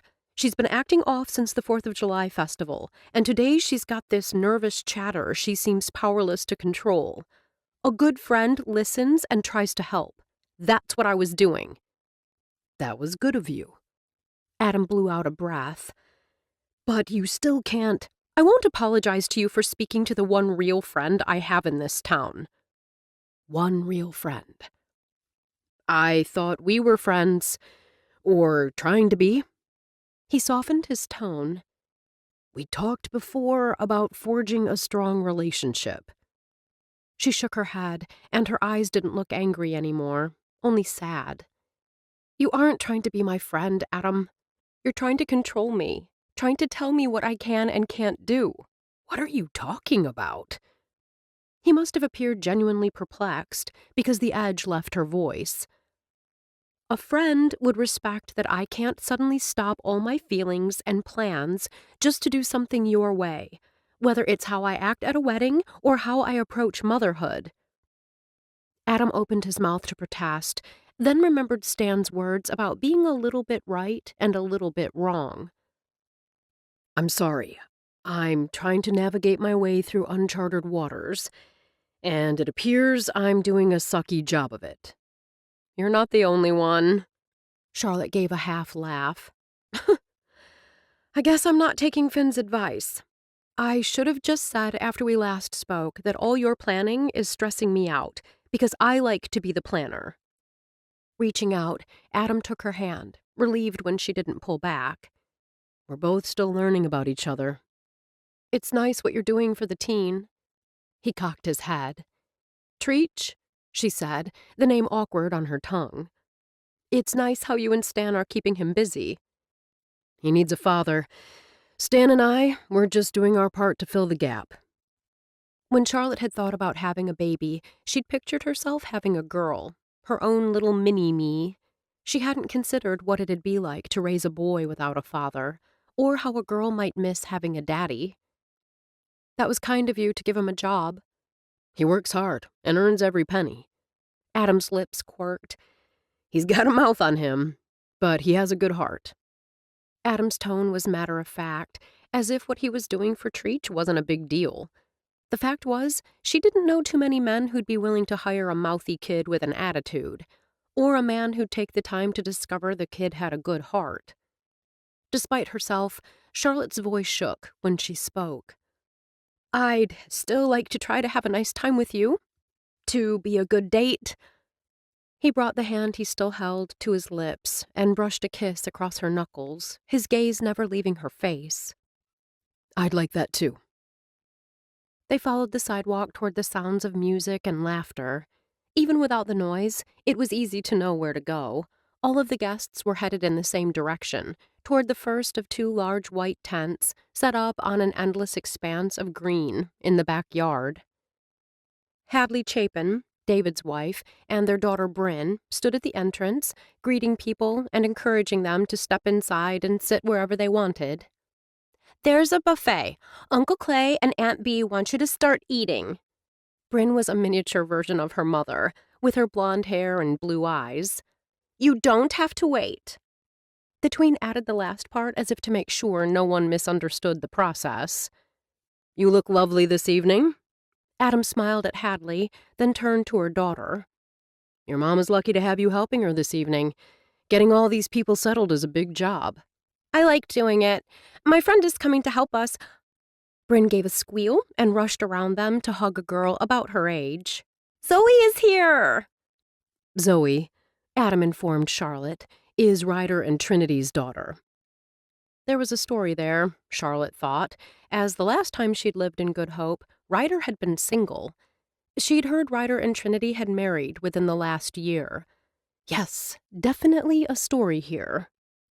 Where are your mom and dad? Adam asked Zoe. They're around someplace. Zoe shrugged, then turned to Bryn. Tell me what to do. Charlotte stepped into the tent with Adam at her side. Though she thought this was supposed to be a casual wedding, no expense had been spared on flowers and tent decorations. Greenery, chandeliers, and colorful draped ribbon created a fun, festive atmosphere. Bouquets of equally bright and colorful flowers graced the center of each round linen-clad table. Servers dressed in black circulated, holding silver trays filled with flutes of what Charlotte assumed was champagne. We have both champagne and sparkling cider. The young man, who couldn't have been much older than 21, lowered the tray and pointed out each in turn. I love sparkling cider. Charlotte lifted the flute from the tray. She actually preferred champagne, but was off alcohol for the duration of her pregnancy. I'll try the cider too. Adam smiled at the young man. Thank you. Charlotte took a sip, glanced up at Adam. This isn't bad. I love sparkling cider. She gazed up at him through lowered lashes. Seriously? He grinned. Let's find a table. Charlotte spotted Piper deep in discussion with Gladys and her friends. She didn't suggest they sit with the group because she preferred to keep her distance from Gladys. While she liked and admired the older woman, something about the way Gladys gazed at her with those pale blue eyes made Charlotte uneasy. It was as if Gladys possessed a weird power to see into her mind. Charlotte! Adam! Finn motioned to them. If you don't have a place to sit already in mind, we'd love for you to sit with us. Finn gestured to a nearby table where her husband Jeremy sat chatting with Marigold and Cade. There were other glasses of champagne at the table, but Charlotte had no idea who they belonged to. It looks like a family table, Charlotte began. There's family everywhere tonight. Finn waved a hand, dismissing the concern. She shifted her focus to Adam. I know my husband is eager to get an update on where you're at with the farm-to-table idea. My dad is running front end on that, Adam informed her. I know just enough to be dangerous. I can't think of anything I like more than a dangerous man, Finn teased. Adam glanced at Charlotte, and she saw the question in his eyes. We'd love to sit with you, Charlotte told Finn. Excellent. Finn held out her hands. If you'd like, I'll put these on the table while you gather your food. Thank you. Charlotte handed Finn her flute. Why is she being so nice? Charlotte asked Adam when Finn was out of earshot. Adam's brows pulled together in puzzlement. What do you mean? Inviting us to join them? Carrying our drinks to the table? That's nothing out of the ordinary. She must have still appeared skeptical because Adam continued. People like being helpful, and neighbors helping neighbors is the Good Hope way. You owned a business here for several years. Surely that sense of community was something you noticed. I never really got involved with the community. Then you missed out. Adam rested his palm against her back. The people are what make Good Hope special. A cheer rose up. Charlotte turned and caught sight of the bride and groom. I didn't realize the wedding party had arrived. Clay and Bee made a fetching couple, his arm around her waist while she smiled up at him. Bee and Clay didn't want a big presentation at the reception, Adam told her. They just wanted to come and mingle with friends and family. Charlotte studied the two. What would it be like She wondered, to have a man look at her the way Clay was looking at Bee. What would it be like to feel that same love flowing through her veins? The fanciful thought had her chuckling as she glanced around the tent. Several grazing tables had been set up, with one specifically geared toward children. Unlike many of the receptions Charlotte had attended, kids were welcome at this one. Probably because the Bloom-Chapin clan had so many children. Or perhaps because of Bee and Clay's laid-back attitude. Instead of wanting a society wedding, they'd gone for a family-centric affair. Charlotte and Adam filled their plates with everything from lamb meatballs to mini grilled cheese sandwiches, then returned to the table. Charlotte had barely taken a bite of a meatball when Marigold dropped into the empty chair beside her. Marigold immediately leaned around her to speak to Adam, jerking a thumb in her direction. Smart move, bringing Charlotte. I've been known to show flashes of brilliance. Adam smiled, his gaze dropping to the baby in her arms. How can he possibly sleep with all this noise? Kate appeared and pressed a kiss to the top of his son's head. He's getting in his sleep now, so he can be up all night. Marigold chuckled. So true. He looks so small. Adam shook his head. I've never held a baby that tiny. No time like the present to start. Marigold set her son in Adam's arms. Hold him while I get one of those lamb meatballs. They look delish. I'll go with you, Cade told his wife. What if he starts to cry?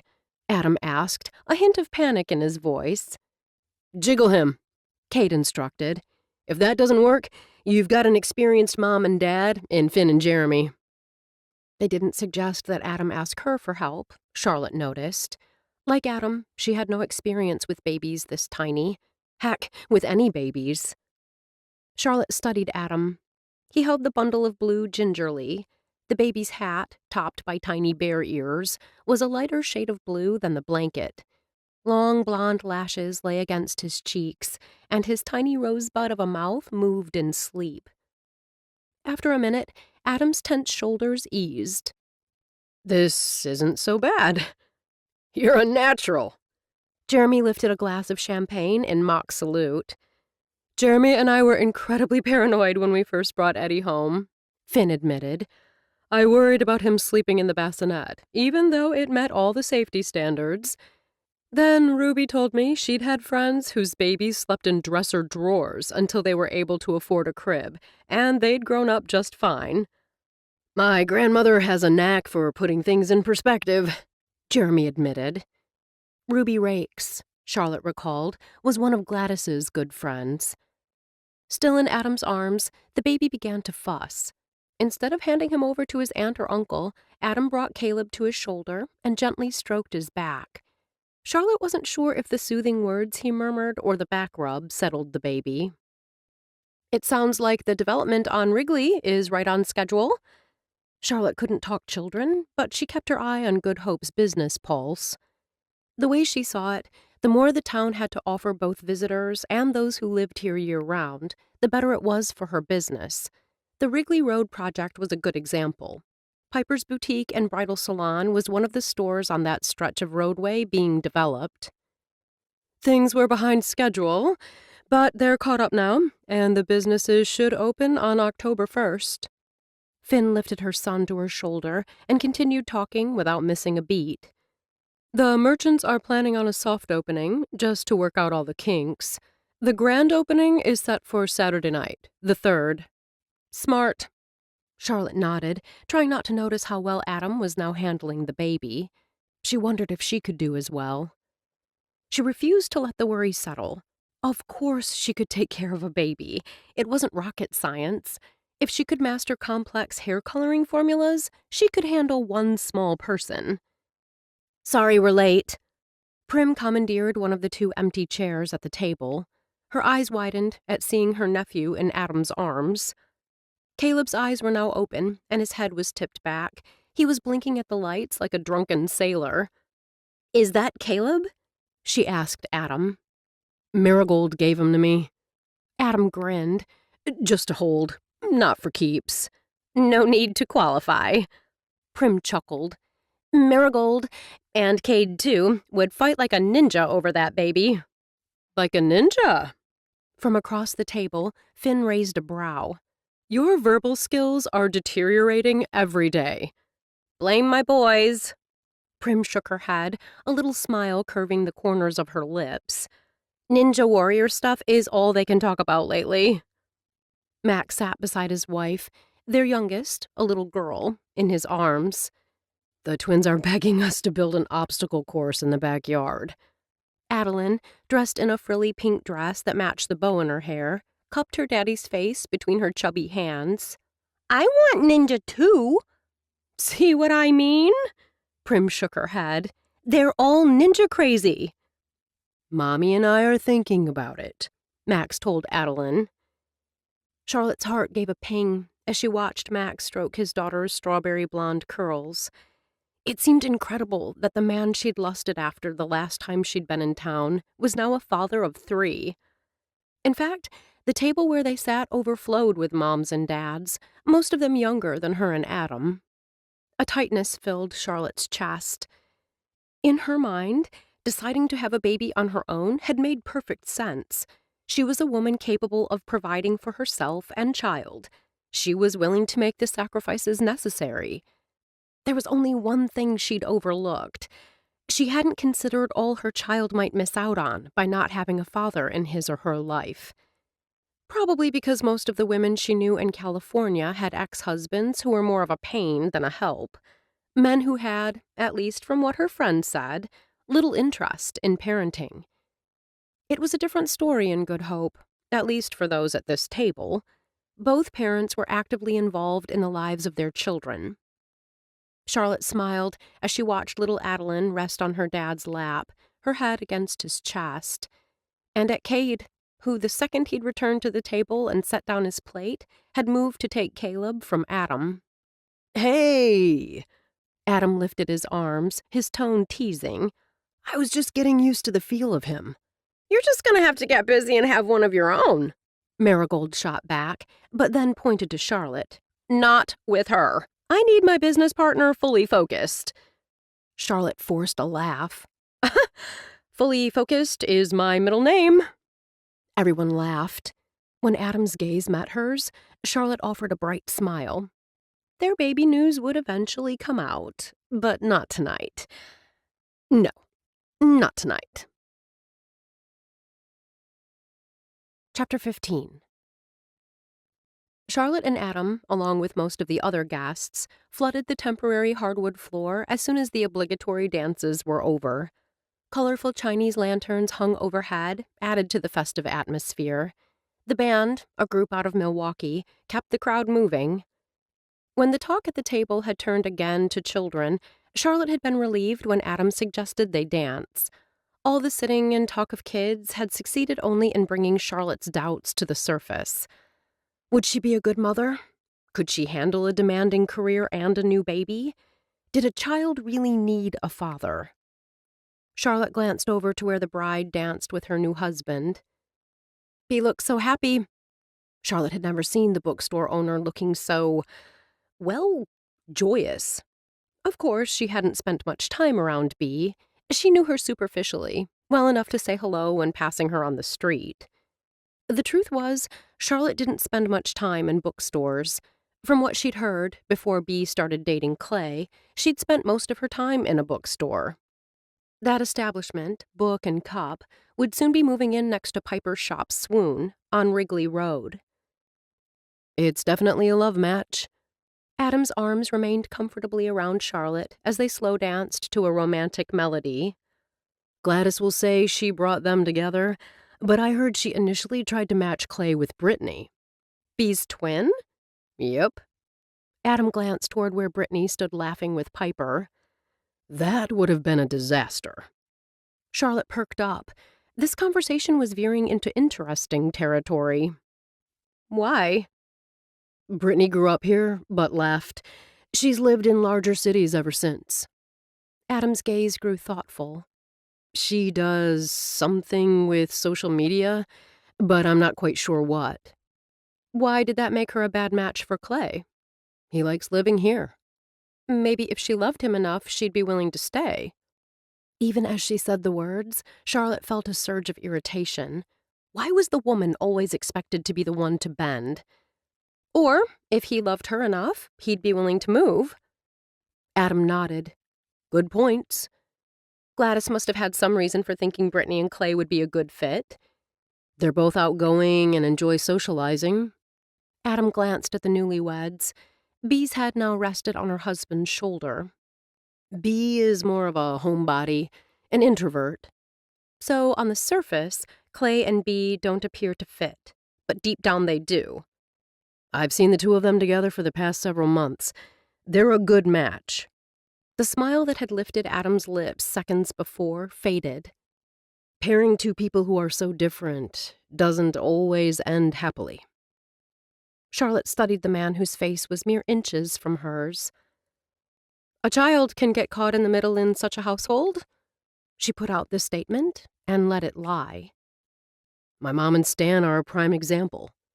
Adam's eyes took on a glow, and she could see he was looking back. They thought they could bridge their differences. They couldn't. Charlotte made an encouraging noise. My mom tried her best, but she wasn't at all reliable. I loved her anyway, and I loved Stan. But even as a kid, I never understood the two of them together. Talk about a total mismatch. He gave a little laugh, and sadness crept into his eyes. They might have loved each other once, but that love wasn't enough to save their marriage. The fact he'd brought up their struggles told her their lack of compatibility had had a profound effect on him. You experienced firsthand what it's like when two people who are very different marry. She kept her voice casual and offhand. I used to feel bad for Stan. I now believe him when he says he wouldn't change a thing. That in the end, he got the grand prize. Confused, she frowned. Adam flashed a grin. He got me as his son. Adam wondered as he danced with Charlotte how having her in his arms could feel so right. Though it'd be nice for their child if he and Charlotte loved each other, all the talking they'd done this evening had confirmed that being friends needed to be the goal. The night is off to a most excellent start, he said. She cocked her head, the lights glittering on her blonde hair, turning the strands to spun gold. On building a friendship. Adam took her arm as the band announced a 15-minute break. I like being around you, Charlotte. I like learning more about you. It's interesting you say that. She lifted 2 glasses of sparkling cider, keeping one flute for herself and handing the other to him. Adam offered an encouraging smile. I never thought a child having a dad was a big deal. I mean, my dad was barely aware I existed as a kid. And you didn't have a dad? I have a dad. Stan is my father in every sense of the word. Charlotte held up a hand. I understand that. She kept her tone matter-of-fact. I meant before Stan. Do you think you missed out by not having your dad around in the beginning? Do you think your life would have been better if he'd been there? Adam hesitated. When she only continued to gaze at him expectantly, he blew out a breath. I can't really say for sure. As a small boy, it hurt to know my birth father wanted nothing to do with me. Wasn't I smart enough, athletic enough? Those kinds of thoughts tortured me. It took me a long time to realize the lack was in him, not me. Her heart swelled as she thought of the little boy, wondering what he'd done wrong. Adam cleared his throat. As for whether or not my life would have been better, well, I'm not sure I can say. I mean, if my birth father had been around, my mom might never have gotten together with Stan. And I can't imagine a life that's better than one with Stan in it. That may be why I've been pushing you so hard, to let me be involved. I don't want to just be a dad. I want to be a great dad. I want to be a Stan. Charlotte could see he was digging deep and being honest. She could do no less.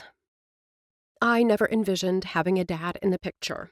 I believed I could love a child enough to be everything she, or he, would need.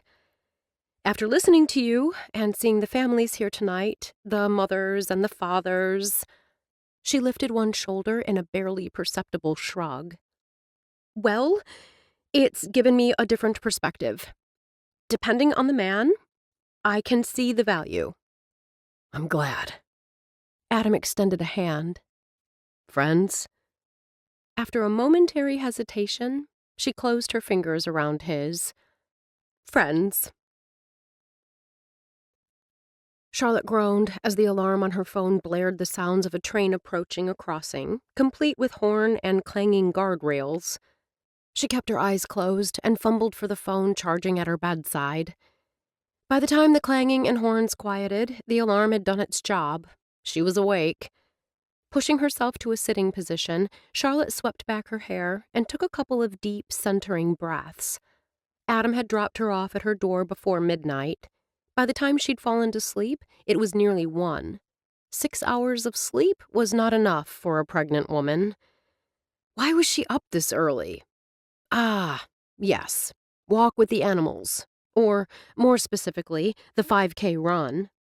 She'd agreed to meet Adam at the check-in station at 7:30, which meant she needed to kick her morning routine into high gear. But first, coffee. Charlotte sipped the flavorful Ethiopian blend while donning running shorts, a tank, and shoes.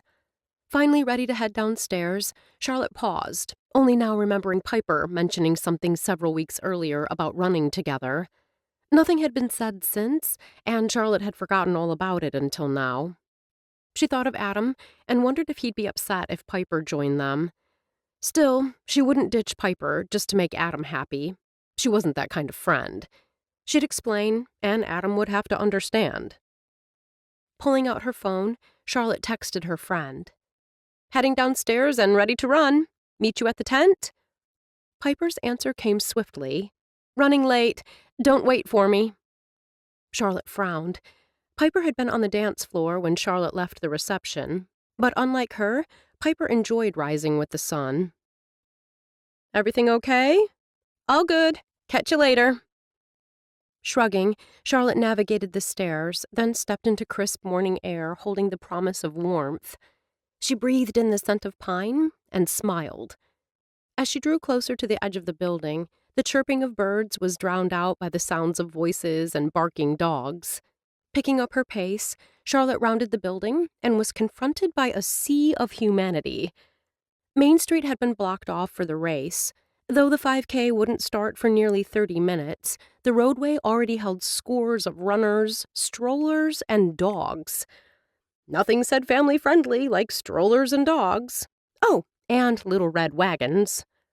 Dodging and weaving, Charlotte walked briskly, her focus on the check-in tent. She assumed she'd find Adam waiting, but he was nowhere in sight. It wasn't until she stepped out of the tent, race number in hand, that she saw him. He held up his hands. "No excuse other than I didn't realize I'd have to park nearly to Egg Harbor." As if stopping himself from saying more, he paused and took a breath. "You look ready to run." Charlotte gestured with one hand to the crowd. "More like ready to walk." "That'd be nice, too." Grinning, he ducked into the tent, emerging moments later with his own number. She glanced at her watch. 10 minutes until go time. Amazing turnout for a good cause. I heard the money went somewhere. Charlotte tried to recall what Marigold had told her, but at the moment her brain was having difficulty functioning on little sleep and a single cup of caffeine. I don't remember where, exactly. All the money raised from this event is being split between the local animal shelter and the Giving Tree. She remembered hearing something about the Giving Tree when she'd first opened her salon in Good Hope. That's a local charity, right? Not charity. As they walked in the direction of the starting line, Adam took her hand as if it was the most natural thing in the world to do. Giving Tree is a fund for helping neighbors who've fallen on hard times. The money comes from specific events. Charlotte pulled her brows together. I vaguely recall donating some salon products way back when for a silent auction. You probably did. The Giving Tree has lots of fundraisers throughout the year, so this time they wanted to share the wealth with the shelter. Pride filled Adam's voice as he continued.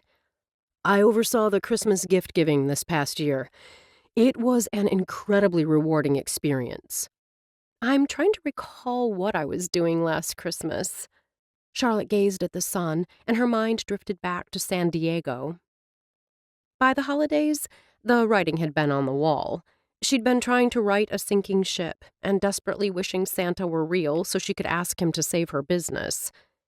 She was ashamed to admit that, to buoy her spirits, instead of increasing her hours at the salon over the holidays, she'd helped Paul, a man she'd only recently met, decorate a tugboat for the Parade of Lights on San Diego Bay. Attaching lights with wire ties and duct tape had been enjoyable at a time when fun had been in short supply. She smiled, recalling that magical evening. She and Paul had just started seeing each other. Once the boat was parade ready, they'd opened a bottle of Dom and kissed under the stars. Adam gave her a poke in the ribs. "You look like you're reliving pleasant memories." Though she and Adam had decided to just be friends, Charlotte knew enjoying another guy's kisses wasn't something to be shared. Thankfully, she was spared from needing to say anything more by Finn Rakes' voice asking everyone running the 5K to get into position. "I don't think there's room to run." Charlotte had never seen so many strollers. She looked to see if one of them held Caleb or Finn's son Eddie, but she didn't spot either baby. "I've never seen this many entrants before." Adam's lips curved in satisfaction. "We're going to be able to do Christmas up right for a lot of families this year." Finn was saying something, but crowd noise had swelled, drowning her out despite the megaphone. But there was no mistaking the sound of the starter pistol. Around them, runners surged forward while the walkers with their pets, wagons, and strollers waited for their cue to start. For a second, Charlotte thought she might be swept away, but Adam took her arm and steadied her as they moved forward. "With the size of this crowd, I think this will be more of a stroll." Charlotte realized she wouldn't mind that at all. "Not just any stroll. A stroll in the fresh air with a handsome guy." He tapped a thumb against his chest and made her laugh. It must have been the conversation last night, the one that had set things to rights between them, that had her feeling so relaxed with him. "Did you sleep well?" he asked. "Not nearly as long as I'd have liked, but well enough." She slanted a sideways glance and realized her hand had slipped down into his, and their joined fingers were swinging between them as they walked. "What about you?" "Ditto on the not long enough." Adam stifled a yawn with his free hand. The crowd around them had thinned considerably. Runners, attempting to best their own time, had already disappeared from sight. Charlotte expected that Piper would have fallen somewhere between her and Adam and the avid runners. "Did you see Piper this morning?" she asked Adam, unable to keep the hint of worry from her voice. He shook his head. "Is she running today?" "She planned on it, but texted she was running late." Charlotte pushed aside the concern, telling herself she was being ridiculous. "She appeared to be having a good time at the reception last night," Adam mused. "I don't know if it was Gladys's intervention or not, but she was on the dance floor with one guy or another the entire evening." Charlotte had noticed that too, but her friend's gaiety had seemed forced. Something was going on under the surface with Piper that Charlotte couldn't identify. Adam's fingers tightened around hers.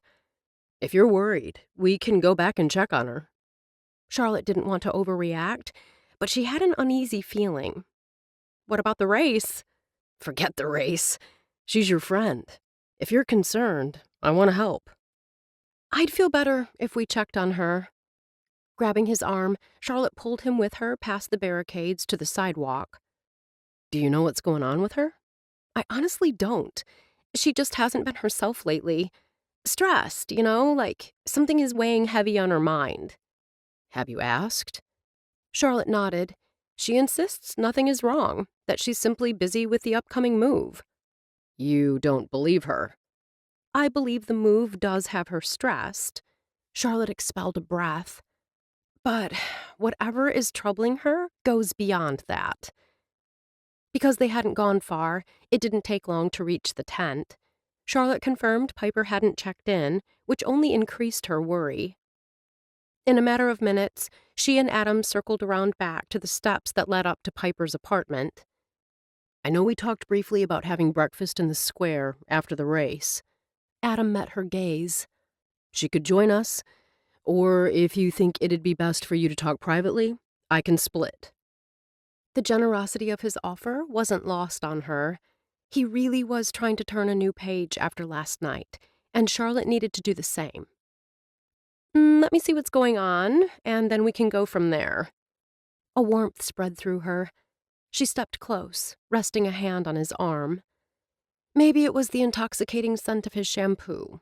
Or was it his soap? Whatever it was, the scent, mixed with his kindness, stirred something in her. "Thank you." Without giving herself time to think, Charlotte wrapped her arms around his neck and pressed her lips to his. Adam reacted immediately, pulling her to him and crushing his mouth against hers. One long minute later, her lips still tingling from his kisses, Charlotte climbed the steps to Piper's apartment. Chapter 16. Charlotte thought Adam might ask to come with her, but he remained at the bottom of the steps. He was only, he told her, a shout away if she needed him.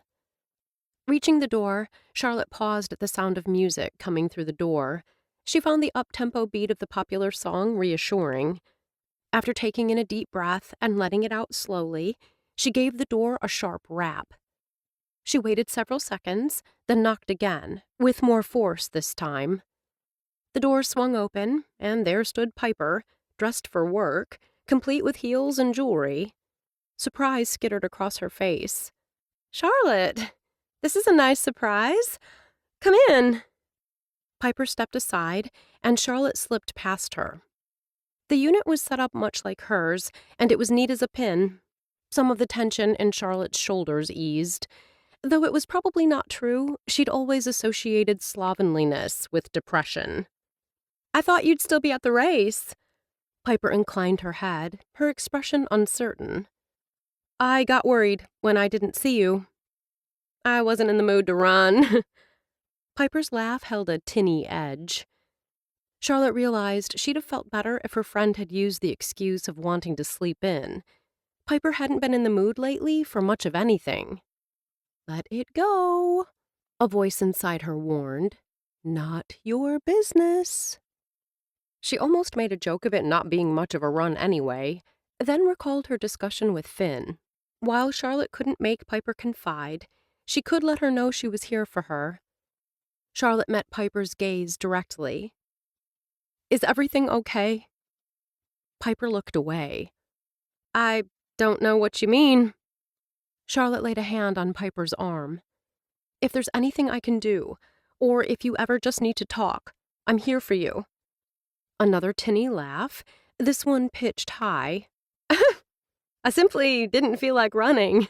If that's a crime, arrest me now." Enough about the race. Charlotte switched gears. "What did Gladys want with you?"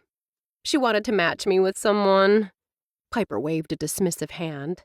"I wasn't interested." "You're not?" Piper met her gaze. "Men are nothing but trouble." Something there, Charlotte thought. Another piece to a puzzle that just wasn't coming together. "I'm here for you," Charlotte repeated.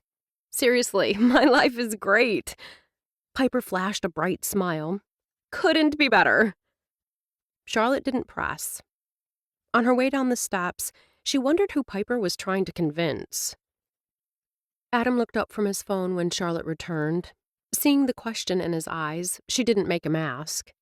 "Piper is okay. She's getting ready for work." Charlotte expelled a breath.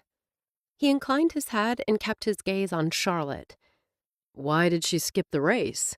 She said she didn't feel like running. His gaze met hers. "Do you believe her?" That sense of unease returned. "I think it's surface true, but there's definitely more to it." They didn't linger. It was as if neither of them wanted to be standing behind Piper's shop when she came down. "We talked about grabbing pancakes after the race." Charlotte slanted a sideways glance. Do you mind stopping at my place first? I'd like to change. He smiled. Works for me. Once they reached her apartment, Charlotte dropped to the sofa. Without saying a word, Adam took a seat too. He kept some distance between them, but she was still conscious of his nearness. He didn't ask why she was sitting on the couch when she'd come to change clothes, only smiled at her. You have a nice smile. As she said the words, she watched that smile grow even bigger. Thank you. He rested an arm on the back of the sofa. So do you. The first time I saw you, I noticed that your smile was warm, and it reaches your eyes. Why was she telling him this now, she wondered, when she really should be changing her clothes? There's a lot I like about you, too. His fingers, dangling just above her right shoulder, toyed with her ponytail. On impulse, she slipped off the tie and shook her hair loose. You have such talent with hair. He rubbed a strand between his fingers, and she shivered. Combining the dark with the light was brilliant. Her mouth had gone dry, and she found it necessary to clear her throat. The technique is called balayage. It's popular and not all that difficult. You're being modest. While she was explaining, he'd moved closer. Charlotte didn't have the slightest urge to move away. I'm rarely modest. He laughed, showing a mouthful of straight white teeth. Did you ever have braces? He blinked. Appearing amused, he shook his head. No. Why? Your teeth are perfect. So are yours. Braces.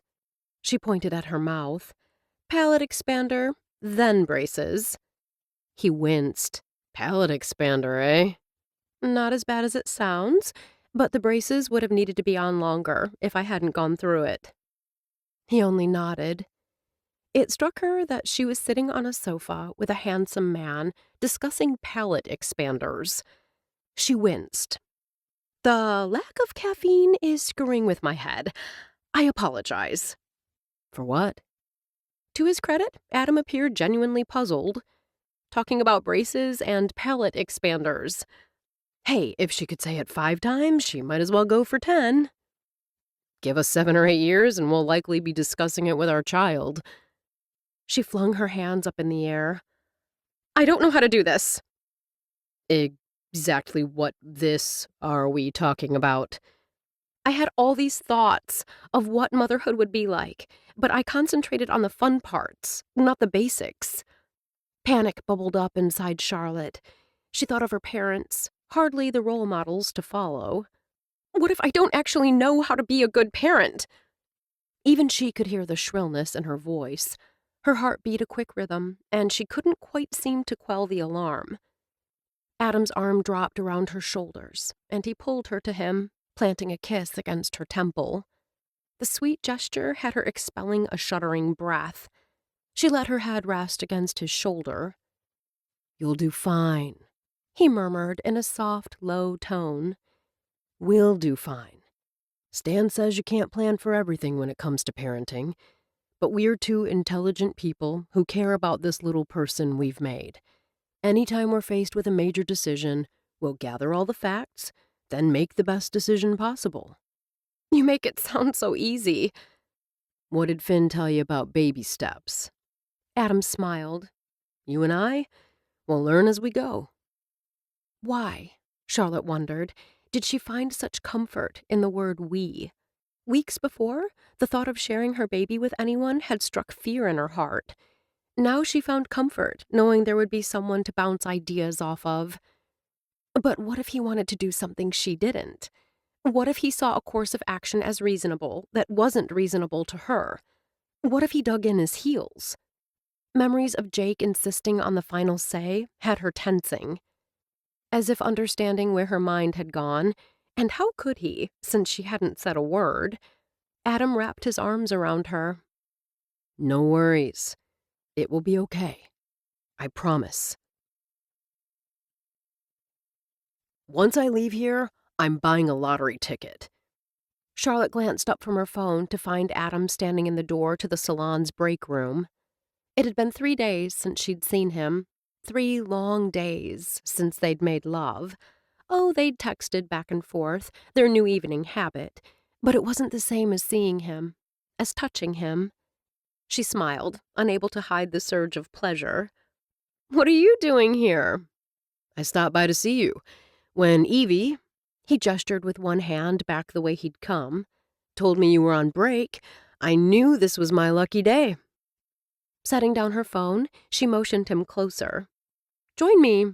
Would you like some coffee? Or there's soda in the fridge." "Don't mind if I do." He glanced at the refrigerator, but made a detour first to lean over and kiss her. He expelled a breath. "That's exactly what I needed."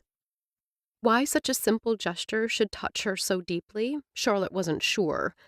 Other than over the past couple of days, she'd begun to realize that she had feelings for this man, feelings that went deeper than friendship. If the thought that she might, just might, be falling in love with Adam weren't so terrifying, it'd be exciting. Opening the refrigerator, he glanced over his shoulder. "Can I get you anything?" "I'm fine." She lifted the bottle of fruit-infused water in front of her and took a sip. "Got my water right here." He grabbed a cola, then hesitated. "Will it bother you if I drink this in front of you?" "Not at all." She wrinkled her nose. "I was always more of a Mountain Dew fan." "Mountain Dew?" Adam gaped. "My friends in college guzzled that stuff." Amused he could be so easily shocked, Charlotte dropped her voice to a low whisper. "In college, I was addicted to ding-dongs."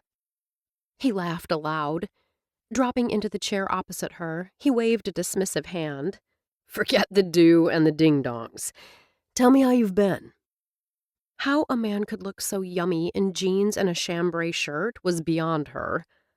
"I've been good. Busy." Why was it she couldn't keep from smiling? "How about you?" "Now that I see you, I'm excellent." Reaching across the table, he took her hand, playing with her fingers. "I've missed you." "It's only been 3 days." "An eternity." The look in his eyes sent tingles down her spine. Charlotte couldn't wait. Didn't wait. She leaned across the table, and they kissed again. "Charlotte!"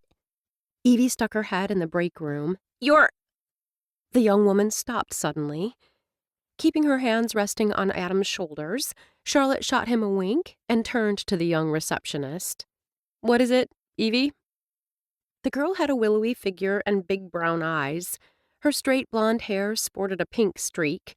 Her model-like body looked good in most anything, including the leopard print mini and knee-high leather boots she wore now. "Your appointment is early. I realize you still have time on your break, but I wanted you to know." Even as the words tumbled out, Evie cast an admiring glance at Adam and grinned. "No rush." "Thanks. I won't be long." Once the door shut behind Evie, their lips met once again. The sweet kiss still packed a punch. When it ended, she rested her forehead against his for several seconds. He stroked her cheek with gentle fingers, then sat back. Pushing to his feet, he expelled a resigned breath. "I should let you get back to work." Not quite yet." Charlotte rose and rounded the table to him. "This part in your hair needs a little help." Touching his wavy strands brought her even closer. Truth was, the part looked fine. More than fine. She simply wanted to touch him one more time. He stood there and let her fuss, that slow, easy smile she loved lifting his lips. "Was there a specific reason you stopped by?" She gazed at him through lowered lashes. "Other than for a few kisses?" His eyes darkened as she continued to mess with his hair. "I came to invite you to dinner at my house tonight. I'd love for you to come. It'd be a great opportunity for you and my dad to get better acquainted." He offered an enticing smile. "I guarantee the food will be worth the trip." Charlotte thought about her plans for the evening. She could upload her new YouTube video when she got back from the farm. "I accept." "You do? I mean, you'll come?" Surprise mixed with pleasure skittered across his face. I'll be finished here around 5, she told him. Give me directions and the time, and I'll be there. I'll do you one better. He slid his arms around her waist and smiled. Tell me when you'll be ready, and I'll pick you up. Chapter 17. Charlotte turned silent as the farmhouse came into view. To give her more time to take it in, Adam slowed the truck. He tried to see the 2-story home and its lush surroundings through her eyes. The yard was a freshly mowed blanket of green, large leafy trees and hanging baskets of flowers on a wraparound porch added bright splashes of color. Then there was the front door that Stan had insisted needed some pizzazz. It now popped, the red providing a vivid contrast to the white siding. 2 rocking chairs on the porch and a hanging swing moved gently in the breeze. Homey, welcoming, that's how Adam viewed his home. A place of refuge, a house that was lived in and enjoyed, where friends were always welcome. He pulled the truck to a stop, cut the engine, and shifted toward Charlotte. What do you think? Give me your first impression. Adam realized he was practically holding his breath as he waited for her response, which was ridiculous. Still, he couldn't deny that her opinion mattered. It's lovely. She smiled and touched his arm. I can't wait to see the inside.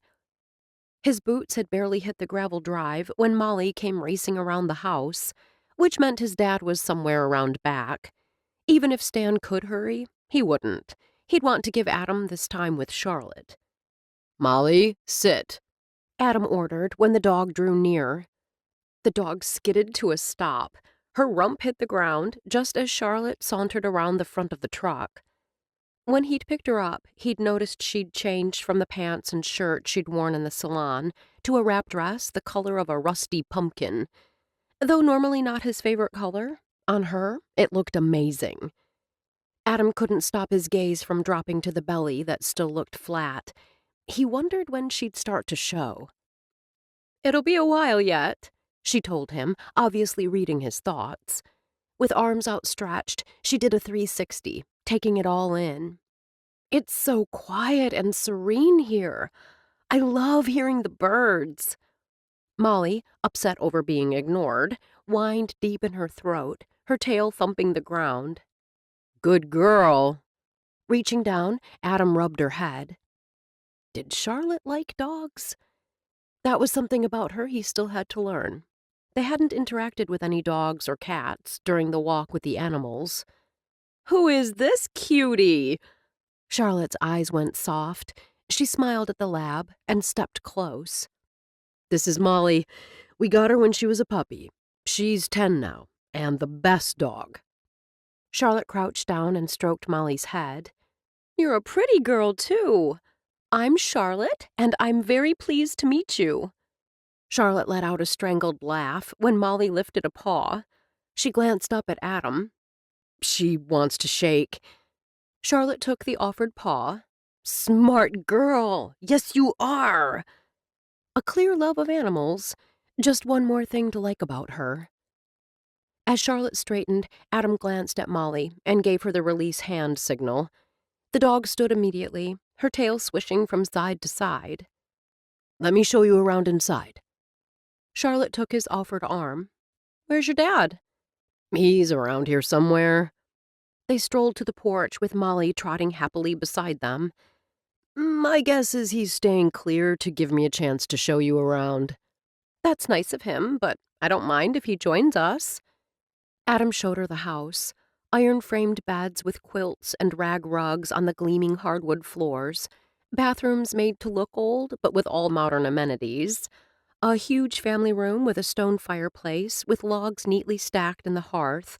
A country kitchen with a table sporting a vase of wildflowers in the center.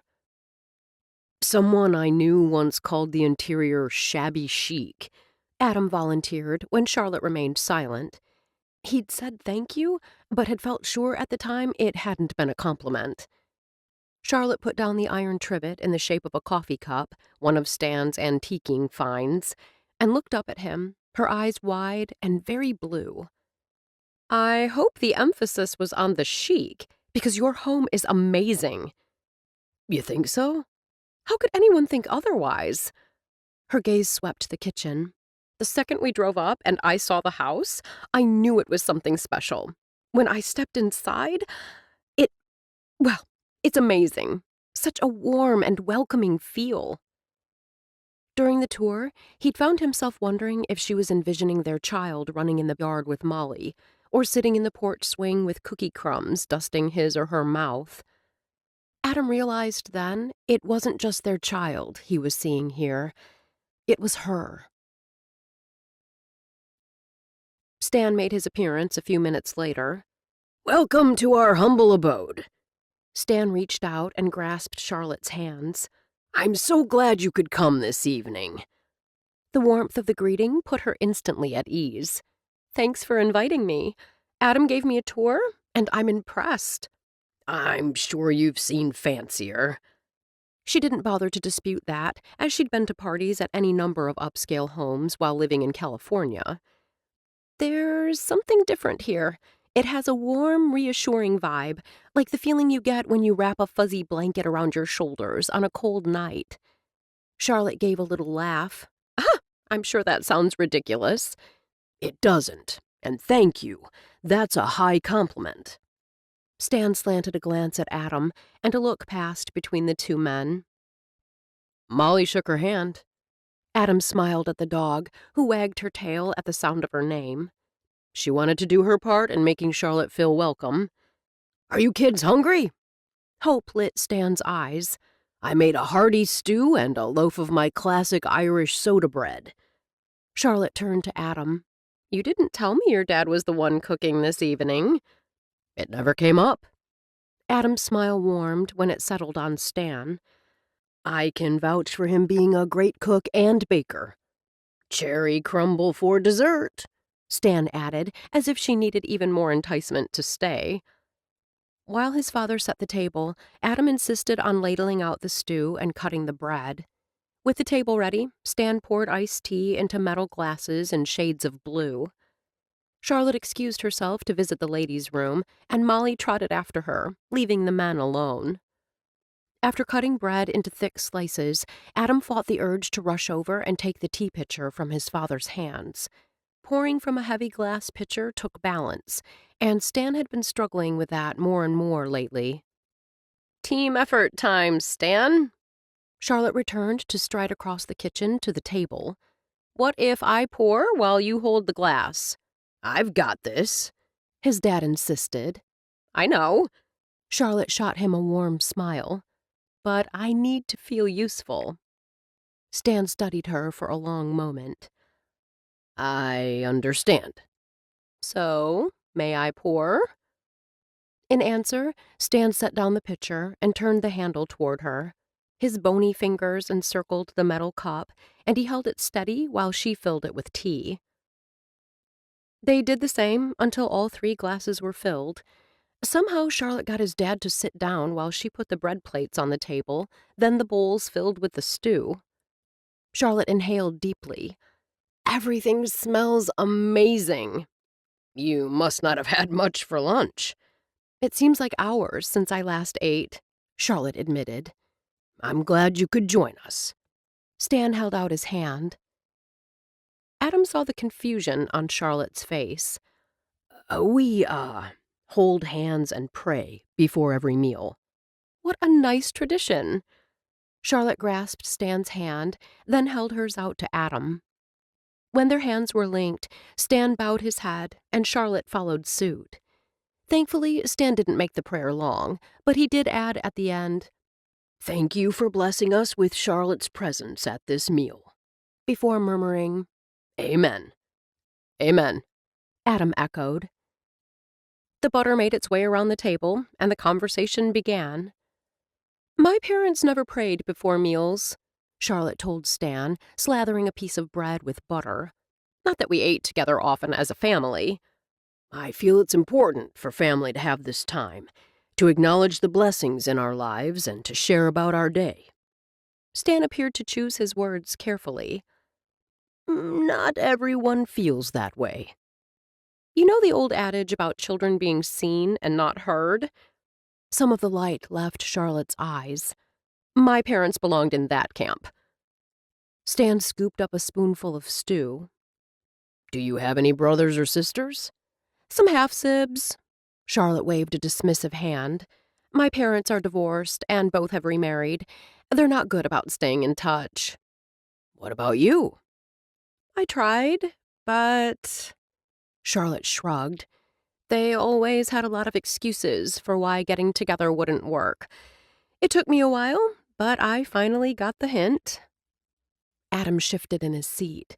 Though he knew his dad was attempting to get to know Charlotte, it was starting to feel more like an interrogation. He shot his father a sharp glance, which Stan ignored. Breaking off a piece of bread with his fingers, Stan cocked his head. Where do your parents live? Charlotte's gaze turned thoughtful. My mom was in Connecticut, and my dad in San Antonio. That was several years back, so they might have moved.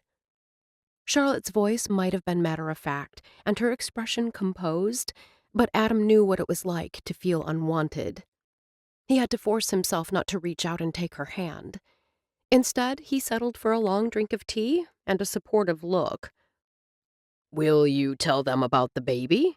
Stan asked. She just said they weren't in contact. Adam reminded his father.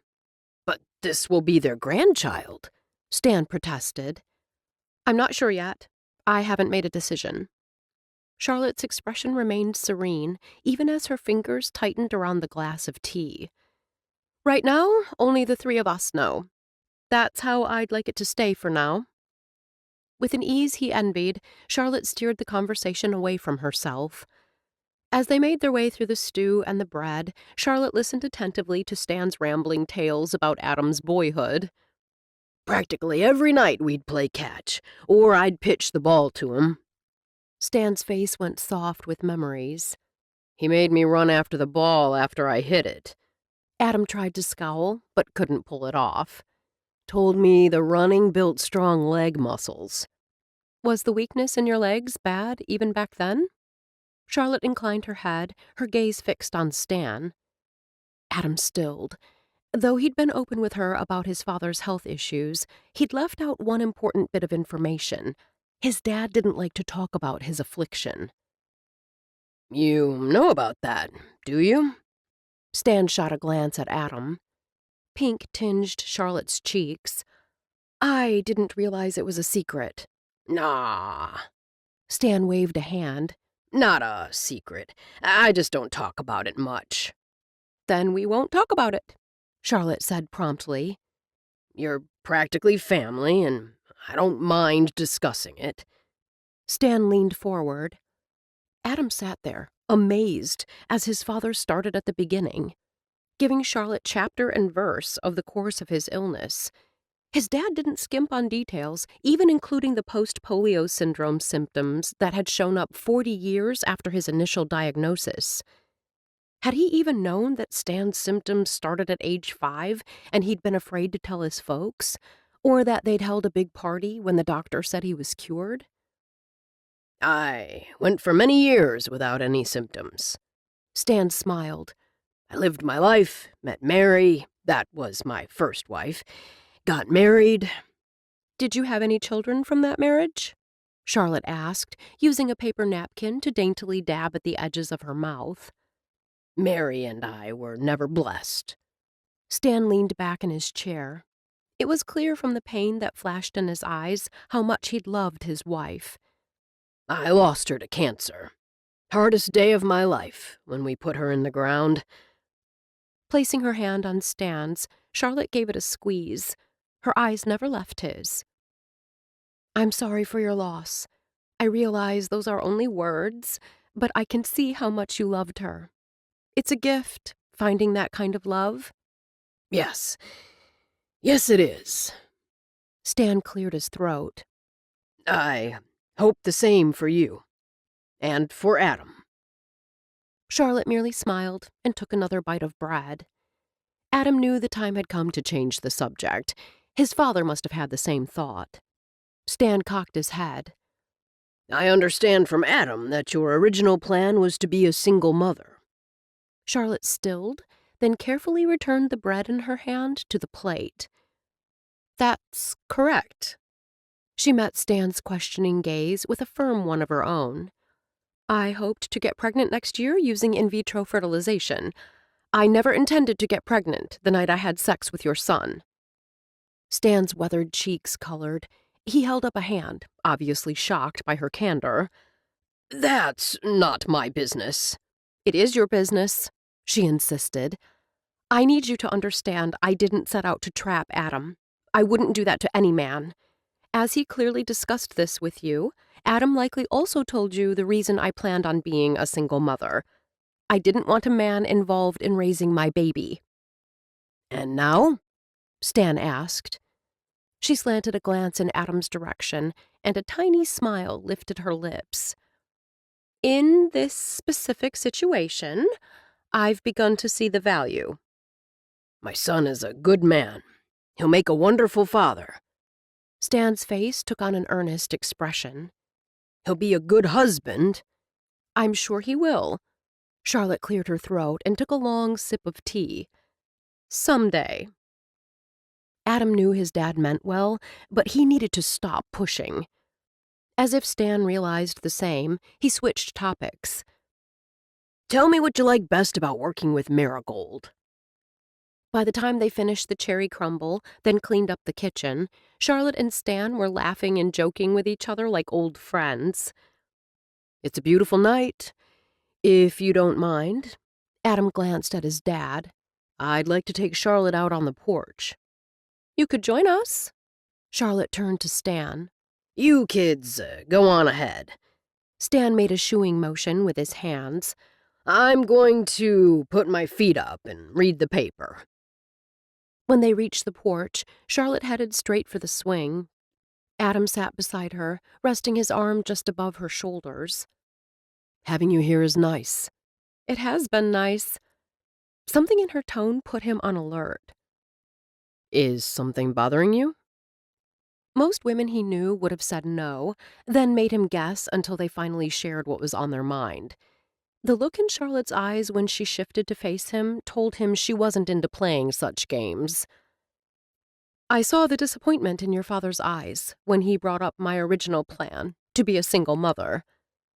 It surprised Adam to realize just how much his father's good opinion mattered to her. "Let me tell you a secret. My father is a romantic at heart. He'd like nothing better than to see you madly in love and married. To see me madly in love and married." Adam toyed with a lock of her hair. "But now he understands the situation. And he's grateful." "Grateful?" "That you're letting me, and him, be a part of this pregnancy." Adam planted a kiss against her temple. "Just know, in his eyes, you're already family." Chapter 18. That Sunday, Adam took Charlotte's hand as they wove their way through the booth set up in the town square. Though many of those who came to Good Hope for the summer season left prior to the Labor Day weekend, a surprising number were still in residence, which, Charlotte decided, accounted for the number of people flooding the town square. Who'd have thought a Labor Day weekend blast, with the high school brass quintet providing the music, would be such a hit?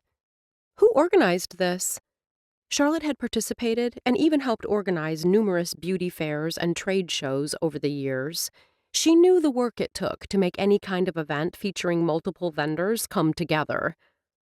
Today is just one of many events overseen by the Cherries. Charlotte vaguely recalled hearing something about the Cherries the last time she'd lived here. The Cherries do all the holiday promotions? Adam rubbed his chin. I believe the actual name of the group is the Women's Events League, though most everyone just calls them the Cherries. Though Charlotte knew she'd be busy with the salon, and eventually with a baby, this sounded like the kind of group that'd be advantageous for her to join. Can anyone belong? I mean, is it made up of business leaders or... I don't know the answer, but I know someone who does. Adam stopped in front of a tent decorated with moons and stars. The sign said, Madame Gitana, fortune teller. Inside the opening to the tent, Gladys stood. Dressed in flowing robes and a headdress, a crystal on the table, she motioned them inside. Chandelier earrings boasting an assortment of purple stones dangled from her ears. A half-dozen gold bracelets etched with symbols Charlotte couldn't decipher encircled the woman's bony wrists. The smell of sage and cedar hung heavy in the air, and the spiritual music playing in the background added to the otherworldly atmosphere. Charlotte was asking about the cherries, Adam told Gladys. The fact that he didn't appear surprised by either Gladys's garb or alter ego told Charlotte this wasn't a one-time masquerade. "Aren't you a founding member or something?" Adam prompted when Gladys didn't immediately respond. "You! Sit there!" Gladys fixed her eerie, pale blue eyes on Adam, pointing a long nail at a folding chair against the side of the tent. When the older woman's gaze shifted to her, Charlotte felt the impact like a punch. Gladys gestured with her head toward the chair closest to her. "Sit!" "You're busy." Charlotte lifted her hands, palms out. "We didn't mean to disturb you. We can discuss the cherries when you come for your hair appointment." "Madame Gitana requests that you sit." Charlotte wasn't sure if it was hearing Gladys refer to herself in the third person or the fact that the purple ball on the table seemed to glow that had her dropping into the chair. She slanted a glance in Adam's direction, and he offered an encouraging smile. "You have come to learn your future." "No, we just—" Charlotte shook her head and started to rise, but Gladys's steely-eyed gaze had her sinking back down onto the wooden chair. "Sure, why not?" Charlotte forced her shoulders to relax, telling herself this was nothing more than a fun adventure. She and Adam would talk about this later and laugh. He'd probably tell her tales of all the times Gladys's predictions hadn't come true. Though Charlotte had no doubt Gladys would keep a few general enough to hit the target. She was congratulating herself on keeping this real when Gladys unexpectedly took her hand. Charlotte jolted before emitting an embarrassed laugh. "You startled me." Gladys didn't laugh. Instead, her pale eyes seemed to be lit by a distant glow. "What would you like to know?" Business, Charlotte thought. Focus on the salon. Since she'd yet to hear from Letitia, she assumed the California opportunity was dead in the water. "Will my new business venture with Marigold be successful?" Gladys's gaze shifted to the crystal. "Does it give you the answer?" Charlotte asked. "The crystal is made from natural amethyst quartz. It is merely a tool for freeing my third eye." "Can't do without those third eyes," Charlotte joked, then immediately fell silent when Gladys lifted her gaze. The woman's blue eyes looked almost black in the light. "Yes." "Yes?" Charlotte prompted when Gladys didn't elaborate. "It's not the salon that weighs heavy on your mind." A shiver traveled up Charlotte's spine. "It is within you to succeed." The dark, glowing eyes didn't waver from her face. "It's the other that worries you." Keeping it general, just as Charlotte had expected, trying to dig for details about other issues so she would elaborate. Charlotte would give her nothing. Nothing that the woman could spin and then claim was a miraculous vision.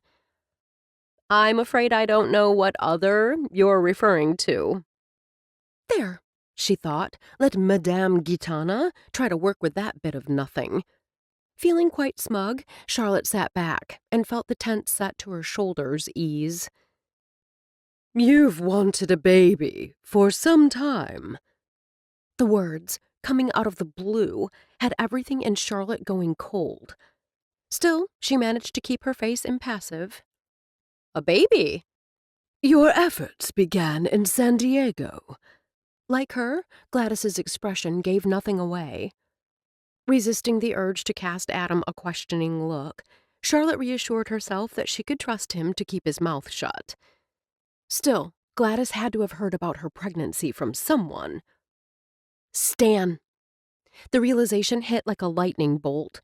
Adam's father had blabbed, and Gladys had caught wind. Now the older woman was seeking verification. I don't know what you're referring to. Her cool tone could have frozen ice. Showing emotion, any emotion, would likely encourage the woman, but Charlotte was fighting a losing battle for control. How many people had Stan shared her personal information with? As far as Charlotte was concerned, one was too many. You didn't plan what happened here, but then the greatest blessings often are not planned. Charlotte clenched her jaw, forcing herself not to speak. Gladys studied her for several heartbeats before continuing. Worry dogs your steps and causes dissension. A visit from an outsider will force you to choose. That choice will have long-reaching consequences for you and the baby boy you carry. Be smart. With a jerk, Gladys straightened, and the hands that she'd been hovering above the crystal dropped. She blinked, as if coming out of a trance. Then her gaze fixed on Charlotte. We're done. Charlotte rose slowly from her seat. How was she supposed to respond? Thank you hardly seemed appropriate. Have a pleasant afternoon, Charlotte said through gritted teeth. She felt Adam's hand settle on her shoulder and had to resist the urge to shrug it off. We'll get going, he told Gladys. You have quite a line forming outside. Shifting her gaze, Charlotte saw the line through the slit in the curtain that Gladys had drawn. She was thankful Gladys had spoken softly, doubting anyone from that distance could have overheard. How much do I owe you? Adam asked. Charlotte wanted to slap down his hand when he reached for his wallet. A free will offering.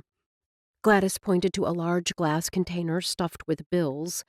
With proceeds going to the giving tree. Adam added a 20 to the mass of bills. Gladys offered an approving nod. Enjoy the rest of your day. Charlotte said nothing. Could say nothing. The anger bubbling inside her had stolen her voice. She'd trusted Stan to understand that this was her news to share in her own time. Instead, her pregnancy was undoubtedly the talk of Good Hope by now. At least she knew the news was out. She wouldn't be blindsided like this again. She kept her steps slow as she left the tent, even managed to smile at the people waiting in line. Instead of pausing or asking Adam what booth he'd like to visit next, she kept walking, jerking away from his attempt to take her arm. Not until they were far enough away that there was no possibility of anyone overhearing did she stop. She whirled. We need to go to the farm right now. I'm so angry with your father. Shock had his eyes going wide. What did he do? You heard Gladys. Charlotte took a breath and fought for control. He's obviously been talking about my pregnancy. If Gladys knows, I have no doubt everyone else in town does too. My dad wouldn't say anything. A muscle in Adam's jaw jumped. How else would Gladys know? Charlotte expelled a frustrated breath. Don't say she's psychic, because I don't believe in all that mumbo-jumbo. My father would not betray your trust.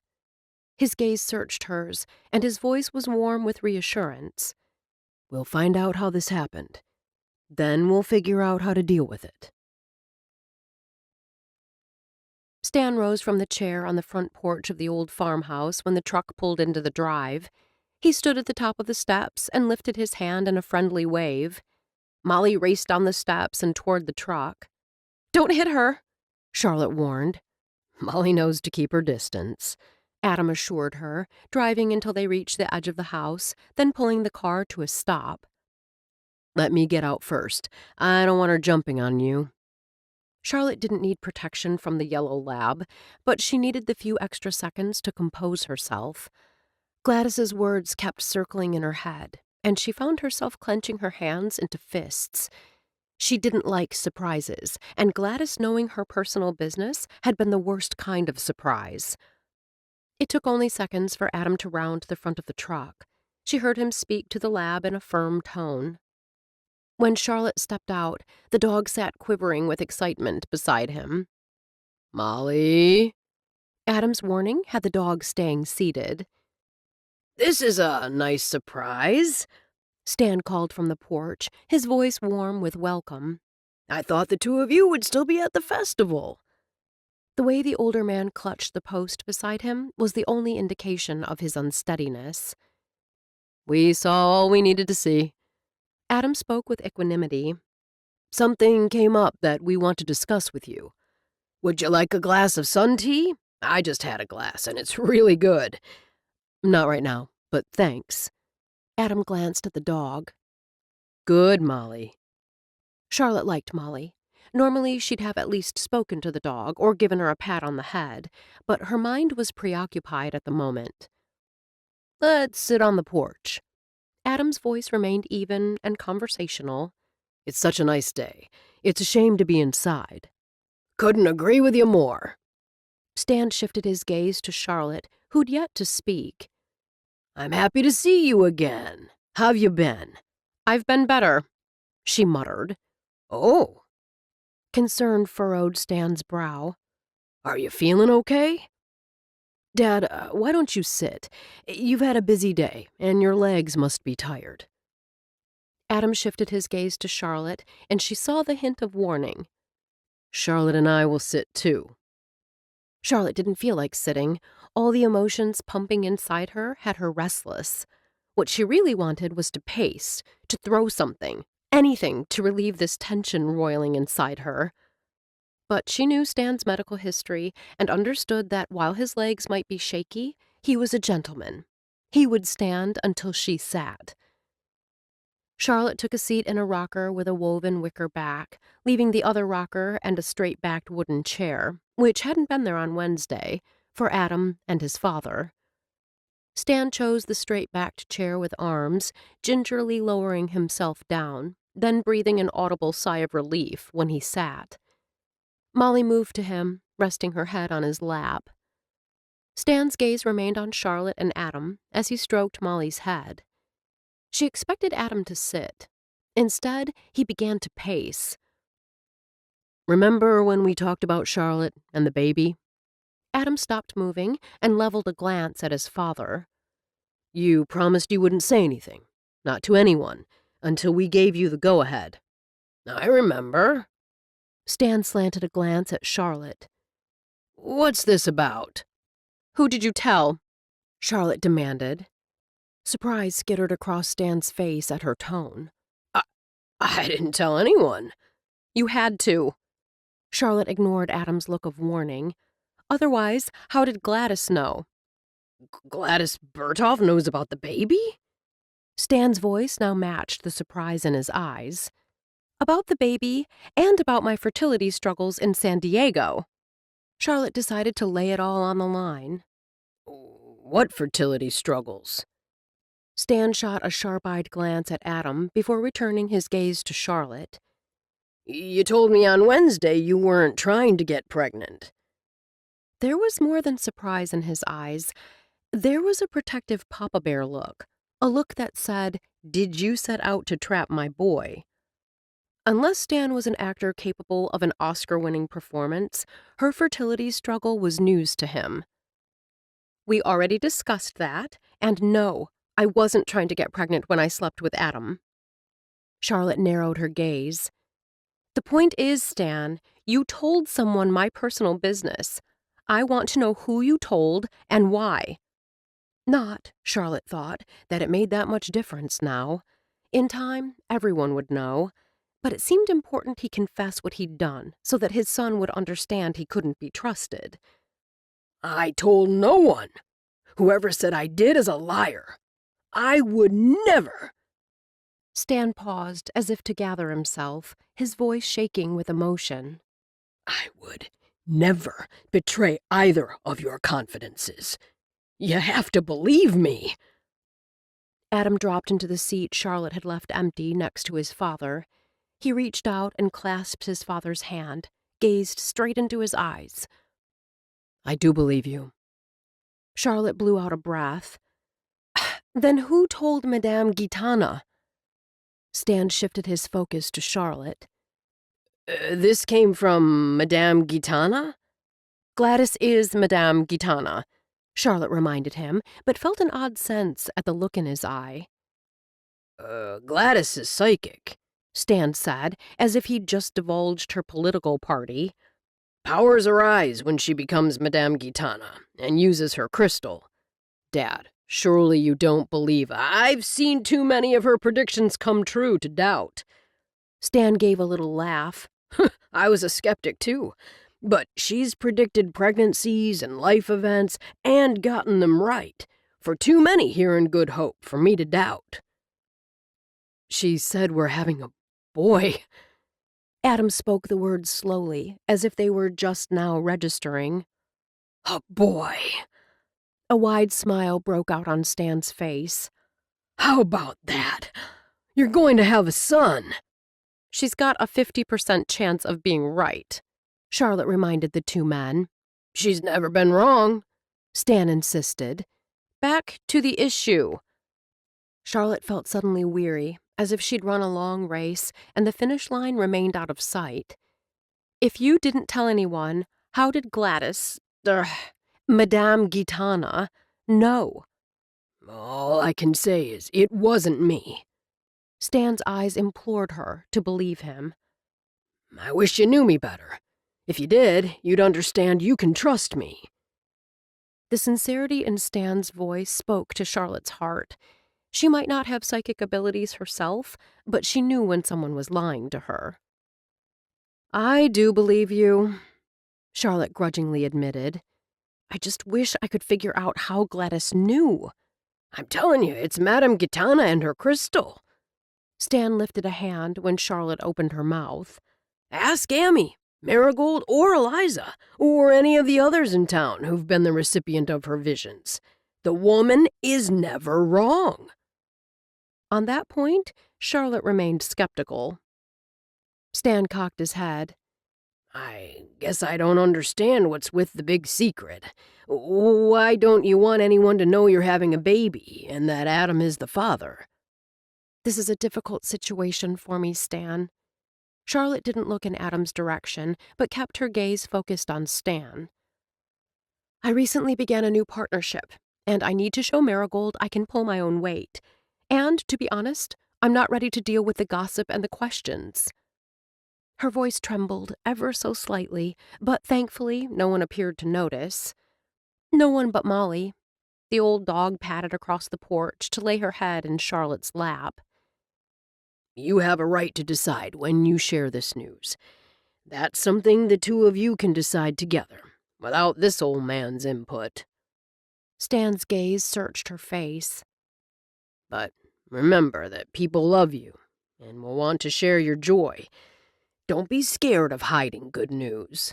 Gossips will do what they do. You know who you are and how wanted this child is. In the end, that's what matters. The smile he offered her was so warm and, well, fatherly, that Charlotte's heart swelled in her chest. Pushing to her feet, she crossed to where he sat, leaned over, and wrapped her arms around his frail body. I'm sorry I doubted you. Forgive me. The pat on her back was awkward. As they parted, Stan had to clear his throat before speaking. Nothing to forgive. Just know you can come to me about anything, anytime. Blinking back unexpected tears, she sniffled and blinked rapidly. I'm sorry. Hormones. You're a good girl, Charlotte. I'm glad you're going to be the mother of my grandson. Adam offered his father a quick smile. I bet you're thrilled you're getting a grandson. I'd love that. Stan shifted his gaze to Charlotte. Though, a little girl would be nice too. His qualifier spared Charlotte the need to remind the men that, despite Madame Gitana's pronouncement, the sex of the baby was still very much an unknown. Chapter 19. Instead of returning to the festivities, Adam and Charlotte stayed to have a slice of the cherry nut bread Stan had baked that morning. They sat on the porch and laughed and talked about inconsequential things. By the time Stan excused himself to work on payroll for the farm, any remaining tension between him and Charlotte had drifted away on the warm afternoon air. The door had barely shut behind the older man when Charlotte pushed to her feet. "I suppose we should get going?" Adam heard the reluctance in her tone. When Molly dropped a red ball at Charlotte's feet, he saw an opportunity. Picking up the ball, he glanced at Charlotte. "Or we could stay a little longer and make Molly happy." Charlotte glanced at the dog, whose tail swished like a fast-paced metronome. Adam wasn't sure if it was the low whine or those beseeching brown eyes that had Charlotte plucking the ball from his hand. Snapping her wrist back, she released the ball, sending Molly scrambling. For the next 10 minutes, they took turns throwing the ball. Adam breathed in the fresh air, loving the sound of Charlotte's laughter when Molly came back, but shook her head and refused to release the ball. "Come on, Molly girl," Charlotte urged, holding out her hand. "Give it to me." The lab shook her head, sending slobber flying. "She's doing you a favor." Adam leaned close to Charlotte and spoke in a conspiratorial whisper. "Trust me, you don't want that slimy ball." "I think you're right." Charlotte pulled her hand back. Adam loved seeing her like this, so happy and relaxed. The incident with Gladys had brought them here, and for that he was grateful. "You know," he said, "seeing Gladys today made me wonder if we should try to get those questions out of the way." Charlotte's head tilted. "What questions?" As her eyes met his, he saw realization dawn. She grimaced. "Do we have to?" He grinned at her look of dismay and tucked a lock of hair behind her ear. Then, because he couldn't resist, he brushed her mouth with his. "We don't have to do anything." Adam could have left it at that, but he realized that despite all he knew about Charlotte, it was only a fraction of what made up this wonderful woman. He wanted to know more. After the baby came, they'd likely be so busy working out scheduling and dealing with baby issues that getting deeper insights into each other would fall by the wayside. "It shouldn't be too painful." He kept his tone light and hoped he spoke the truth. "Let's give one a try." Heaving an exaggerated sigh, she gave a grudging nod. "I suppose you have the deck with you?" "In the house. I'll be right back." Adam found the cards on his dresser. Scooping up the deck, he returned to the porch, where he found Charlotte stroking Molly's head and telling the lab what a good girl she was. She looked up. "She's an amazing dog." "We think so." Molly's tail thumped. "You won't have to worry about her being around the baby. She's great with kids." "I don't worry about her." Charlotte gave Molly one more pat, then straightened. "I see you were successful in your mission." He cocked his head. "Mission?" She pointed to the deck in his hands. "The way I figure it, the sooner we get through the final two, the sooner we're rid of them." He dropped down beside her on the front step. "Would it be more comfortable for you if we moved to the chairs?" "You're sweet to ask." Her smile arrowed straight to his heart. "But I'm good here." What was it about this woman that brought out this rush of emotion whenever she was near? Sure, she had a quick mind and an amazing body, but something about her spoke to him, called to him. Aware of her curious stare, he shuffled the fanciful thoughts aside and held out the deck. "Want to shuffle?" She shook her head. "I trust you." The simple words shouldn't have mattered as much as they did. "You draw." Suspicion filled her gaze. "Does that mean that I have to answer first?" He laughed. "I don't mind going first." Selecting the top card, she flipped it over and read aloud. "Do you hold grudges, or do you forgive easily?" Inclining her head, she gave him an expectant look. Adam thought for a second. "I consider myself to be a fairly easygoing guy. It takes a lot to rile me. I find it easy to forgive most things." Charlotte seized on the qualifier, arching a brow. "Most things?" "I don't know that I've ever completely forgiven my mother for leaving Stan." Even though I accept their marriage wasn't working, Stan was struggling when she left. His decreased mobility and strength weighed heavy on him. Her eyes never left his face. When she reached out and took his hand, he gripped it. It felt, to me anyway, as if she used him all those years. He gave her and her child a home and financial stability. He gave her his love. But the second his condition made it difficult for him to keep up with her, she was gone. You've been angry at her for a lot of years. Her thumb stroked his hand. I guess I have been. Adam gave a little laugh. If you ask Stan, he'll say she loved him, but she wasn't cut out for hard times. He accepts that about her. Anyway. Expelling a long breath, Adam took himself off the hot seat. What about you?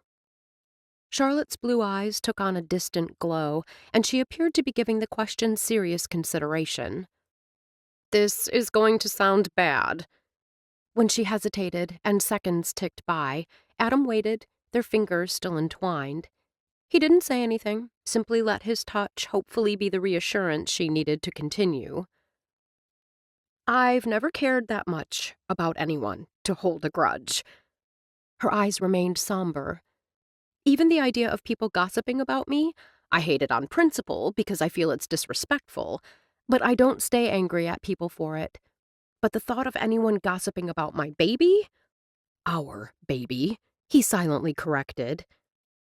She paused for several heartbeats, then added, That's why we're dating, to protect the baby from future gossip. And because you can't resist my charms. He flashed a smile.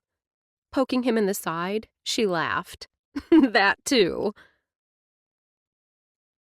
Charlotte scheduled her first official OB appointment at a time that wouldn't interfere with her appointments at the salon. I'm meeting Adam for a late lunch, she told Marigold as she gathered up her purse on Tuesday.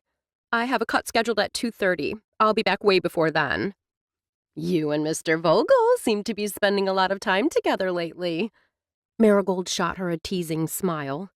Seems like it's getting serious. We enjoy each other's company? Charlotte fell back on her pat response. What did Madame Gitana have to say about you and Adam? What do you mean? Charlotte could have cheered at the casual tone she managed. I heard the two of you had a session with her on Sunday. Marigold leaned forward. I hope you know that whatever she told you, you can take it to the bank. Charlotte waved a dismissive hand, even as she kept her eyes on the clock. Don't tell me you believe in all that mumbo-jumbo. Every prediction she's made has come true. Marigold's expression turned earnest. She predicted Caleb, and even predicted I'd be having twins before Kate and I knew. Wild guess. I battled infertility for years, Charlotte. Marigold reminded her. A wild guess would be 1 baby, not 3. She was pretty cryptic with me. Charlotte shrugged, hedging her bets. She was cryptic with me, too. She talked about big changes and our family growing. When I tried to pin her down by asking if she was referring to 2 babies or something else, she said 2 babies. That's exactly what I'm talking about. A dreamy smile lifted Marigold's lips before her eyes turned sharp and assessing. If you tell me what she said, I may be able to help you decipher it. Charlotte glanced at the clock. I need to get going. I don't want to keep Adam waiting. You like him. What's not to like? The simple comment went around and around in Charlotte's head on the drive to the doctor's office. As she expected, Adam's truck already sat in the lot. He got out when he saw her pull into the lot. His cargo shorts and t-shirt might be uber casual, but the sight of him still had her heart skipping a beat. Whenever she'd envisioned having a baby, it had always been just her. But when Adam smiled and walked toward her, Charlotte was glad he was here to share this moment. Do you think we'll hear the heartbeat today? She asked in lieu of a greeting. I've been doing some reading, and we should be able to hear it, but we're not to be alarmed if we don't. I read the same thing. Charlotte dropped her voice, though there was no one else around. I still think I'm going to be upset if we don't. He nodded and held open the door. all the way over here. I was gearing myself up not to be disappointed if we don't hear it." Adam took her arm as they stepped into the entryway and headed up the curving staircase to the second floor. His protective nature didn't irritate her, as it once might have. After the nurse took some blood and checked her vitals, Charlotte found herself in a small room with a machine, a tech, and Dr. Swanson. Adam stood at her side, and she could feel the tension radiating off of him. Dr. Swanson offered them both a reassuring smile. "Sometimes we can hear the heartbeat." Charlotte clasped Adam's hand and forced herself to breathe. She'd been doing a lot of reading. She knew what to expect now, just as she knew the importance of the results of the blood sample she'd given. She was high risk, which meant her baby had an increased chance of issues, some small, others more severe. Her heart beat even faster, and she clutched Adam's hand tighter. The sound of the muffled beat of a tiny heart filling the small room pulled Charlotte from her thoughts. She looked up to see a grin split Adam's face. He gave her hand a squeeze. "Is that—" Her mouth went dry, even as tears filled her eyes. "Your baby's heart beating. Currently at 164 beats per minute. "That's normal, right?" Charlotte asked, her gaze now riveted to the screen. She should know the rates. She'd looked them up again last night. Right now, her brain didn't seem to want to function. "We expect anything between 110 and 170 at this stage. So, yes, 164 is perfect." Charlotte watched as the tech took measurements of the shape on the screen. If she looked close, she could make out a head and body and... Are those arms and legs moving? She hated that her voice trembled. Charlotte prided herself on being in control of her emotions. But this baby, her baby, was a miracle. Slanting a glance at Adam, she knew she wasn't the only one affected. It might have been the lighting, but his eyes appeared to hold a sheen as his gaze remained focused on the screen. "It is indeed. You've got an active little one in there." "You're taking measurements." Adam glanced at the tech and cleared his throat. "Is there something that concerns you?" "The measurements are all part of the first trimester screening." Dr. Swanson's smile had everything in Charlotte relaxing. "What I'm seeing is a perfectly normal 11-week-old fetus with a strong heartbeat." Adam expelled an audible breath. Or maybe, Charlotte thought, she'd heard her own breath coming out in a whoosh. Adam leaned close for a better look. "He looks so small." Charlotte shot him a glance, but she couldn't fault him. Ever since Madame Gitana's prediction, she too had found herself thinking of her child as a boy, which was absolutely ridiculous. The doctor took several minutes to point out the size. "Your little one is the size of a strawberry. While that does seem small, your baby's length will double in the next 3 weeks." Adam's hand tightened around hers. "Your baby has working arm joints and cartilage, and bones are forming. Fingernails and hair are starting to appear." Charlotte exchanged a look with Adam. Was he feeling as overwhelmed as she was? "Why don't you get dressed and we'll meet in my office?" The doctor's gaze shifted to the image on the screen. "We'll have some pictures for you to take home." Since Charlotte had to get back to the salon for her afternoon appointments, she was glad the appointment was clipping right along. On the other hand, she wished it could all slow down. She wanted to linger in the small room with the pale gray paint and faint smell of disinfectant and simply gaze at her baby on the screen and listen to his heartbeat. When Adam took her arm on the short trip to the doctor's office, Charlotte was grateful. "What do you think she wants?" Adam spoke in a low tone. "Do you think she's worried about something?" "I believe this is just how these visits go." Charlotte pulled her brows together. "I think."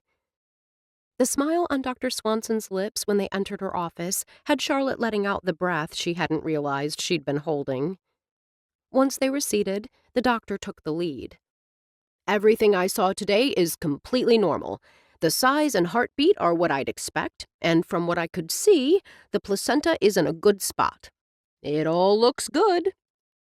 Dr. Swanson narrowed her gaze on Charlotte. Tell me how it's been going for you." My breasts are getting bigger, Charlotte said. "Some women grow a full cup size." Dr. Swanson nodded. "They also may be more tingly or tender." Charlotte didn't dare glance in Adam's direction. They were also more sensitive, but she was sure that the doctor would tell her that was completely normal. "Some foods make me nauseated. Food aversions are also very common." "She can drink coffee now without any problem," Adam began. "I stick to 1 cup. Aversions come and go, and a cup of coffee in the morning is one of life's little pleasures, and perfectly acceptable." Dr. Swanson tapped a pen against her thigh. "I want you to keep drinking water. It's important to stay hydrated." Charlotte nodded. Drinking more meant she had to hit the restroom frequently. Not easy when you were working with a client. "I'd like to run some additional tests on the blood we drew today. These tests will detect risks for trisomies 13, 18, and 21, as well as let us know the gender. We leave it up to you whether you want to know the gender." Charlotte's hand stole to rest against her still flat stomach. "What's the point in the testing? Even if there is something wrong with the baby, I wouldn't do anything." Beside her, Adam remained silent. "Let me clarify that this test is not about whether you want to continue with the pregnancy or not. It gives me information on how to better care for you and how you can prepare if we do find something." A jerky nod was the best Charlotte could muster as a ball of fear lodged in her throat, rendering her temporarily mute. "The vast majority of these tests show no signs of heightened risk." Dr. Swanson's tone turned reassuring. "I'll also be reviewing the ultrasound in more depth and have that information for you at the same time as the blood test results." "Can Charlotte and I discuss doing the test and get back to you?" Adam asked, obviously picking up on her hesitation. "It's my decision, not yours." Even as the thought rose inside her, Charlotte felt ashamed. Giving birth to a baby with anomalies wouldn't just affect her. She and Adam were in this together, and she was grateful he was here with her. "Let's do it." Charlotte glanced in Adam's direction and got his nod. "If it gives you more information that can help the baby, I'm all for it." The rest of the conversation, about taking vitamins and getting proper rest and avoiding alcohol, flowed around Charlotte. But once they walked out of the office, she couldn't recall much of what had been said, other than they had another appointment to go over the test results. Adam walked with her to her car. "Do you have to go right back to the salon?" Charlotte glanced at her Apple Watch. She expelled a long breath and nodded. "Hey." He tipped her chin up. "It's the doctor's job to offer these tests. Even if one of them shows something, that doesn't mean we have to act on it." "I won't have an abortion." "We'll keep our baby safe." Then his arms were around her, and he was holding her close. "You're trembling." "I'm fine." Despite the response, she leaned her head against his chest, drawing strength from him. "I don't know why her bringing up the tests bothered me so much." He stroked her hair, and she was reminded of the gentle way he had with Molly and his kindness toward his dad. This was a man who loved and protected those close to him. The realization that she could get used to having such a man in her life had her stepping back. Not way back, just a little. "I need to get back to the salon." Inhaling deeply, she squared her shoulders. A strong hand settled on her shoulders before she could step farther away. "Your apartment or my house?" "I don't understand." "I'll be waiting for you after you get off." He brushed her lips lightly with his. "Just tell me where and when." Chapter 20. Charlotte returned to the salon barely in time for her next appointment. When she'd seen Anita Fishback's name on her schedule that morning, she hadn't been sure how to feel. While she'd been a loyal customer, Anita could also be demanding. Dealing with her took energy that Charlotte didn't have at the moment. Still, she managed a smile and polite conversation as Anita settled into the chair. "I got my last cut when Len and I indulged in this romantic weekend getaway at the Delafield Hotel." Anita's bright red lips curved. I don't know that I've heard of that hotel. Oh, my dear, it's very well known in the region. It's about 3 hours from here. The town is quaint, and the hotel possesses the sophisticated elegance I love, with the old-world charm that Len likes. We had a couples massage, and it sounds amazing. You had your hair cut there? Charlotte interrupted, knowing she had 3 more appointments to get through this afternoon, and still wasn't sure what Anita wanted done with her hair. Not there. Anita waved a hand. At an adorable boutique salon a short walk away. Charlotte studied her hair. How do you like the cut? I loved it, at first. Anita heaved a breath. But I find it difficult to style? Anita pointed a perfectly manicured nail at her. Exactly. And you know I'm good at styling. You're practically a professional. Charlotte rubbed one of the strands between her fingers.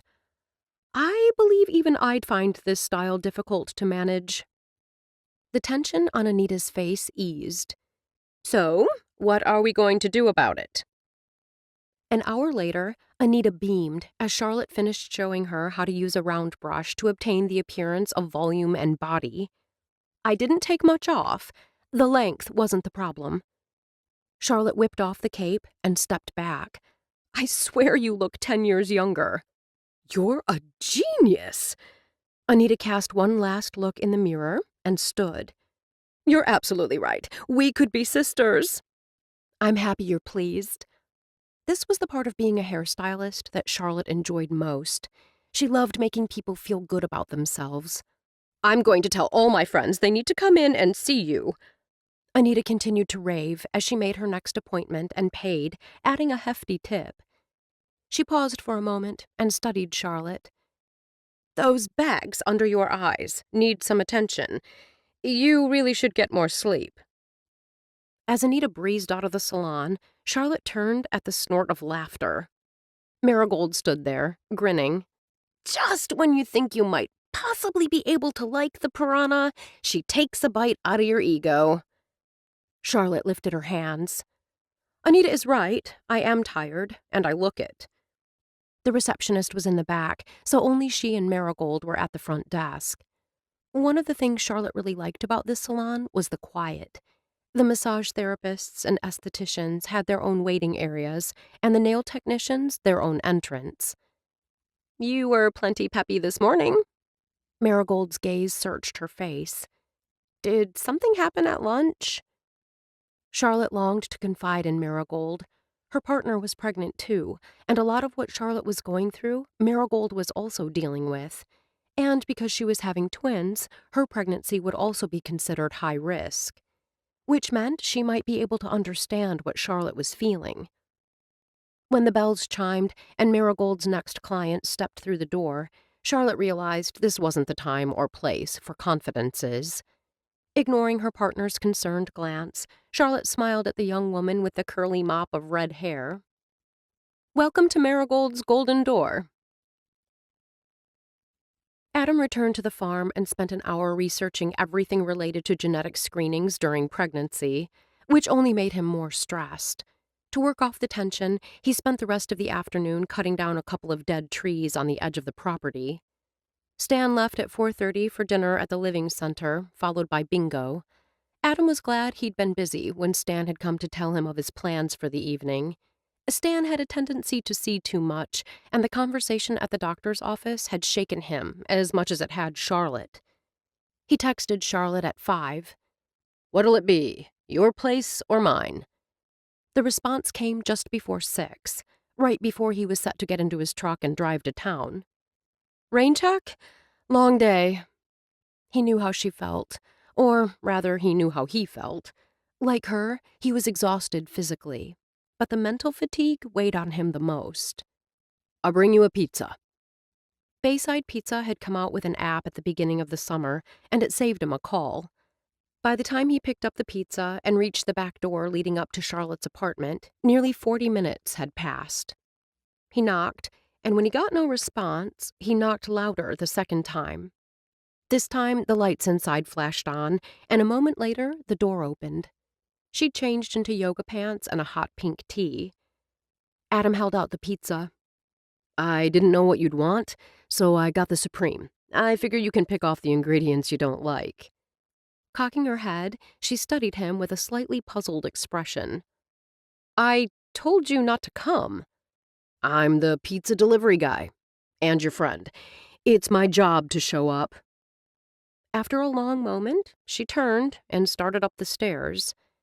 Adam figured that was as close to an invitation as he was going to get. "How was your afternoon?"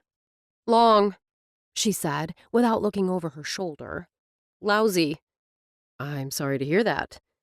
He paused on the steps while she pushed open her door and stepped inside. "It wasn't that bad, actually," she told him. "My clients were all very nice.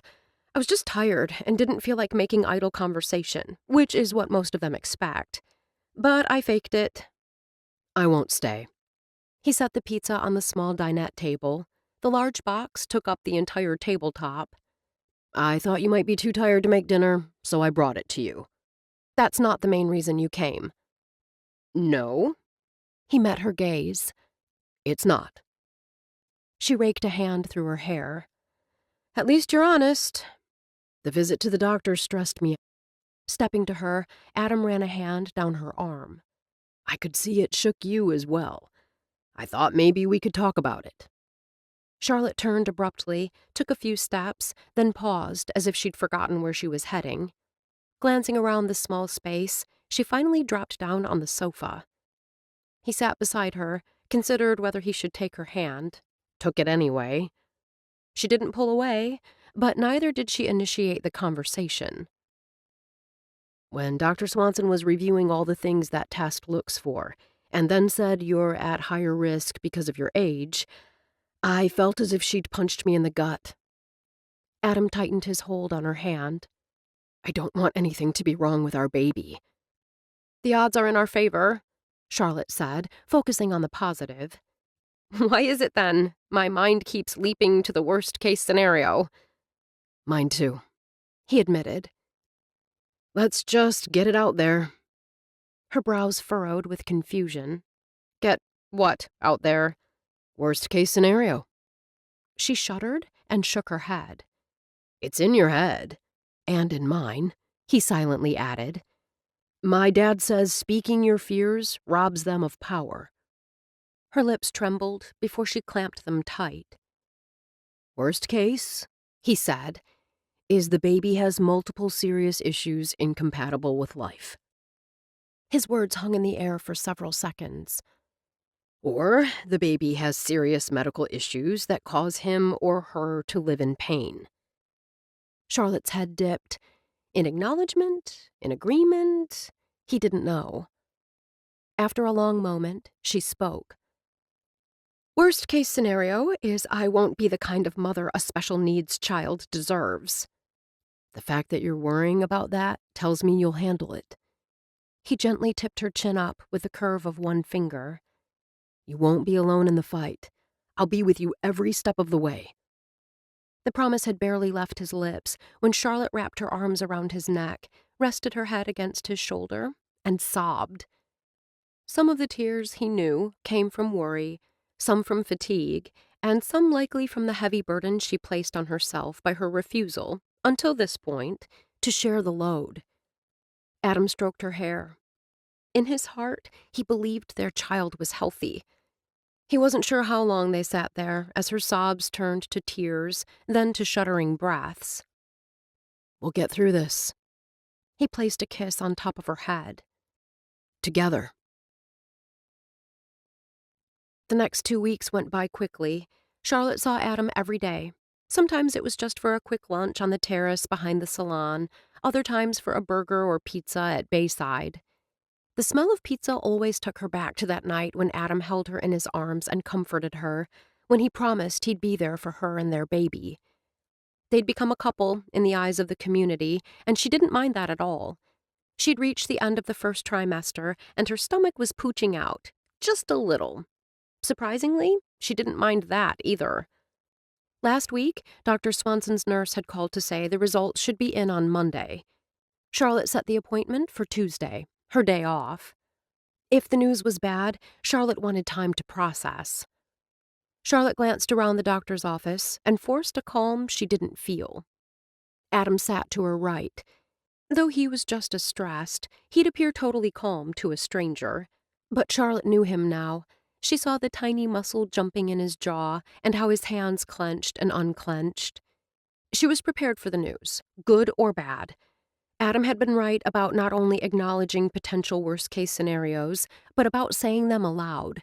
Voicing her fears had eased them. While they hadn't gone away, she'd been able to push them to the back of her mind these past 2 weeks. Or maybe it wasn't speaking her fears that had made it easier for her to cope. Maybe it was his reassurance that she wasn't in this alone. She reached over and rested her hand on his, wanting him to know he also wasn't alone in his worry. Flipping his hand over, he interlocked his fingers with hers. "We've got this," she whispered. Yes, His gaze searched her face. we do. Charlotte told herself to look away. Instead, she found herself drowning in those warm brown depths. The connection that had been there since the beginning only continued to deepen. The door opened, and Charlotte and Adam shifted as Dr. Swanson swept into the room and took a seat opposite them. I'll not keep you waiting. Everything looks good. "Everything?" Charlotte cleared her throat. As in, the ultrasound measurements were all normal, and the blood you gave us has been analyzed. I've made a copy of the results the lab sent us. I have one for each of you." Dr. Swanson leaned forward and handed them each a sheet of paper. Adam glanced down at the numbers, then back at the doctor.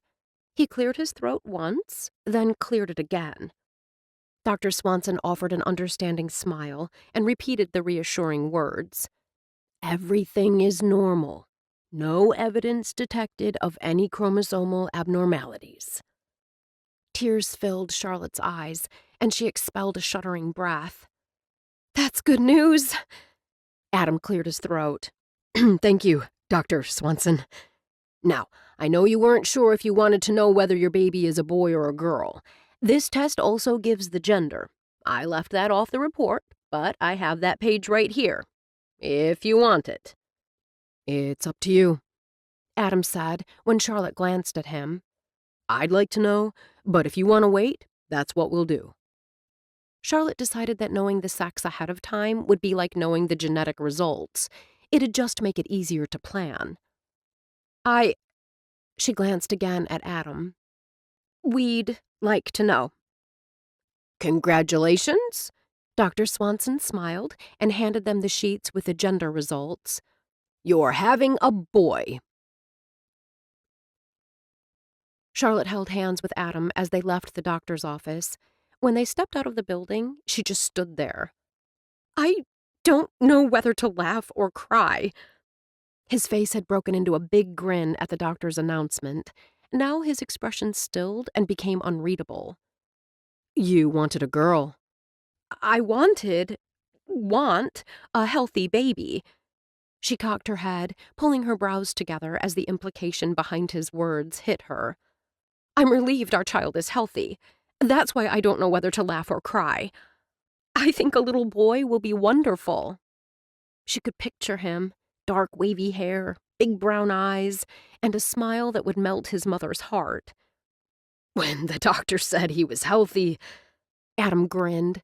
I wanted to get up and swing her around. "We should celebrate," she said, then stopped herself. Just because she had the day off didn't mean he did. "That is, if—" I'd love to celebrate." He blew out a breath. The thing is, today is my dad's birthday. I was going to pick up a cake. I'd love it if you'd come and help us celebrate. Charlotte paused. "Are you sure I won't be in the way?" You're part of the family, Charlotte. It'll make his day extra special if you're there. As if Adam could see the wheels turning in her head, spitting out questions, he answered without her having to ask. He's grilling salmon and vegetables, so if you're hoping for pizza, you're out of luck. There won't be enough. He put on enough for 3. Adam winked. He was hoping I could convince you to come. I don't have a gift. Your presence will be all the gift he needs. Adam hesitated. If you're ready to tell him we're having a boy, that'd be an amazing gift. If not, I bought him a gift certificate to Muddy Boots. Why there? During the winter, he meets a group of guys for cards once a week. Adam opened the truck door for her and waited until she was settled before rounding the front. That's a lovely gift. Very thoughtful. Adam appeared pleased by her comment. Instead of turning onto the highway headed out of town, he turned in the opposite direction. Where are we going? She asked, then remembered the cake. Did you get it from Bloom's? I had Anita make it, he said, somewhat sheepishly. Cakes are her specialty. It felt strange, knowing Anita and Adam had once dated. And then she remembered how she'd once lusted after Max Brody, and now had only fond feelings. Adam hopped out of the truck when they reached Crumb and Cake. She pulled out her phone and began scrolling through her messages. Her door opened, and she jumped. Aren't you coming? He asked. I don't see the need. I'm sure Anita has already spotted you in the truck. Charlotte chuckled and dropped her phone back into her purse. We can't have Anita reading all sorts of things into my sitting in the truck. You know her well. Adam's jovial tone had Charlotte grinning. The smile was still on her face when Adam held open the door for her. Anita looked up from behind the counter. For a moment, surprise flickered across her face. Then she rounded the counter and held out both hands to Adam. He took them, then kissed her cheek. You look absolutely amazing, Anita. That's a new hairstyle. I like it. One hand rose to her hair, and she flushed prettily. This one is a genius with hair. Anita gestured with her head toward Charlotte. I didn't realize you and Adam were still dating. I can't wait to see how the cake turned out. Adam's comment spared Charlotte the need to respond. Chocolate Nutella with chocolate ganache. The perfect cake for a chocolate lover, Anita pronounced. That's my dad. I guarantee it will taste every bit as good as it looks. Anita slipped around the counter and returned with a bakery box. Setting it on a shiny chrome table, she carefully lifted the lid. 6 layers of pure decadence. Charlotte gazed at the cake, then refocused on Anita. It's a work of art. Cakes are my specialty. Anita's lips lifted in a feline smile. No one does them better. Thank you. Adam handed Anita several bills. Let me get your change. I don't want any. Her dark brows pulled together. This is way more than what I quoted you. This cake is a masterpiece, and he's going to love it. Adam gave her arm a squeeze. It's worth every penny. If you insist. Anita slid the bills into the pocket of the green apron she wore, then carefully placed the lid back on the cake box. Do you need help out with this? Between Charlotte and me, I think we can manage. Adam shot Charlotte a smile. Ready? It was good to see you again. Charlotte reached around Adam to open the door. She didn't trust herself not to drop that beautiful cake. Stop by any time. Though her words were directed to Adam, Anita widened her smile at the last second to include Charlotte. Chapter 21. Adam couldn't stop smiling. He'd helped his dad finish grilling while Charlotte set the table on the patio so they could eat outside. Conversation flowed easily over salmon and grilled carrots. Charlotte had agreed they could tell Stan about the baby's gender, but the right moment hadn't yet arrived. It seemed almost a shame to put candles atop the tiny flourishes of chocolate on top of the cake, so Adam just put one in the center, then lit it. Happy birthday to you. His and Charlotte's voices blended together, but it was Molly's howling that had them all laughing by the time the song ended. Adam leaned over and gave his dad a hug. When he kissed his father on the cheek, he saw Charlotte blink. I love you, Dad. Happy birthday. Thank you, son. Stan extended a hand to Charlotte and drew her close. Thank you for being here. It means a lot to this old man. I have a gift for you. Aw, you didn't need to bring me anything. Stan gave her hand a squeeze before releasing it. Having you here celebrating with me is enough. Adam didn't know what to say or where she was going with this. He decided to sit back and see what happened. Adam and I got some good news at the doctor today. She cast a quick glance at him, and he nodded. Our baby is completely healthy. All the tests to check for chromosome abnormalities were normal. That's wonderful news, and a lovely gift. Stan sought his son's gaze before returning his to Charlotte. Though I know you'd have dealt with whatever challenges life threw at you, I'm happy for both of you. I believe we would have, Charlotte agreed. But that isn't your gift.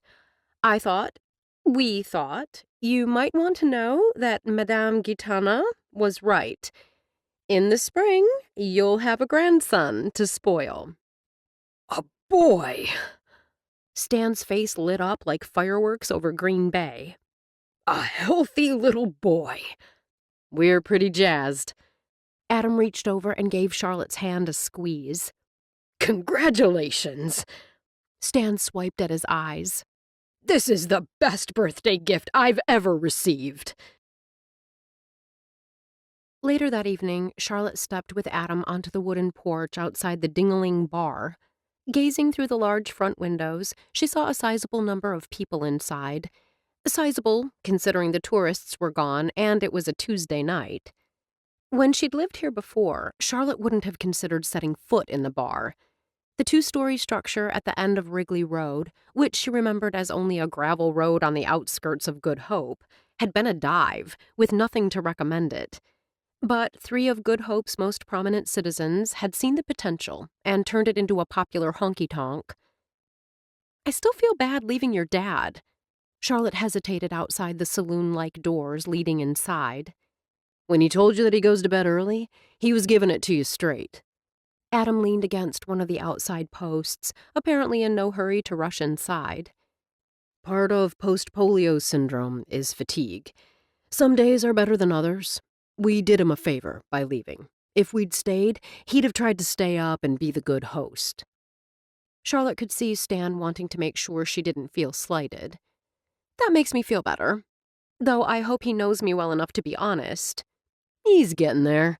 Otherwise, he'd never have even mentioned going to bed. Okay, then.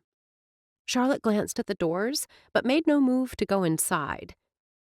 If you don't want to go in here, we can take a walk or do something else. Your choice. Adam's expression turned uncertain. I know we were both in the mood to celebrate after the doctor's visit. A family birthday party could hardly be what you had in mind. I enjoyed the dinner and spending time with your dad. More than she'd thought possible. Stan was easy to be with, and so, she was beginning to realize, was Adam. She glanced at the doors leading to the ding-a-ling. Adam wanted to give her a memorable evening, but the truth was, he already had when they'd celebrated with Stan. Just being with him was enough. She'd be content simply going back to her apartment and watching a movie with him. She thought about telling him just that. Then she reminded herself this night wasn't only about her. Adam had suggested this place. He was clearly in the mood to commemorate the moment. Putting her hands on his shoulders, she kissed him. Let's go have some fun. I was so excited when I saw you and Adam walk through the door. Marigold spoke loudly to be heard over the song blaring from the karaoke machine in the far corner of the bar. She nearly knocked over her soda. Finn lifted her own glass of 7-Up. I'm keeping mine out of reach. Marigold protested when the server brought Charlotte her own soda. Just because Finn and I can't drink doesn't mean you shouldn't. Charlotte lifted the glass of clear liquid. To solidarity. The 3 women clanked their glasses together. Did Marigold tell you that Jeremy and I are having another boy? Finn asked. No, she didn't. Congratulations. Charlotte shook her head. 2 boys. Jeremy and I are thrilled, Finn explained. He'd always wanted a brother when he was growing up. I loved having sisters, so I can understand the appeal of same-sex siblings. You and Amy were always close growing up, Marigold acknowledged, being the first 2 and all. What about the 2 of you? Charlotte focused on Marigold. You're the youngest, right? I am. Finn is second oldest. Prim is between us. Marigold hesitated. There's enough of an age difference between— What my baby sister is attempting to say, Finn interrupted, without coming out and saying it, is that she and I have spent much of our lives at odds. Marigold chuckled, then shrugged. Finn always did have a way with words. You seem close now. We're like this. Marigold held up 2 fingers close together. We're a lot alike. That caused a lot of clashes when we were younger. Not to mention Marigold was the baby and therefore spoiled by our parents. Delphinium was the girl who thought life should revolve around her. Charlotte held up a hand, fascinated by this insight into the life of the 2 Bloom sisters. Do you really think the issues were compounded because you were so much alike? Marigold and Finn exchanged a glance. Both nodded. Finn and I only got close as adults, Marigold added. Not right away, though, Finn corrected. Marigold rolled her eyes. I stand corrected. I simply wanted to make it clear to Charlotte that forging a new closeness didn't happen overnight. Finn spoke in a clipped, measured tone that had her sister grinning. Seriously, though? Marigold smiled at Finn. I love being able to talk to her about life and babies and jobs and babies. Lately, we talk more about pregnancy and babies than anything else. Finn shook her head. When I lived in LA, I never imagined I could be content with this kind of life. Are you content? Charlotte asked bluntly. I'm more than content. I'm happy. Finn's lips, painted a rich shade of red, curved. I find my work fulfilling, and I love being Jeremy's wife and Eddie's mother. As Finn is currently in the trenches, she's my go-to for all my little boy questions. The day after we brought Caleb home, his penis and testicles appeared swollen. I called her, and she was able to reassure me. That would have worried me, too. Charlotte looked at Finn. What did you tell her? I told her the swelling can occur because of maternal birth hormones and birth trauma. It usually goes down in a few days. Thankfully it did. Marigold pretended to wipe sweat from her brow with the back of her hand. Cade was just as freaked. Charlotte thought of all the conversations she and her friends had had over martinis or wine. Most of those had revolved around men. She supposed, in a way, this conversation did too, only on a much smaller scale. Just wait until you see an erection on your— This conversation sounds much more interesting than the one we were having at the pool table. Jeremy shot his wife a teasing smile. Have you been telling tales about me again, my darling wife? Marigold snorted out a laugh. She's been telling all sorts of tales. You were the one who brought up swollen testicles, Charlotte reminded Marigold. Cade's eyes widened, then he grinned. You're talking baby boys. It's very interesting. Charlotte caught Adam's eye. I don't believe that for a minute. Jeremy laughed. I can't imagine those topics being of interest to anyone who doesn't have a baby boy. Adam and I are having a baby, Charlotte said, as if announcing she wanted another soft drink. We found out today the baby is a boy. Charlotte would bet a bomb wouldn't have gotten a bigger response. Marigold shrieked, then hopped up to hug her. Finn lifted her glass in a salute. Congrats, man! Cade slapped Adam on the back. You're going to love having a son. Jeremy shook Adam's hand as if pumping a well. This calls for a drink. Jeremy motioned the waitress over. Another round here? Put it on my tab. Ethan Shaw was the one who strode over later with a tray of drinks. His hair was as dark as Adam's, but instead of brown eyes, Ethan's were a smoky gray. Despite his surroundings, the son of one of the town's founders carried off a smooth sophistication like it was an elegant topcoat. One of the principal investors in developing Wrigley Road, he'd been more hands-on in the running of the Dingaling than either of his 2 partners. Ethan smiled as he glanced around the table, his gaze coming to a stop on Jeremy. Allie told me you ordered a round for everyone at the table. What's the occasion?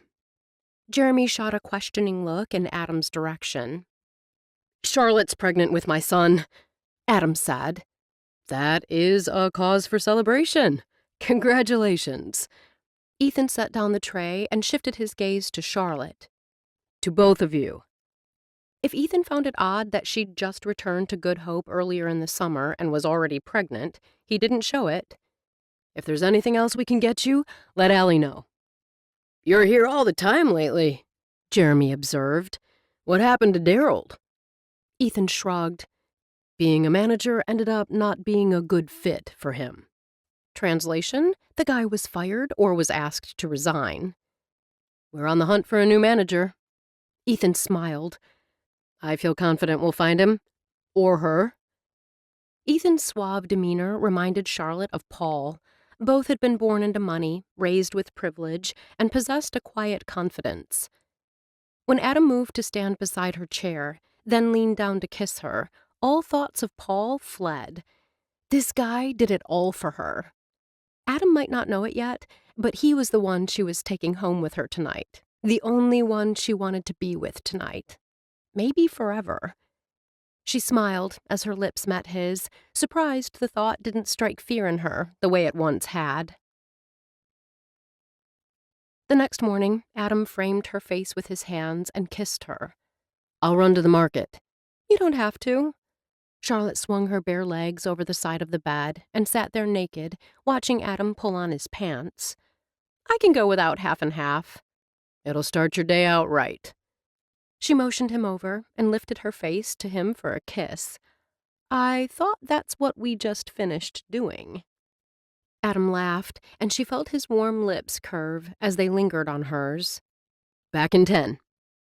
Grabbing a robe, she followed him to the door, where she kissed him again before he bounded down the steps. He stopped at the bottom and offered her one last heart-stopping smile. She'd never been so glad that her first appointment at the salon wasn't until noon. Charlotte wanted to savor this time with Adam just a little while longer. Adam was a gem. Just like now, he didn't have to run to the market for half and half, but he knew how much she liked it in her single daily cup of coffee. Love is not what you say, it's what you do. The saying popped into Charlotte's head, and a lump formed in her throat. Impulsively, Charlotte pulled on a pair of running pants and a shirt and headed down the steps. In less than 5 minutes, she was back in her apartment with a sack of 2 delicious-smelling pastries. She remembered how Adam's eyes had lit up the time she'd given him and his dad the Queen Amman and cinnamon roll. This time, she'd purchased 2 Queen Ammans. After setting placemats on the table, she added 2 stout mugs for the coffee, then cut 1 Queen Amman in half. That way, Adam could take the other one home to Stan. Charlotte found herself humming under her breath as she grabbed 2 napkins. Yesterday had been the best. They'd found out her baby, their baby, was healthy. She'd meant what she told Adam. She wasn't disappointed she was having a boy. She knew she could count on Adam and Marigold and Finn to help her with the boy things.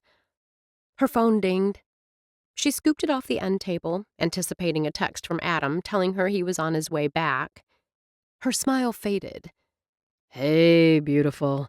Hope you're close to closing the deal with Letitia, because Sydney is jazzed. In touch soon. I'll bring the champagne. Charlotte studied the message. She wasn't at all excited to see Paul again. For a second, she was tempted to text him back and tell him not to bother, because Letitia had never contacted her.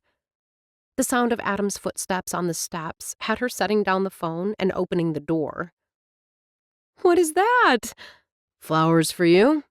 He held out a gorgeous bouquet of white miniature callas, blue hydrangea, and white hydrangea, accented with assorted greenery. Why? She couldn't hide her pleasure. To thank you for being, well, you. As far as flowery speeches went, it was bare bones, but a lump still formed in Charlotte's throat. None of the flowers she'd ever received meant as much as this particular bouquet. She cleared her throat and touched her palm to his cheek. I thought nothing would make this past 24 hours any more special. I was wrong. Thank you.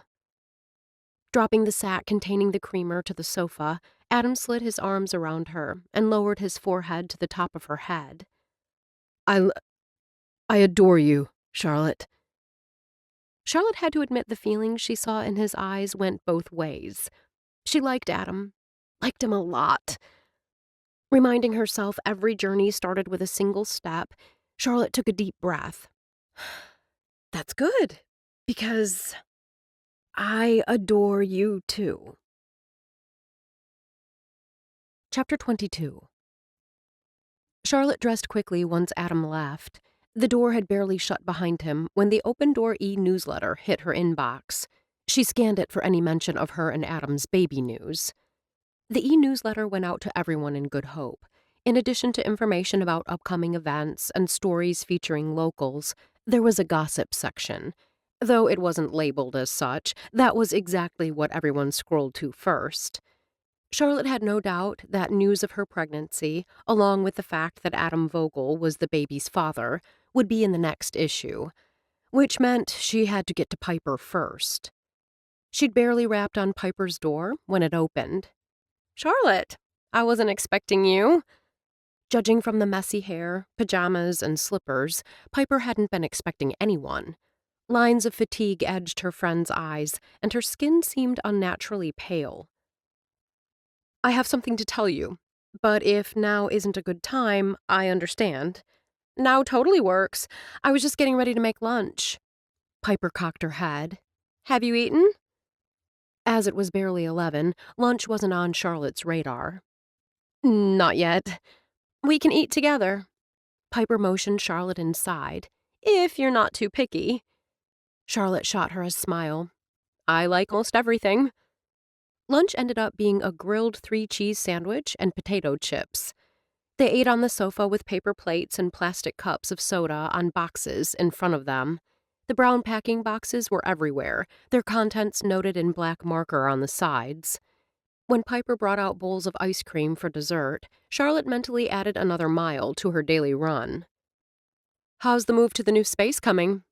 Charlotte dipped her spoon into the mound of vanilla, not sure if it was the caramel or the chocolate syrup that made the ice cream so yummy. "Everything with the shop is done." Piper sighed.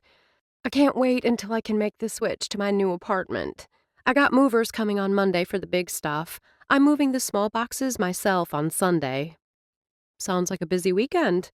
Not only relocating a business, but moving to a new apartment." Charlotte tapped her spoon against the bowl and decided it was the caramel. "It's cool you get to live above your store."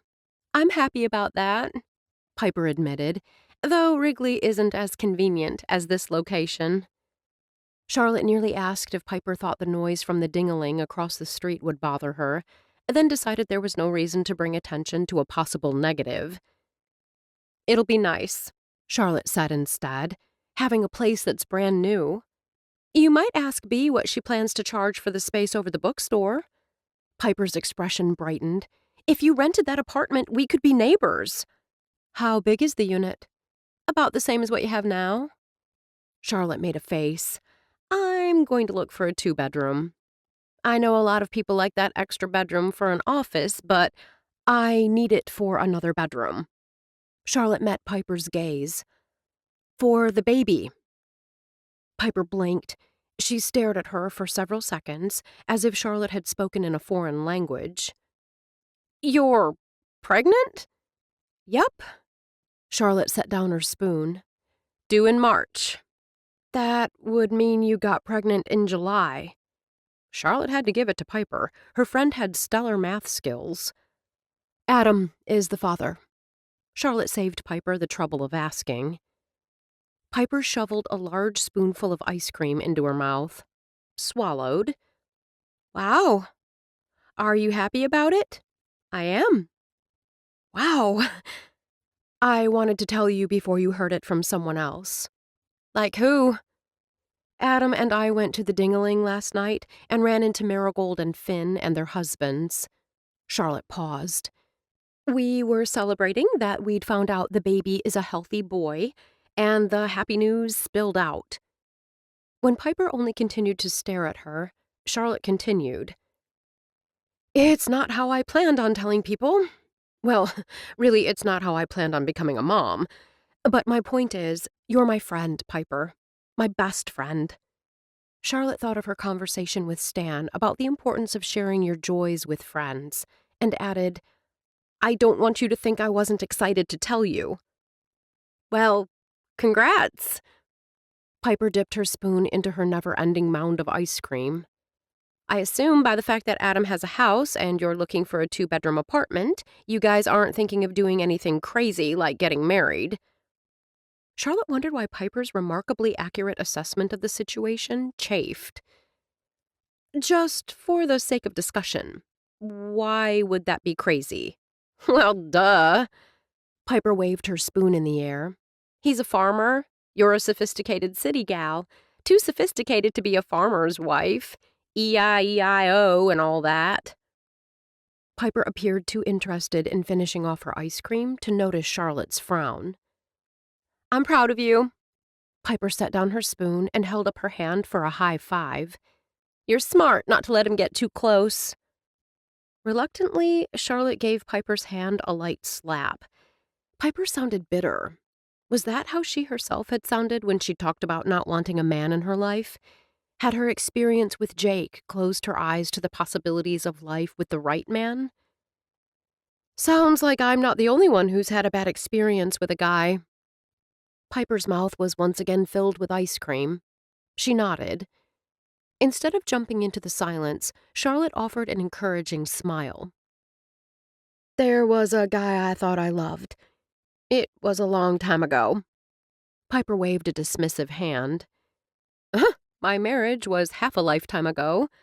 Charlotte's chuckle held no humor. I still bear the scars. Heath cheated on me. Piper's eyes grew hard. With my best friend. Slimeball. He was a nasty piece of work, but so incredibly smooth. Piper's voice dropped. My parents still think he's wonderful. No way. Yes. Piper's lips pressed together. My own sister thinks he walks on water. How could she? Not just her, but your parents. Charlotte didn't bother to hide her shock. When you told them that, I didn't tell them. Piper glanced down at her empty bowl. It was a choice. One I don't regret. You must have had a good reason. I thought so. Piper shrugged. At the time, anyway. A story there, Charlotte thought, not sure whether to press or let it go. I'm going to get some more ice cream. Piper jumped up from the sofa. Want a refill? Though she didn't go in until noon, Wednesday ended up being one of those days when Charlotte was at a dead run. Her salon schedule, with every slot filled, had appointments running over and into each other. Marigold's schedule appeared equally onerous, other than when she took time to put her feet up while she called and checked on Caleb. Charlotte barely found time to down a fiber bar and a bottle of water. She vowed to discuss the schedule with Marigold once she could catch her breath. They needed to adjust the times allotted for each service, or maybe Evie had squeezed a few too many extra clients into the mix. Though they were supposed to close at 6, it was nearly 7 by the time the last client walked out the door. Charlotte had just kicked off her shoes and dropped down on her sofa when her phone dinged twice in quick succession. The weekend after next is a go. Save Saturday night for me. Presumptuous, Charlotte thought, but that was Paul. Did she really think he'd show up in Good Hope next weekend? Not on her life. She'd learned he was all pie-in-the-sky promises. Case in point, his big talk about Letitia and Sydney. She couldn't believe she'd fallen for the pretty picture he'd painted. Feel up to a walk on the beach? This text was from Adam. The truth was, she wanted nothing more than to slip on her PJs and put up her feet. Then she thought of the ice cream she'd consumed, not to mention the grilled cheese and chips. Yes. With Adam, Charlotte could relax, recharge. By the time he knocked on the door downstairs, Charlotte had pulled on the beach shoes she'd purchased in San Diego. She replaced the stylish top she'd worn at the salon with a cotton sweater. At the last second, Charlotte grabbed a waterproof jacket. Past experience had taught her it was usually cooler by the water. She opened the door. I'm ready. Don't you look nice? Adam bent over and kissed her lightly on the mouth. I'm glad this worked out. I know you had a busy day. He took her hand as they started walking in the direction of the beach. There's a full moon tonight, so we should have enough light. I need to walk. As they strolled in the direction of the water, Charlotte found herself telling him about her time with Piper. Something is bothering her. I can feel it. Do you think it could be related to the move? She's had to not only relocate her business, but find a new place to live. Those are a couple of big changes in a short period of time. Charlotte appreciated that, while he offered alternative suppositions, he didn't say she was wrong to suspect something deeper was going on. He took her arm as they navigated the wooden steps to the beach with only the glow of moonlight to light their way. Once they reached the sand, his hand slid down her arm, and he linked his fingers with hers. She realized she'd grown used to his touch, to the way his calloused palm felt against her smooth skin, to the warmth that flooded through her each time he touched her. "You're always holding my hand." When he started to pull back, she gave a breathless laugh and tightened her fingers around his. "Don't! I like it. It makes me feel close to you. Which is crazy, because we're so different." Slanting a sideways glance, Adam smiled. "Not so different?" Charlotte muffled a snort. "Think about it," he urged. "We both like pizza, and dogs, and walks on the beach in the moonlight." The moon hung big over Green Bay as he lifted their joined hands to his mouth and placed a kiss on her knuckles. Her heart, she was embarrassed to admit, simply melted. His dark hair shimmered in the moonlight, and the light accentuated the lines and planes of his striking face. Charlotte had known more handsome men, guys who turned women's heads wherever they went, but never had a man stirred her senses like this one. All the more reason she needed to keep her head. All the more reason not to get caught up in kisses and moonlight and the longing. "I'm more social," she began. "That's a characteristic, not a difference." A slow smile lifted his lips. "I like people. I enjoy backyard barbecues and festivals. Perhaps not to the same extent as you. I admit I can be content working in the garden, and I'm okay without seeing friends for days." Charlotte opened her mouth to tell him she'd go bonkers working in a garden for days with no one around but family. She couldn't push out the words. The truth was, she could imagine planting tender shoots into rich, dark soil beside Adam and Stan. She could see the three of them sitting on the porch, the leafy green tree in the front yard shading them from the sun. She saw them drinking lemonade and laughing while their son toddled on unsteady steps, holding on to Molly for support. The image was so strong, so vivid, her heart swelled. She was in love with Adam. How had that happened? She didn't want to love him. She'd liked her life the way it was, when it was just her and she was in control. Having a man be part of it, especially a permanent part, would change everything. "In every way that matters," Adam slung an arm around her shoulders as they stopped and gazed up at the moon, "we're a good fit." "You really believe that?" She hated the wistfulness that crept into her voice. "I do." He kissed the top of her head. "And I believe, one of these days, you will too." The bell at the alley door on Sunday morning had Charlotte hurrying down the steps. Through the peep, she saw Adam and Treach. Her smile came easy as she pulled the door open. "Hey, guys!" She motioned them inside. "What brings you by this morning?" "You mentioned the other night you planned to help Piper move boxes to her new apartment today." Adam jerked a thumb in the boy's direction. "Treach and I want to help. Figured you might need some strong men." When she hesitated, he shot a pointed glance at her slightly rounded belly. "You'll be going down steps with heavy boxes. We're used to that kind of lifting. You and Piper could hurt yourselves." Touched by the gesture, Charlotte smiled, then shifted her attention to Treach. "This is so nice of you." Adam tried to see the boy through her eyes. Treach was big for 14, football tackle big. His face and neck, like those of many adolescent boys, was dotted with pimples. If Adam had to guess, he'd bet Charlotte noticed none of these things. He felt certain she noticed only the kid's recent attempt to cut his own hair. Hair was, after all, her thing, especially hair that looked as if it had been hacked off with a rusty knife. Charlotte's voice was warm with gratitude. I really appreciate you coming by to help. Adam's giving me $20. The boy shrugged. Wasn't doing anything else this morning. Well, thank you anyway. Charlotte glanced at Adam. You caught me at a good time. I was just getting ready to head over there. My truck is in the alley behind Swoon, Adam told her. We walked. I told him to text. Treach interrupted. That's what me and my friends do. I'm glad you came to fetch me in person. Charlotte's fingers lightly stroked Adam's arm. It's good to see you. It's good to see you. Leaning over, he brushed her cheek with his lips. Treach made a gagging sound. Charlotte laughed, a light-hearted sound that had Adam slinging an arm around her shoulders. As they crossed from one alley to another, Adam spotted a large group headed down the sidewalk. Jeremy Rakes, one of the group, caught sight of them. Hey! The former mayor called. Are you and Charlotte joining us for breakfast? You and Charlotte. What did it say?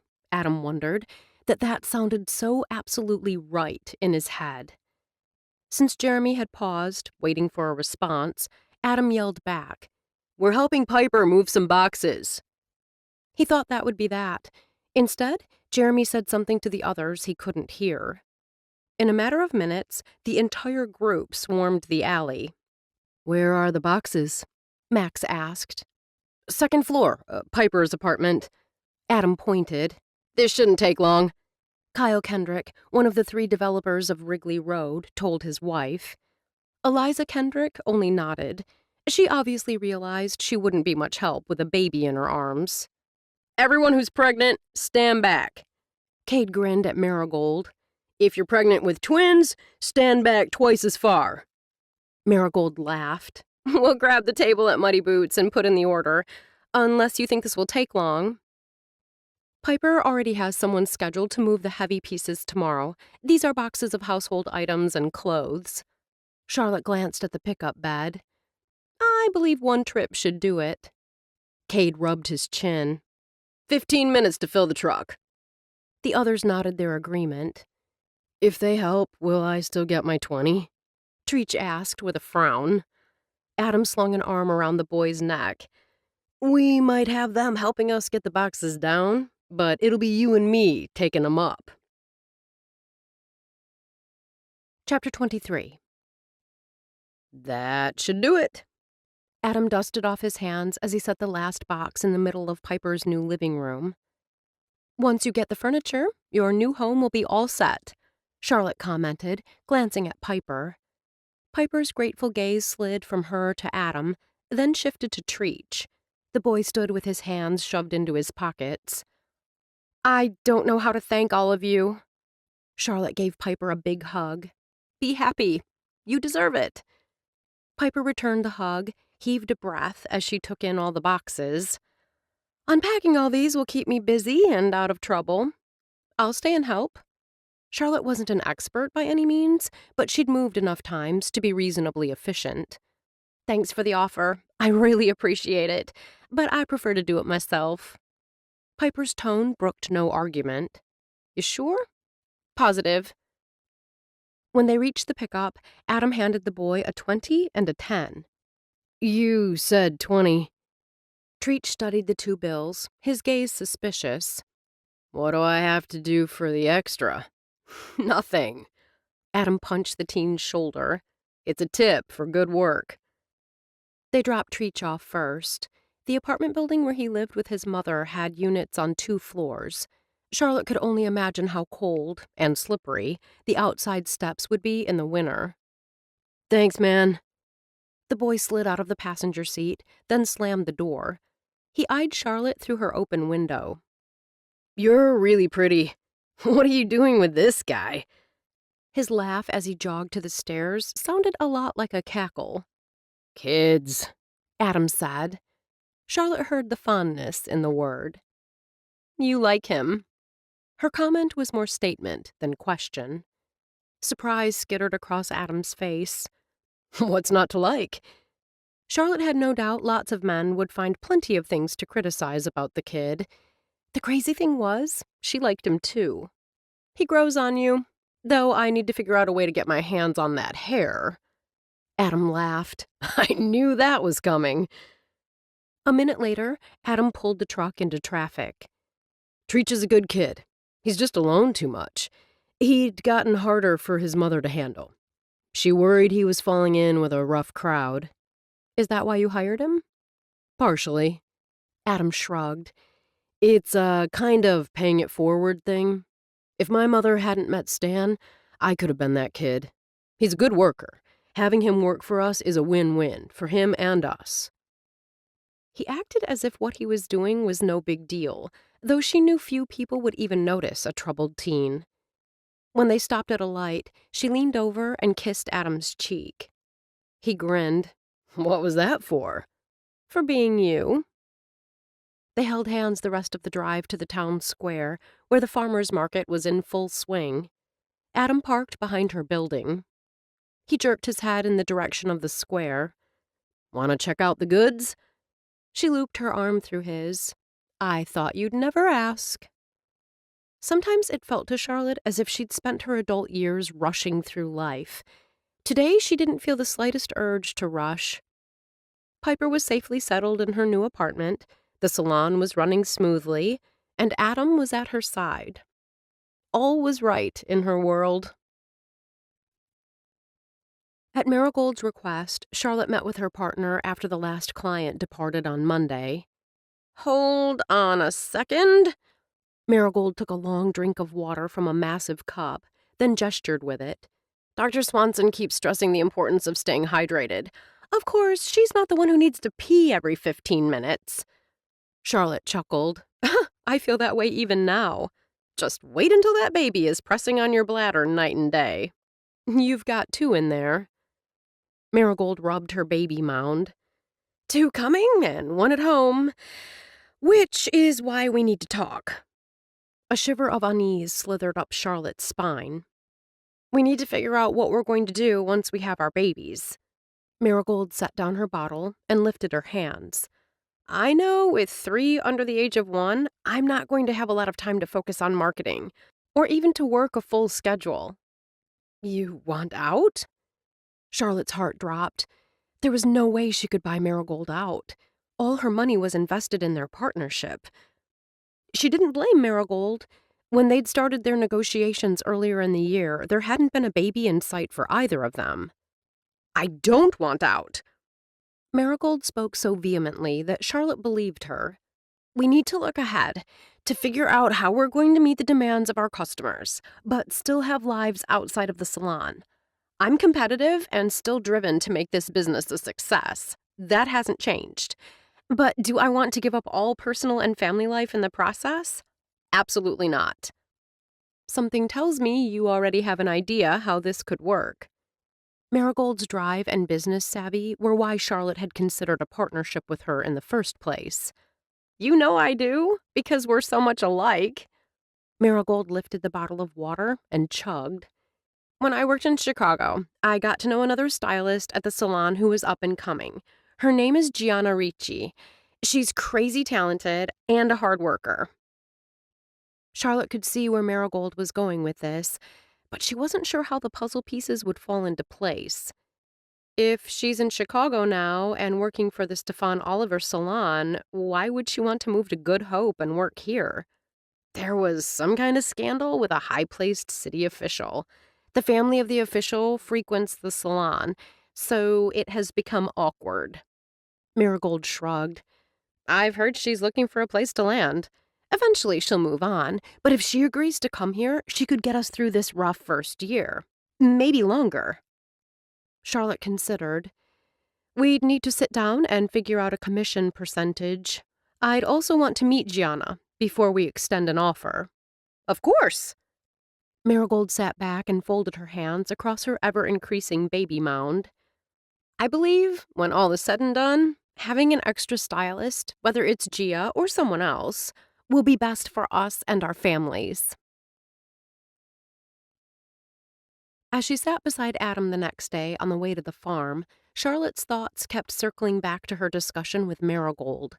When she'd first thought about getting pregnant, she'd planned to hire a nanny who would come to her home to care for her baby while she worked.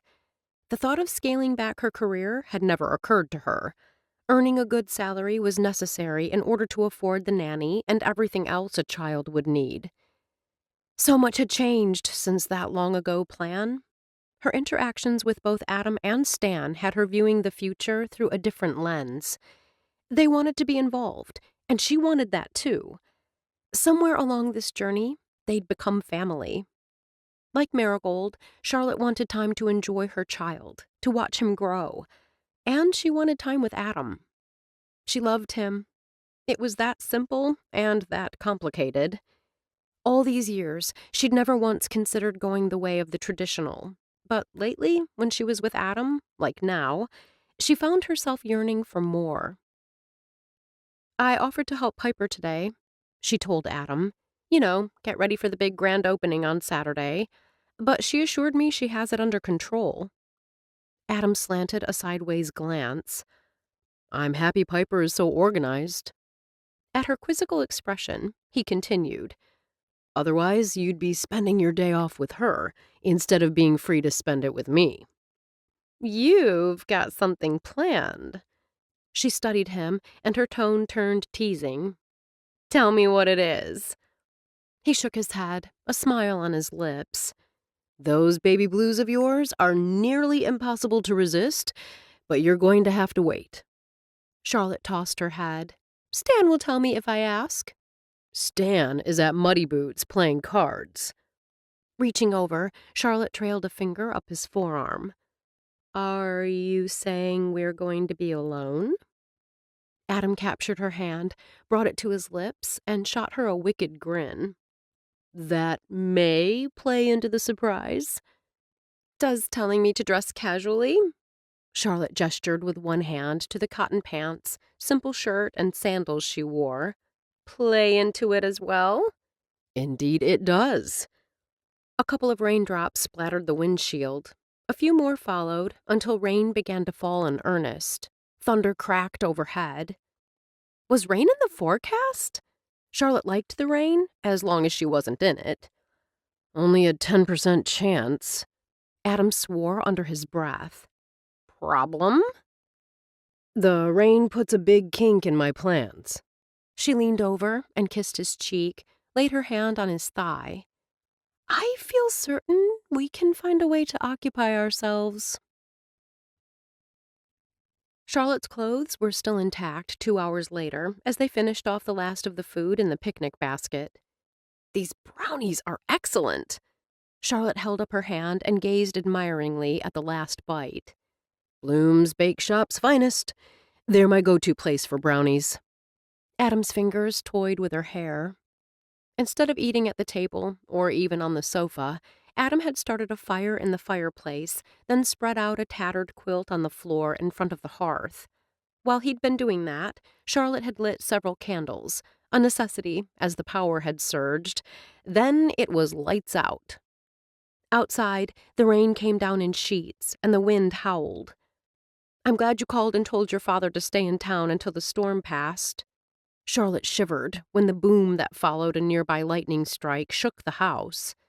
"He's smart. He'd never drive in these conditions.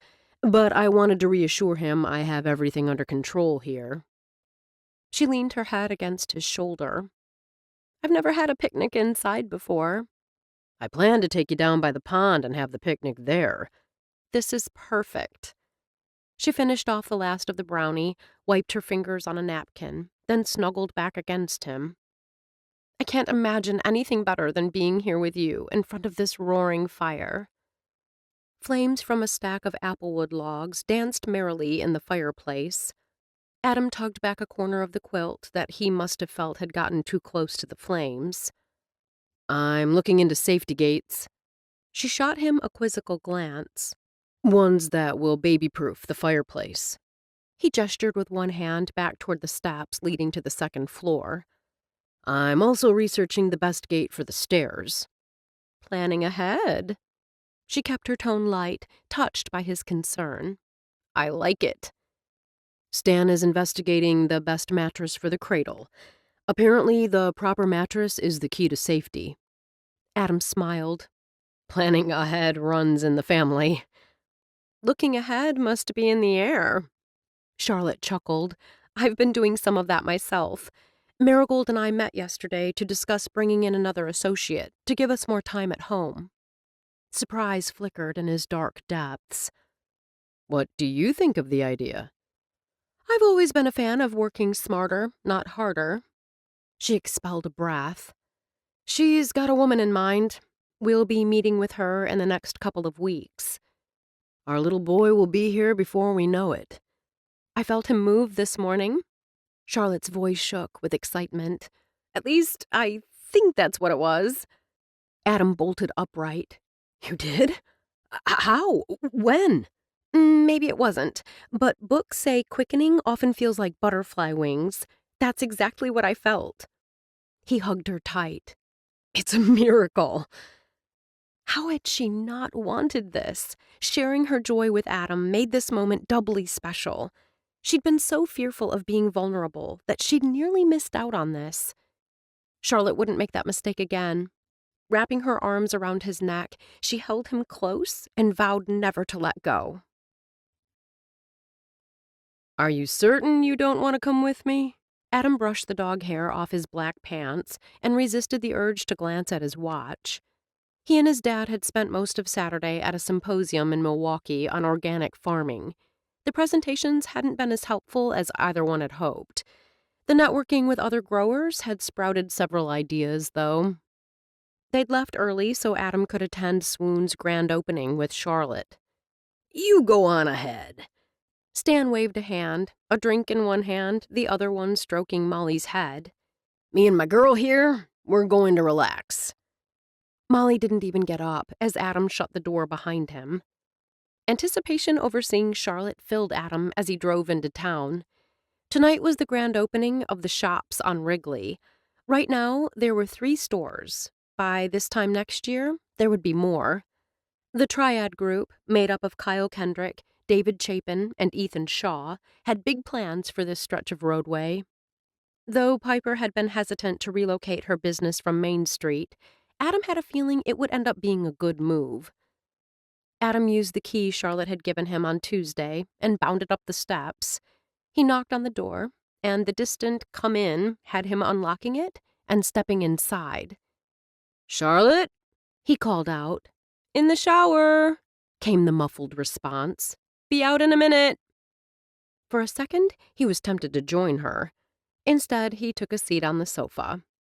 Piper was her friend, and tonight was a big deal. As Charlotte was already running late, he doubted she'd appreciate the interruption. He thought, not for the first time, how nice it would be if she lived at the farm. They'd get ready for events like this together. If she needed help with anything, he'd be there for her, and she'd be there for him. On Tuesday, after they'd made love in front of the fire, he'd nearly told her he loved her. When she looked into his eyes, he swore he saw love, and not simply passion, shimmering in the blue depths. Over the past month, he'd seen a change in her. Unless it was only his own wishful thinking, she appeared ready to step out of the fast lane and embrace the simple pleasures he and Good Hope had to offer. Adam didn't want her to simply move in with him, though. He wanted her to marry him. He wanted their son, and any other children they might be blessed with, to grow up under the same roof with both parents and a loving grandpa. No matter how difficult, Adam would wait to broach the subject until the time was right. Charlotte was worth the wait.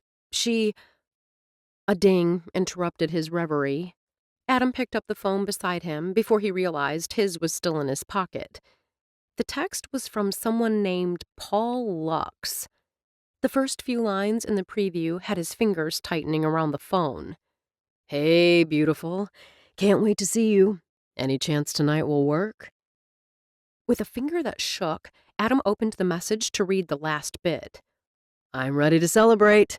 XO, Paul. I just have to blow dry my hair, slap on makeup, and... Charlotte paused, a towel in one hand. Adam stood, held out the phone. Paul, Can meet you tonight, if you're free. Charlotte strolled across the room and calmly lifted the phone from his hand. Paul is a producer I met when I lived in San Diego. He's in the area shooting a film. Adam didn't consider himself the jealous or possessive type, but still. He called you beautiful. She laughed and struck a pose.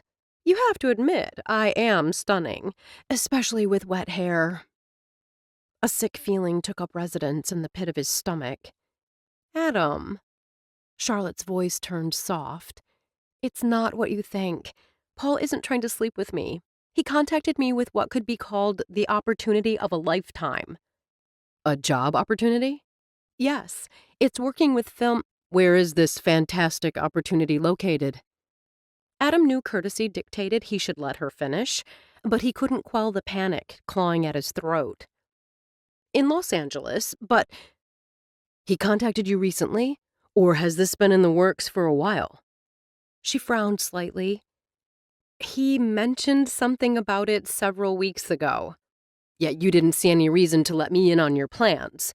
It was only a possibility. It sounds like it's gone from a possibility to something to celebrate. Adam's voice turned harsh and raspy. A job in California. Her face turned stony, but her voice remained quiet and controlled. Don't you want to hear what it is? Hear what I'm thinking? No. He expelled a shaky breath, then raked a hand through his hair. I can't believe you'd up and leave. Sit down, Adam. Charlotte met his gaze. This isn't all about you. It isn't only about what you want. I thought we wanted the same things. We do. She swore. Will you please sit down and listen to me? I am listening. I'm listening to you say you have a once-in-a-lifetime opportunity. I know you, Charlotte. You're not the type to walk away from something like that. Adam paced to the window, then returned to face her. I love you. I thought you loved me too. She took a step closer, put a hand on his arm. Tears shimmered in her blue eyes. Why won't you hear me out? He couldn't stand there 1 second longer. He'd been a fool to believe good hope could make her happy, that he could make her happy. Give Piper my regards. By the time he reached his truck, he felt as if his chest was breaking in two. But he knew it wasn't his chest. It was his heart. Chapter 24. Charlotte stood there as the door slammed shut behind him. One thought turned over and over in her brain. He hadn't even given her a chance to explain. Sadness warred with anger. If she'd only stuck to her guns and kept her heart to herself, she'd be fine right now. She supposed she should feel grateful she'd discovered what he was like. He hadn't listened, hadn't asked what she wanted to do. All he'd thought about was himself. Her phone buzzed, but not because of a call from Adam or another text from Paul. It was her reminder that it was time to leave for Piper's grand opening. With an inner strength that had been a part of her for as far back as she could remember, Charlotte returned to the bathroom to dry her hair.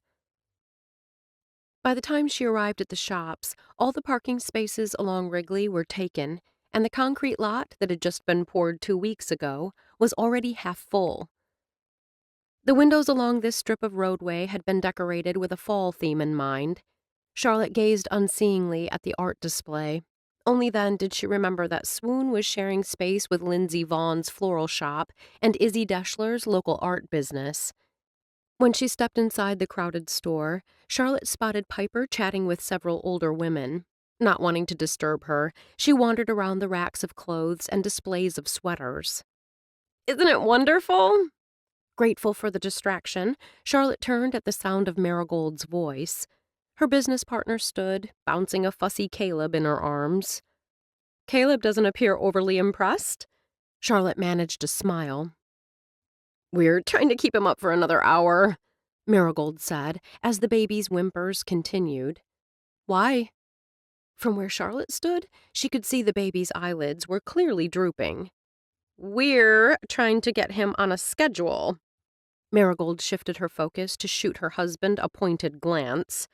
2 hours of sleep at a stretch isn't my idea of fun. Mine either. You and Adam will learn all about it. Marigold glanced around. Where is he? Something came up. Charlotte kept it simple. He couldn't make it. That's too bad. Marigold gestured with her head. Looks like Piper is free. Best say hello while you have the chance. Piper was indeed free, but not for long. Still, Charlotte was able to say hello and offer her congratulations. Then she slipped out the front door. Charlotte! The call came from across the street, from the porch of the Dingaling. Instead of making her come to him, Paul crossed the road to her. Though she hadn't seen him in nearly a year, he hadn't changed. Still handsome as ever, with his thick mane of blonde hair and his skin a healthy bronze from hours in the sun. He had a striking face, with a smile designed to charm. Paul! Hello! Charlotte returned his smile. What are you doing out this way? I got into town early. When I didn't hear back from you, I thought I'd check out the local nightlife. He smiled. Mavis, the proprietor of the Sweet Dreams Motel, where I'm spending the night, suggested I check out this place. Charlotte took his hands in hers and kissed him on the cheek. It's good to see you. You look tired. You look fabulous. He laughed and jerked his head in the direction of the bar. Let me buy you a drink. She wanted to go home and pull the covers over her head, pretend tonight was just a bad dream. But Paul was a friend. A drink sounds good. She took his arm as they crossed the street back to the bar. Tell me about the movie you're filming. Is it another action-adventure? Talking about movies, any genre, was a guaranteed conversation starter. Paul's passion for the business was one of the things that had first attracted her to him. She thought of Adam and his love for organic farming. Yes, nothing was quite so attractive as true passion. They secured a table a little too close to the karaoke stage for her tastes, but at least they didn't have to sit at the bar. She wondered why it was so busy, then realized it was a Saturday night. She also noticed that many who'd attended the grand opening of the shops had simply migrated across the street. I thought that was you. Ethan paused. For a split second, Charlotte saw Ethan's shock at seeing her with a man who wasn't Adam. He covered his surprise with a smile. Ethan Shaw, I'd like to introduce you to an old friend of mine, Paul Lux. It's good to meet you. Ethan glanced at Charlotte. If there's anything you need, let me know. Who is he? Paul asked when Ethan strode off. Ethan is part of the Triad Group, which is developing this area. He's also part owner of the bar. A manager quit, and he's filling in until they can get someone hired. Paul nodded. You do what you have to do. Yes, Paul's passion and high capacity for work were admirable. Though he looked even better than she remembered, she wasn't the least bit attracted to him. How's your business here doing? Another plus in his favor. It wasn't always all about him. He was truly interested in people, in what they did, what they thought, what mattered to them. It's going well. We've hit a little snag. My partner and her husband just adopted a baby, and now she's pregnant with twins. Paul's only reaction was a slight widening of his eyes and a long drink of beer. God bless 'em. Glad it's them and not me. She wants to bring in another stylist. Charlotte explained the situation, leaving out any particulars about Gianna. Although Paul lived in California and the Stefan Oliver salon was in Chicago, Paul traveled all over the country for work. The high-end salon was the type of place Paul might frequent while in the Windy City. Sounds like this is the perfect time for you to bail. Charlotte inclined her head. Move to L.A. Be a stylist to the stars, starting with Sydney. He sat back in his seat and raised his Pilsner glass to his lips, a smile playing at the corners of his mouth. Letitia never contacted me, Paul. Charlotte lifted her hands, let them fall. Apparently the Wall Group isn't interested in me after all. There has to be some error. Paul immediately pulled out his phone. I spoke with Letitia myself. She was jazzed about bringing you on board. Paul, really? Charlotte put her hand on his arm. Just let it go. I will not. A steely gleam filled his eyes. I'm getting answers, and I'm getting them tonight. Adam pushed open the door to the house, hoping his father had already gone to bed. Adam, you're home early. Is Charlotte with you? Stepping from the foyer into the living room, Adam found his dad pretty much where he'd left him, sitting in the chair with Molly on the floor beside him. The fact that there was a bowl of snack mix and a beer on the table next to the chair told Adam that his dad had at least gotten up once while he'd been gone. It's just me. At the sound of his voice, Molly rose and wagged her tail. Adam briefly considered heading up to bed, but wasn't sure he wanted to be alone with his thoughts. Not yet, anyway. Where's Charlotte? I thought you were going to Piper's grand opening together. A friend from California is in town to see her. She's probably with him now. Adam dropped down on the sofa. Not my business. Stan's face betrayed no emotion. Are you saying you think Charlotte and this man may be more than friends? Yes. No, I don't know. Adam surged to his feet and went to stand beside the fireplace mantel. He's dangling this terrific job opportunity in front of her. It's in California, Dad. She's going to take my son and move 2,000 miles away. Is that what she said? Not exactly, but she loves California. Adam blew out a breath and realized everything inside him felt hollow. She told me herself this job is an opportunity of a lifetime. Sounds intriguing. Stan stroked his chin. If this position is the opportunity of a lifetime, perhaps she should take it, and the two of you should move to California. Adam didn't bother to hide his shock. My home is here. Home isn't a place, son. Home is family. Stan's eyes softened. It's having the people you love with you, supporting you, loving you. I suppose. Adam didn't know what to think anymore. I know one thing. Charlotte loves you. You know, in the beginning, it was more about the baby. But lately... Stan prompted. Adam spread his hands. I don't know how I can live without her. That's your answer. Answer to what? What you do next? Stan pushed to his feet. I assume that's what's going on in your head. You're saying I need to speak with Charlotte. I'm saying you need to open your heart and listen to what someone you love has to say. She's got hopes and dreams, too. Compassion filled his father's eyes. I know it's hard, but you need to be honest. Don't be afraid to tell her exactly how you feel. Feel? About all that's happened. Stan met his gaze. And about her. Adam knew he was taking a risk by waiting for Charlotte outside her back door. It had been a long day. She had to be exhausted. But he also knew her well enough to know if they didn't settle this, neither of them would get much sleep tonight. Despite what had gone down earlier, he believed she would take time to talk with him. This time, he would listen. The lights of her car danced over his dark truck as she pulled in beside him. When she got out, he did the same. Adam.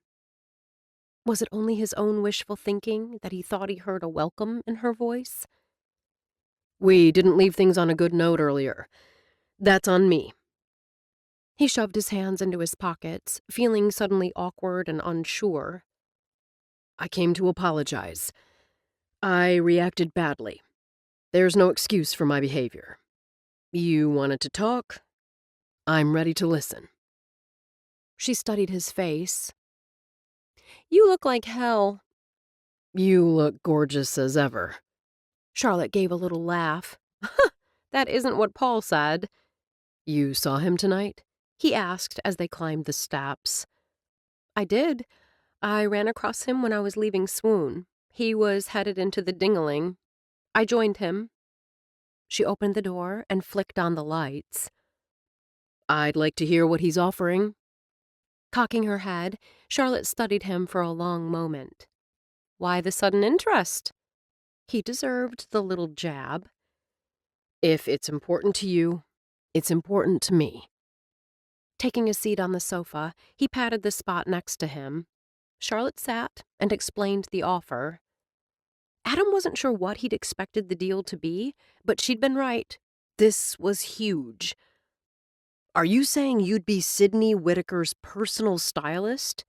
If I sign with Letitia Logan and she can negotiate a deal with Sydney's people, then yes, I'd be her stylist. Letitia would work to get me other clients.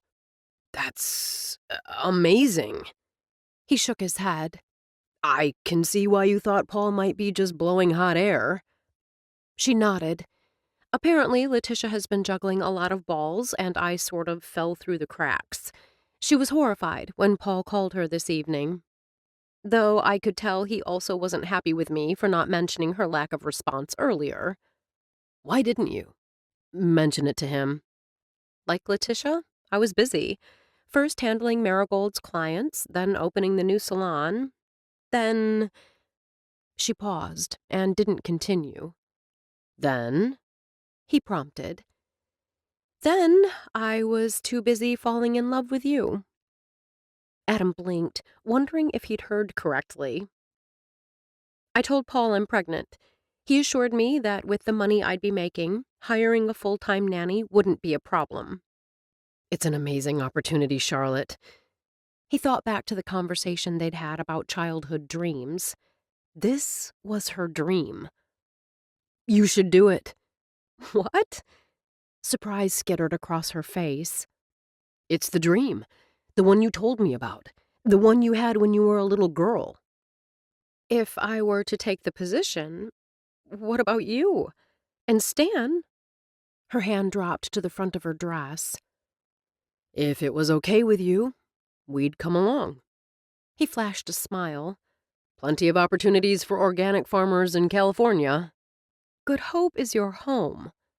Family sticks together, and my home is with you. He reached out to grip her hand. I love you, Charlotte, which means I want you to be happy. If you prefer to go alone, I'll respect your wishes and we'll figure out a way we can both be there for our child. You moving to California won't be necessary. Disappointment flooded him. Oh. Okay. I'm not taking the position. I'm staying right here. She met his gaze.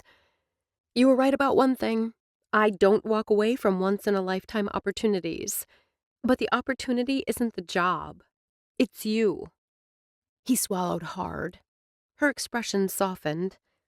I want to raise our son in Good Hope, with you and Stan, surrounded by friends. But it's your dream. Times change. People change. Dreams change. She chuckled. I admit, if I'd gotten this offer in my 20s, or even in my 30s, I'd have jumped on it. But what they're offering isn't what I want anymore. Charlotte lifted a hand to his cheek. I don't want to work a zillion hours a week. I want a rewarding career, but I also want balance. I can have that here. Something about the look in her eyes had him taking her hand and planting a kiss in the palm. Is that all you want? She shook her head. I want to be with a man who encourages me to reach for the stars, but who will also remind me to take time for myself and my family. Adam tugged on the hand he still held. You're too far away. I'm not far away. I'm right here. Tears glimmered in her eyes as she slid close. I know what I want. I won't ever be a farmer, but I'd love to live on a farm with you and Stan and our son. I'd like that too. Relief flooded him. He grinned. On one condition. Her eyes shone. What's the condition? He dropped down to one knee in front of her. Marry me, Charlotte. Build a family and a life with me. I can't give you the world, but I can promise you my love for the rest of our lives. I never thought I'd find you." Her voice grew thick, and she paused to clear it. "Now that I have." He waited, his heart pounding. She cupped his face with her hands, her tone fierce. "I'm not letting go. I'm never letting go." Is that a yes? "Yes," she laughed. 1,000 times yes. As his lips closed over hers, Adam knew that this was the day both of their dreams had come true. Epilogue. The snow fell in thick flakes, and strong winds battered the siding of the old farmhouse. Molly, sleeping near the fire, snored loudly. Stan had headed to bed an hour ago, but Charlotte and Adam remained downstairs, relaxing in front of the fire. It was a wonderful day. Charlotte breathed out the words. The turkey, dressing, and the pumpkin pie with real whipped cream. Everything was perfect. I can't remember a better Thanksgiving. Adam brushed a kiss against her hair, making her sigh. It's hard to believe Christmas is only a month away. Then spring will be here, and... Charlotte laid a hand on her belly, then jolted upright. "Oh!" Concern blanketed his face. What's wrong? "He kicked?" She grabbed Adam's hand and placed it against her belly. I don't feel... He waited a few seconds, then wonder filled his eyes. I felt it. I felt him kick. Charlotte laughed and laid her head on her husband's shoulder. Husband. She could scarcely believe they'd been married a month. At the end of October, she and Adam had spoken their vows in a simple ceremony at the farm. Lindsay Vaughn had used her mad floral skills to decorate the barn and the house for a fall wedding and reception. Though only close family and friends had been invited, the house had been filled to the brim. I've got a gift for you. Adam gave her a gentle poke with his elbow. She inclined her head. What's the occasion? It's not Christmas. Or my birthday. Stan gave you the cradle, He pointed out. Charlotte glanced at the gleaming cherrywood cradle, and her eyes softened. I love it. She turned back to him. I'm sure I'll love your gift, too. Adam lifted his hands. Before you get too excited, I may have used the word gift a bit loosely. The devilish gleam in his eyes piqued her curiosity. Tell me. Gladys called. She wants her cards back. He paused. More specifically, I've been instructed to pass the cards on to Piper. That's a wonderful gift. Charlotte lifted her cup of hot apple cider, took a sip, then waved a hand as if brandishing a magic wand. Cards, be gone. Not so fast. Adam's grin turned sheepish. She asked if we'd answered all 3 questions. Charlotte cocked her head. What did you tell her? I said we did too. She wasn't pleased. She frowned, puzzled by the older woman's response.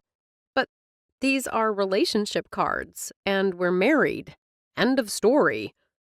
Do you want to be the one to inform her we didn't answer 3? Charlotte grimaced. No. And darn it, Gladys has a hair appointment scheduled this week. Holding out the deck that seemed to appear out of nowhere, Adam arched a brow. Shuffle?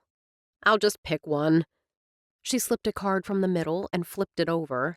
A smile blossomed as she read, How would you rate yourself as a kisser on a scale of 1 to 10? Adam lifted the card from her hand and grinned. Did I mention how much I love these cards? No, you didn't. She pointed. I drew, so you answer first. I'm a 10. He waved a dismissive hand. But that's something you already knew. When she laughed, he shot her a wink. I'm also a 10, she confided. We are well matched.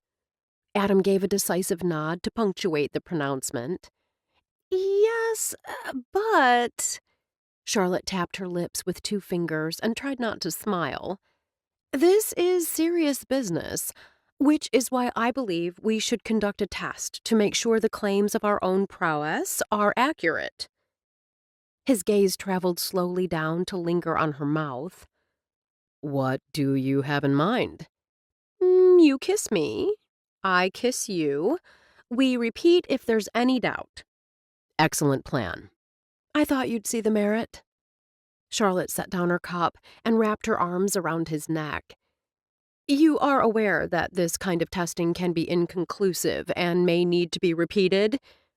That slow, easy smile that she loved so much lifted his lips. Which is why we need to get started and keep going until we get it right. This has been Love Lessons in Good Hope, a Good Hope novel, Book 14, written by Cindy Kirk, narrated by Amy McFadden. Copyright 2020 by Cynthia R. Rutledge. Production copyright 2020 by Cynthia R. Rutledge.